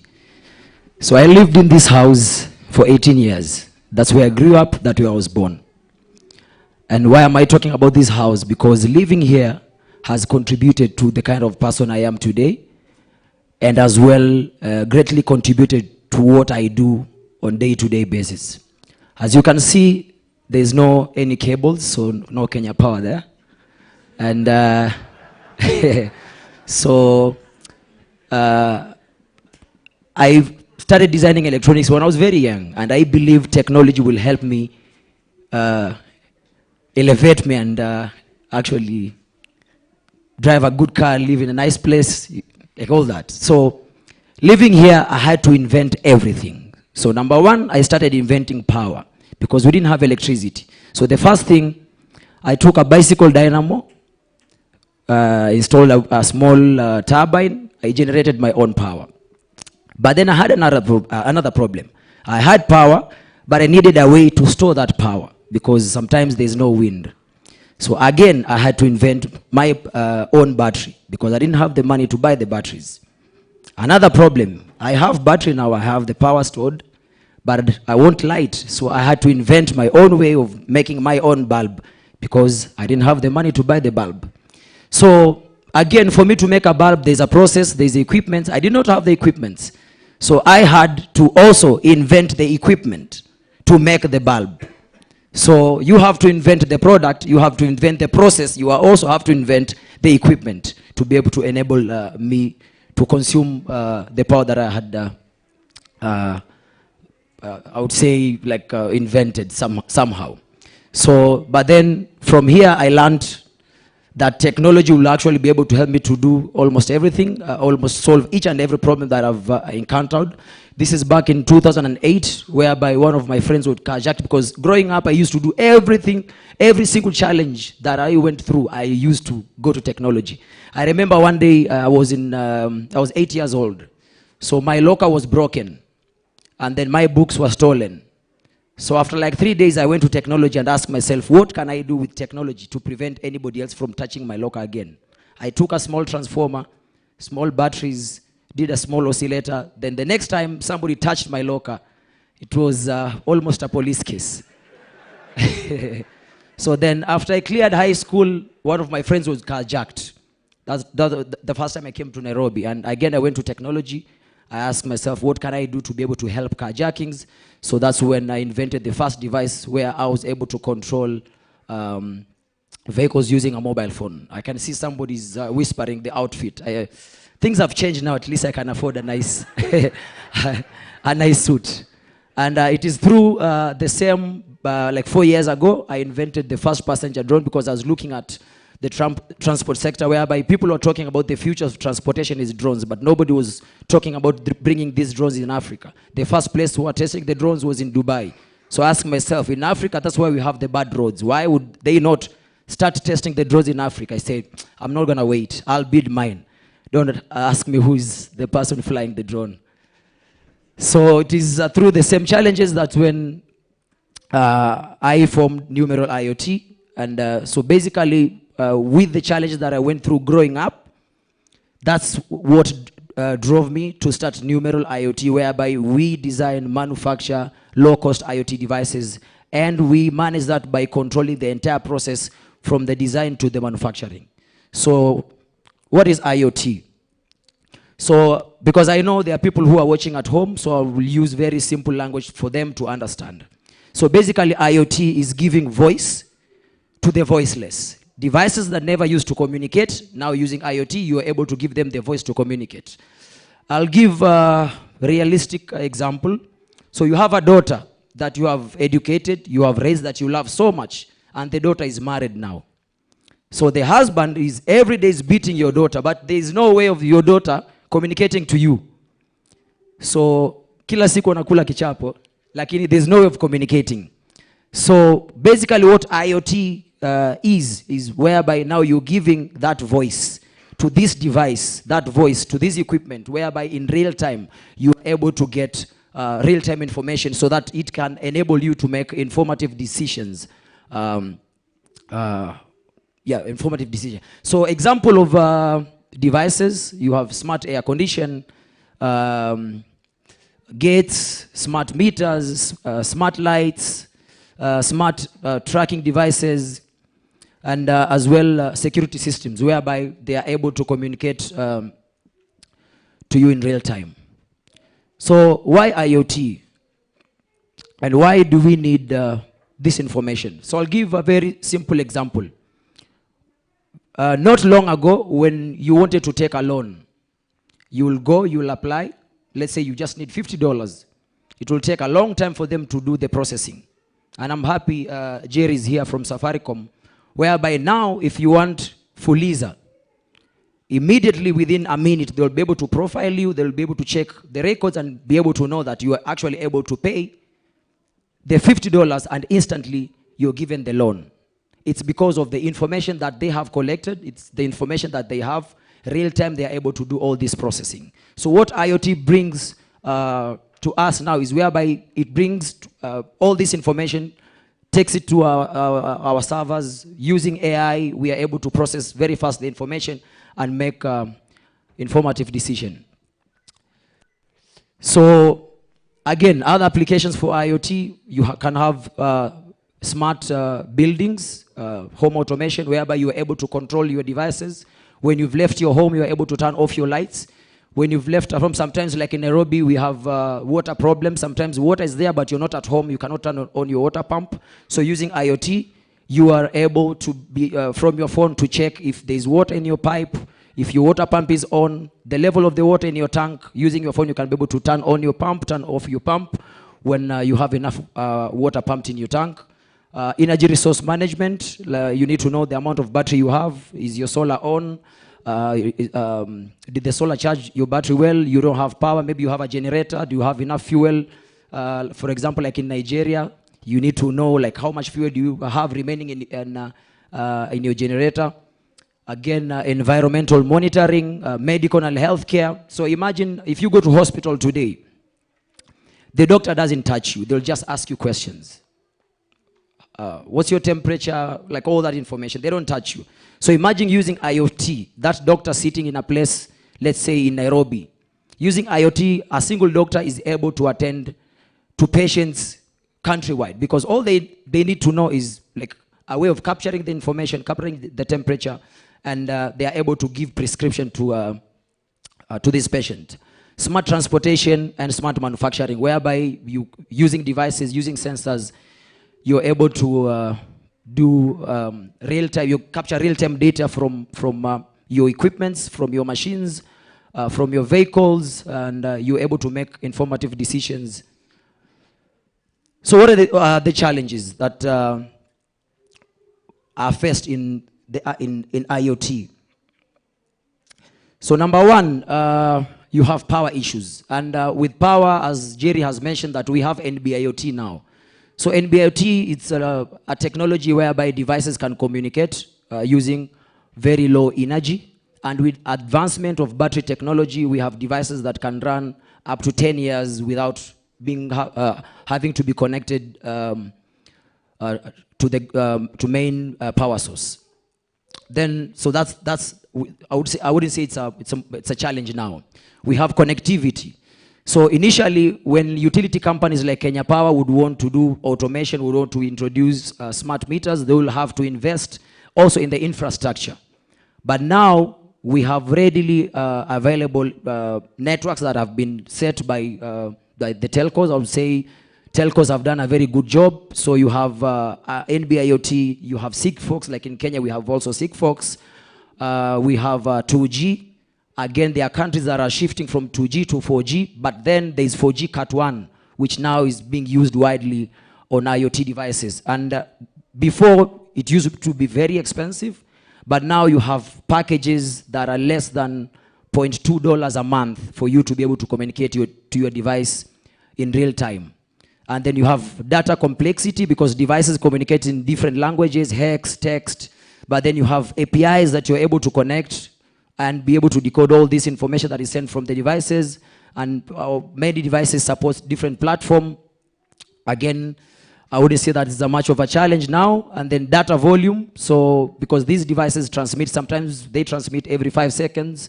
They transmit maybe every minute. But then you have people like AWS that have done a very good job in terms of setting up infrastructure so that we can concentrate on what we do best, and they are able to handle the data for us. So IoT in utility companies, smart grid. So what IoT can be able to do for utility companies? So basically a smart grid is whereby we are able to introduce sensors to the grid, and these sensors can be able to get real-time information of what's happening in the grid. So it's in a very simple term, electric grid uses information and communication technology to gather data and act on information about the behavior of the supplier and the consumer in an automated fashion. So basically you have the supplier, you have the consumer. Now with smart grid, you have visibility, I would say, throughout the whole network. So smart grid comprises of several things. So you have the generation part, you have the transformers, also you have the smart meters, which play a critical role in the smart grid. So with the smart meters, I'll talk about what we have designed. And we have designed the meter according to the challenges that we have seen I would say, generally in the African market. So number one of the things that we have incorporated in the smart meter that we produce at Numeral IoT, so you are able to turn on and off your power. So let's say you've left your house and you feel like I need to turn off my power. So you are able to turn off your power using your mobile phone. So secondly, what we've also incorporated in the meter that we do, you're able to check the balance. So from your mobile phone, either USSD, mobile app, or web, you are able to check the balance remaining in your meter. Then thirdly, which is, I would say it's a typical African problem, whereby now you are able to sambaza. Sambaza means like sharing tokens. For example, I have 50 units in my meter. My mother at home doesn't have any units and I don't have the money. So I'm able to remove 20 units from my meter and send to my mom's meter. So that's another feature that we have built on the solution on the smart meter that we've done. And then we also do, the meter do power quality checks and also appliance protection. So for example, let's say you have a power outage. I'll tell you one thing that I want you to do today. If you have a fridge guard or you have a TV guard, I want you to go open inside, check what is inside. Many of the devices, these devices that we're buying in the market today, it's just a very small, cheap timer and a relay. So this thing doesn't even cost $1 to produce. And here you're saying that you have a device that is protecting your expensive appliances. So with the meter, I believe it should be smart enough to be able also to protect your appliances, because if it is the device that measures power, it's the device that knows how much power you're consuming, it's a very small thing just to be able also to protect your appliances. And then with also the same technology, we are able to do virtualization of meters, whereby now we are removing the meter from a physical device to your mobile phone. And I have a question that I would want to ask today. We all have meters. Sometimes I hear people saying, your meter inadaiwa. I'll just explain. So meter inadaiwa means like that meter, it has a debt. So, but a question that I want to ask today, is it the meter that consumed the power or you?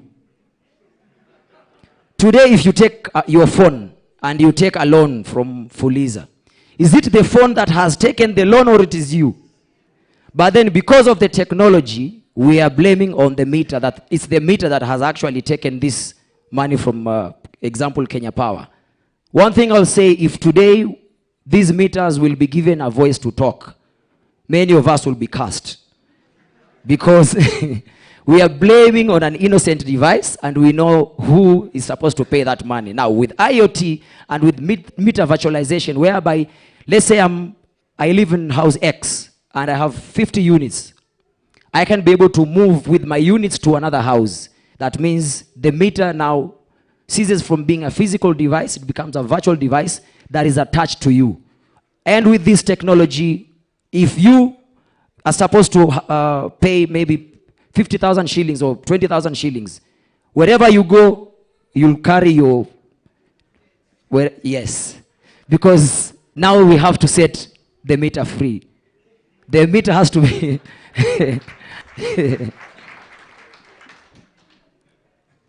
now, okay. So this is a simple app that you're able to use to control the meter. Of course, all the functions that I've mentioned. And apart from that, also the same meter can also be applied in transformers, because we need to digitize right from the transformer to the consumer, whereby you're able to quickly do you're able to know, like the transformer is able to know how much it has pumped to village X, and the meters are able to know how much they've dispensed. Now, using a quick math, you're able to know if there's any energy loss happening in this particular area. So now, the hard part. So, what does IoT means for Africa? So, what does IoT means for Africa? And I'll give you another short story. Actually, I'll give you two stories. So when I was growing up, as I've shown you my house, I had an aunt. So now my aunt was very innovative. So I was raised by a single parent. Sometimes my mom was not there, so I used to stay with my grandmother. So my aunt will serve us porridge, me and her kids. But then, if I'm not served with the porridge, of course, when my grandmom comes, I'll report. So we'll give the kids spoons, and will give me a fork. And all of us are eating in the same bowl. I cannot complain because I was there, I was eating. But then I have a fork. So of course, you know what happened. But then, because I was also innovative and I was already designing stuff, I took a solder and soldered one of the forks so that it can be able to. So for me, I feel IoT for Africa. We have forks, and our friends in the developed world have spoons. And yet, we are moving, like all of us are going to want to ride in this big IoT wave. All this transformation we are talking about that IoT is going to do for us X, is going to do for us Y. But then, even the average amount of money that a person, let's say in the US or in Germany, consumes actually justifies for them to invest in giving them the smart meters. But then for an African paying $30 a month, they complain. So there's no way a utility company can invest in a $200 meter to give a customer that is paying $30 a month. It doesn't make business sense. So I'll give you another story again. So my friend here has a tracker. So one day I was invited in Germany for an IoT summit. And I was so excited because the day that I had cleared primary school going to high school, my mom had one goat. And she wanted to sell the goat so that she could take me to high school, only to find the goat is stolen. So finding this device in Germany, I was so excited and quickly went to that stand to check. And I said, this is what my people need back at home. To my shock, when I asked the price of the tracker, it was about $100. In my village, a goat is less than $50. So will I buy one tracking device, or I'll buy two goats? So it is these challenges that I had to start thinking. And for us as Africans, if truly we want to move to IoT, if truly we want to enjoy this new wave with the other developed countries, then we have to invent our own IoT as Africans. And the way of inventing IoT is by controlling the entire process from the design of these devices, manufacturing, and prototyping. And we should not be afraid to test. I would say First of all, I'm so happy with what Kenya Power is doing, because through the innovation program, we are already in the process of prototyping, piloting with them. But I would say that utility companies should not be afraid of testing, because I'll give an example again with Safaricom. We have M-Pesa. So M-Pesa started in Kenya. If today Safaricom was told that you need to tell us where this technology has been done, you need to give us 3 countries that are using M-Pesa, we'll never have had M-Pesa today. But they took that bold step and said, this is the solution that we desperately need as Kenyans, as Africans. And now every country that you go, you hear M-Pesa is working for them, because this is a solution that has design in Africa. And before I conclude, I'll say that we have a job to do as Africans. We have an obligation to do. And I would say that initially, way back, Africans were known to hunt using bows and arrows. We used to conquer the world with spears, machetes. But things have changed.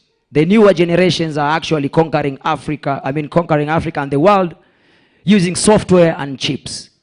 And that's who we are today. And with the knowledge that we have, we are able to solve our own African problems using our own technology and using our own people. Before I conclude, I have another last story. I'm a storyteller. So another last story. So one of my friends from Zimbabwe, he told me, look, Morris, if Nikola Tesla was born in Africa, if Thomas Edison was born in Africa, we wouldn't have electricity today. I asked him why. Of course, I don't agree with him. I asked him why. He said he would have been told, yes, Nikola, Baba, I see you have power. Uncle Tesla, I see the bulb is on, but then I cannot see. I see the bulb is on. I see there's electricity, but I cannot see. Make my eyes shine more so that I can see. I think you understand what I'm talking about. So, of course, I don't agree with him. But I'll say this. Each and every person that is sitting here today, you have been put to that position by God and the institutions that you're working for. So, you have been given the powers, I would say powers have been vested to you to be able to drive the human race forward in terms of the technology, in terms of all these things that we are talking about. So from today, I want you to be an accelerator, not the brake. From today, I want you not to be the pothole, but I want you to be a smooth road so that we can be able to push this generation forward, so that we can drive the human race forward. Imagine if the person who invented the tire was shut down. We wouldn't have cars today. So, in those few remarks, I believe that we'll work together, we'll support each other, we'll support these young people that are coming with the innovation every single day. And I believe that we will push the human race forward, we will push the innovation as the theme for this expo is, I would say it's innovation. And one day, once the time is gone, you have left the position that you are today, you will look back and say, I was part of transforming these African utility companies to where they are today. God bless Kenya Power, God bless Kenya, and God bless Africa. Thank you very much.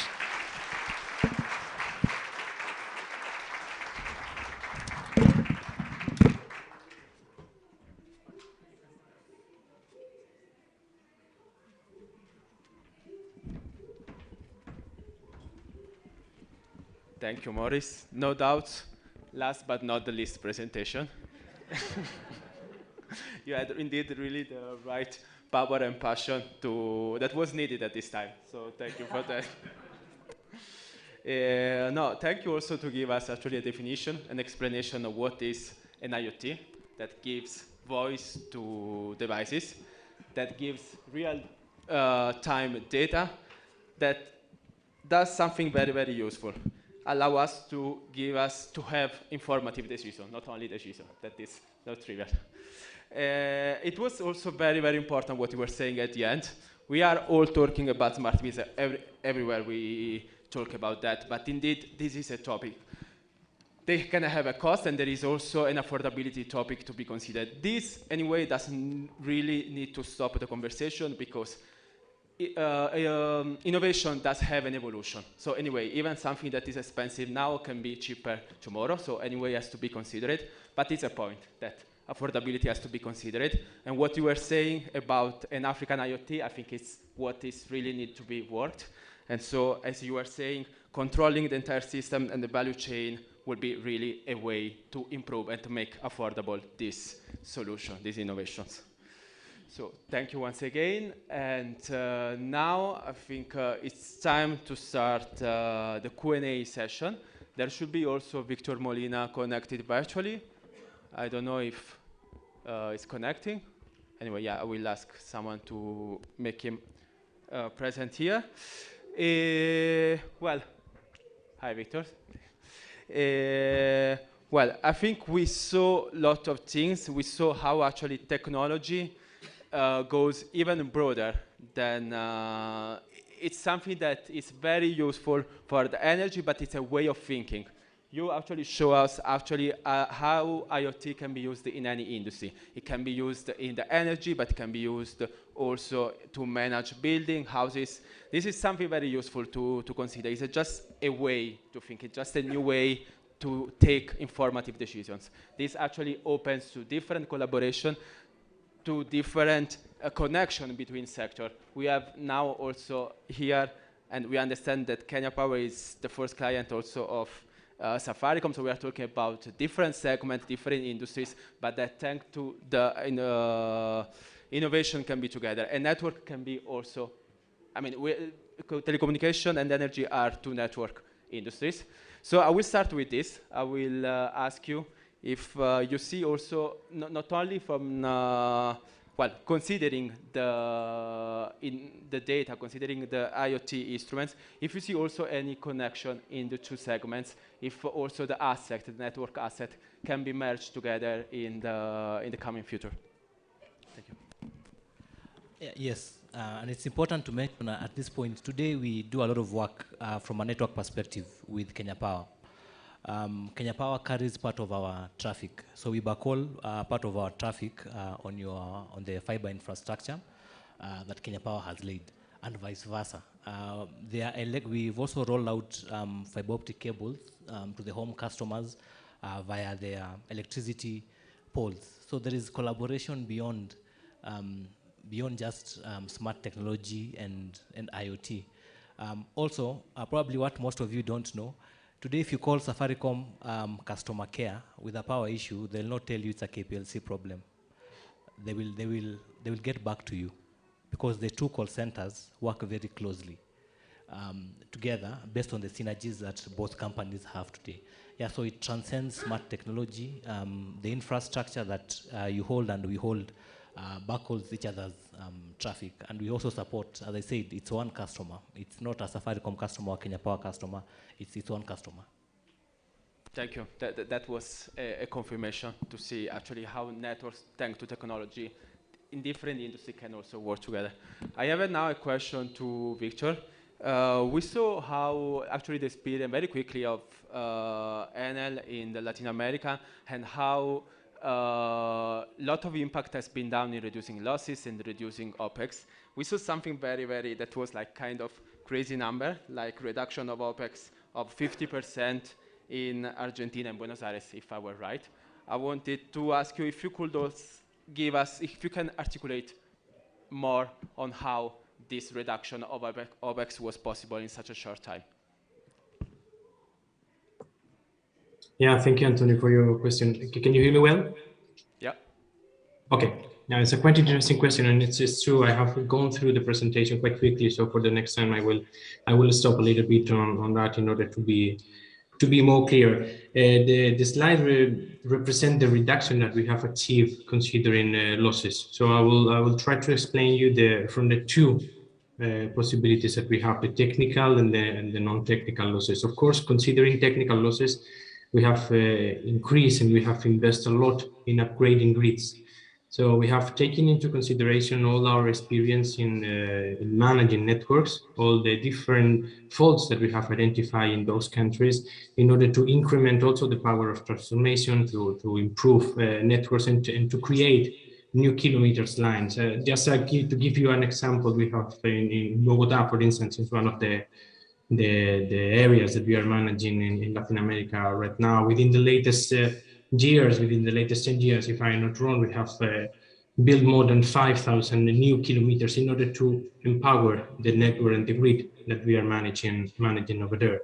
So it's something that we have replicated in these Latin American countries, because it's something that from the technical point of view give us the possibility to reduce also losses, and as you know, it's linked to the operation expenses, because if you have a more resilient and a more robust grid, the necessity you to go there on field to repair it, no, so is lower, so the maintenance plan is it's reduced. From the non-technical point of view, so commercial losses, of course, by introducing smart meters is one of the points that we have focused on, because it gives us the possibility to have the control about consumptions in order not only for the specific consumption of customers, but also to analyze energy balance in different points of the grid. With that, we have incremented a lot the collection in those realities, and we have also worked a lot in involvement and to creating a culture and awareness of to customers that they have to use energy in a correct way.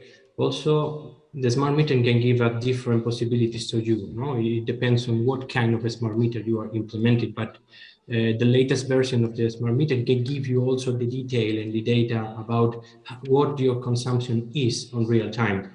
So it makes you understand that maybe you are not using correctly energy, right?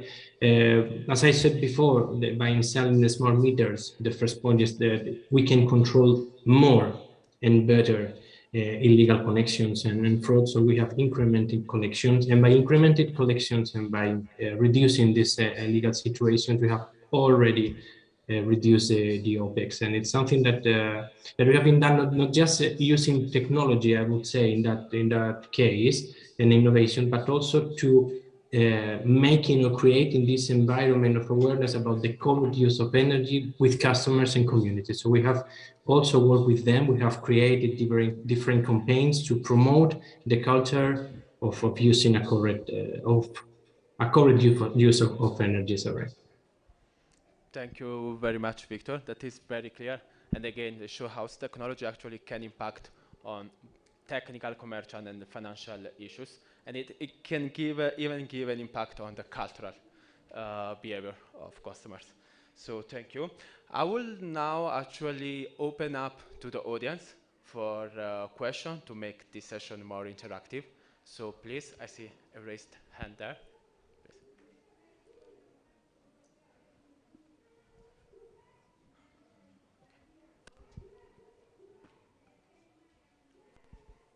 Okay, thank you so much. My name is Henry Pwani. I want to appreciate the presenters this afternoon for the deep sharing, especially in regard to the IoT of things and also technologies involving softwares in energy management. Mr. Mwenga shared on the profile of softwares that are available from GE in the management of energy infrastructure, and especially in relation to the integration of renewables. Engineer Kirunja had mentioned about the low inertia levels of variable renewable integration, and this is one of the biggest challenges in the integration of renewable, wind and solar in particular. I do not know whether in your software that you guys have, whether there are softwares that are available in that are suitable for managing the variability, especially from the inertia perspective, to address the challenges of like system protection, because you realize because of low inertia, the interconnection of variable renewables and the conventional generators becomes a challenge, requiring probably dynamic protection, application of dynamic protection, therefore demanding a high level of communication between intelligent devices within the network. Thank you. Thank you. We can collect other questions. Thank you. We're grateful for the panelists. It's been a very good discussion. I have a couple of questions, of course, following up to every speaker. I'll start with Mr. Enoch. You had highlighted on the LiDAR technology. I think we are all aware, most people in the remote sensing faculty, it's a new technology that is being used. You highlighted on a single line diagram expletives, and I'd love to ask, how do you still ensure that there is cost reduction and quality improvement while still facilitating scalable on-premise and cloud and hybrid deployments like you had said in your presentation? Another question also to Mr. Enoch, how do you also facilitate market management systems and the cloud development at the same time? My next question goes to Mr. Jerry. Yes. Considering in 2019 we had an Energy Act that was regulated by the government, whereby they allow households and businesses connected to the national grid to generate their own electricity. And at the end of the day, supply the excess, you earn credit such that you can get a reductible in your electricity bill. And Safaricom had announced such a venture. I think Sanda Ojambo, I think that's the head of Sustainable Business and Social Impact in Safaricom. And you have around 4,945 cell phone towers across Kenya. How do you work towards facilitating that venture, and how exactly do you want to push in for the protocol?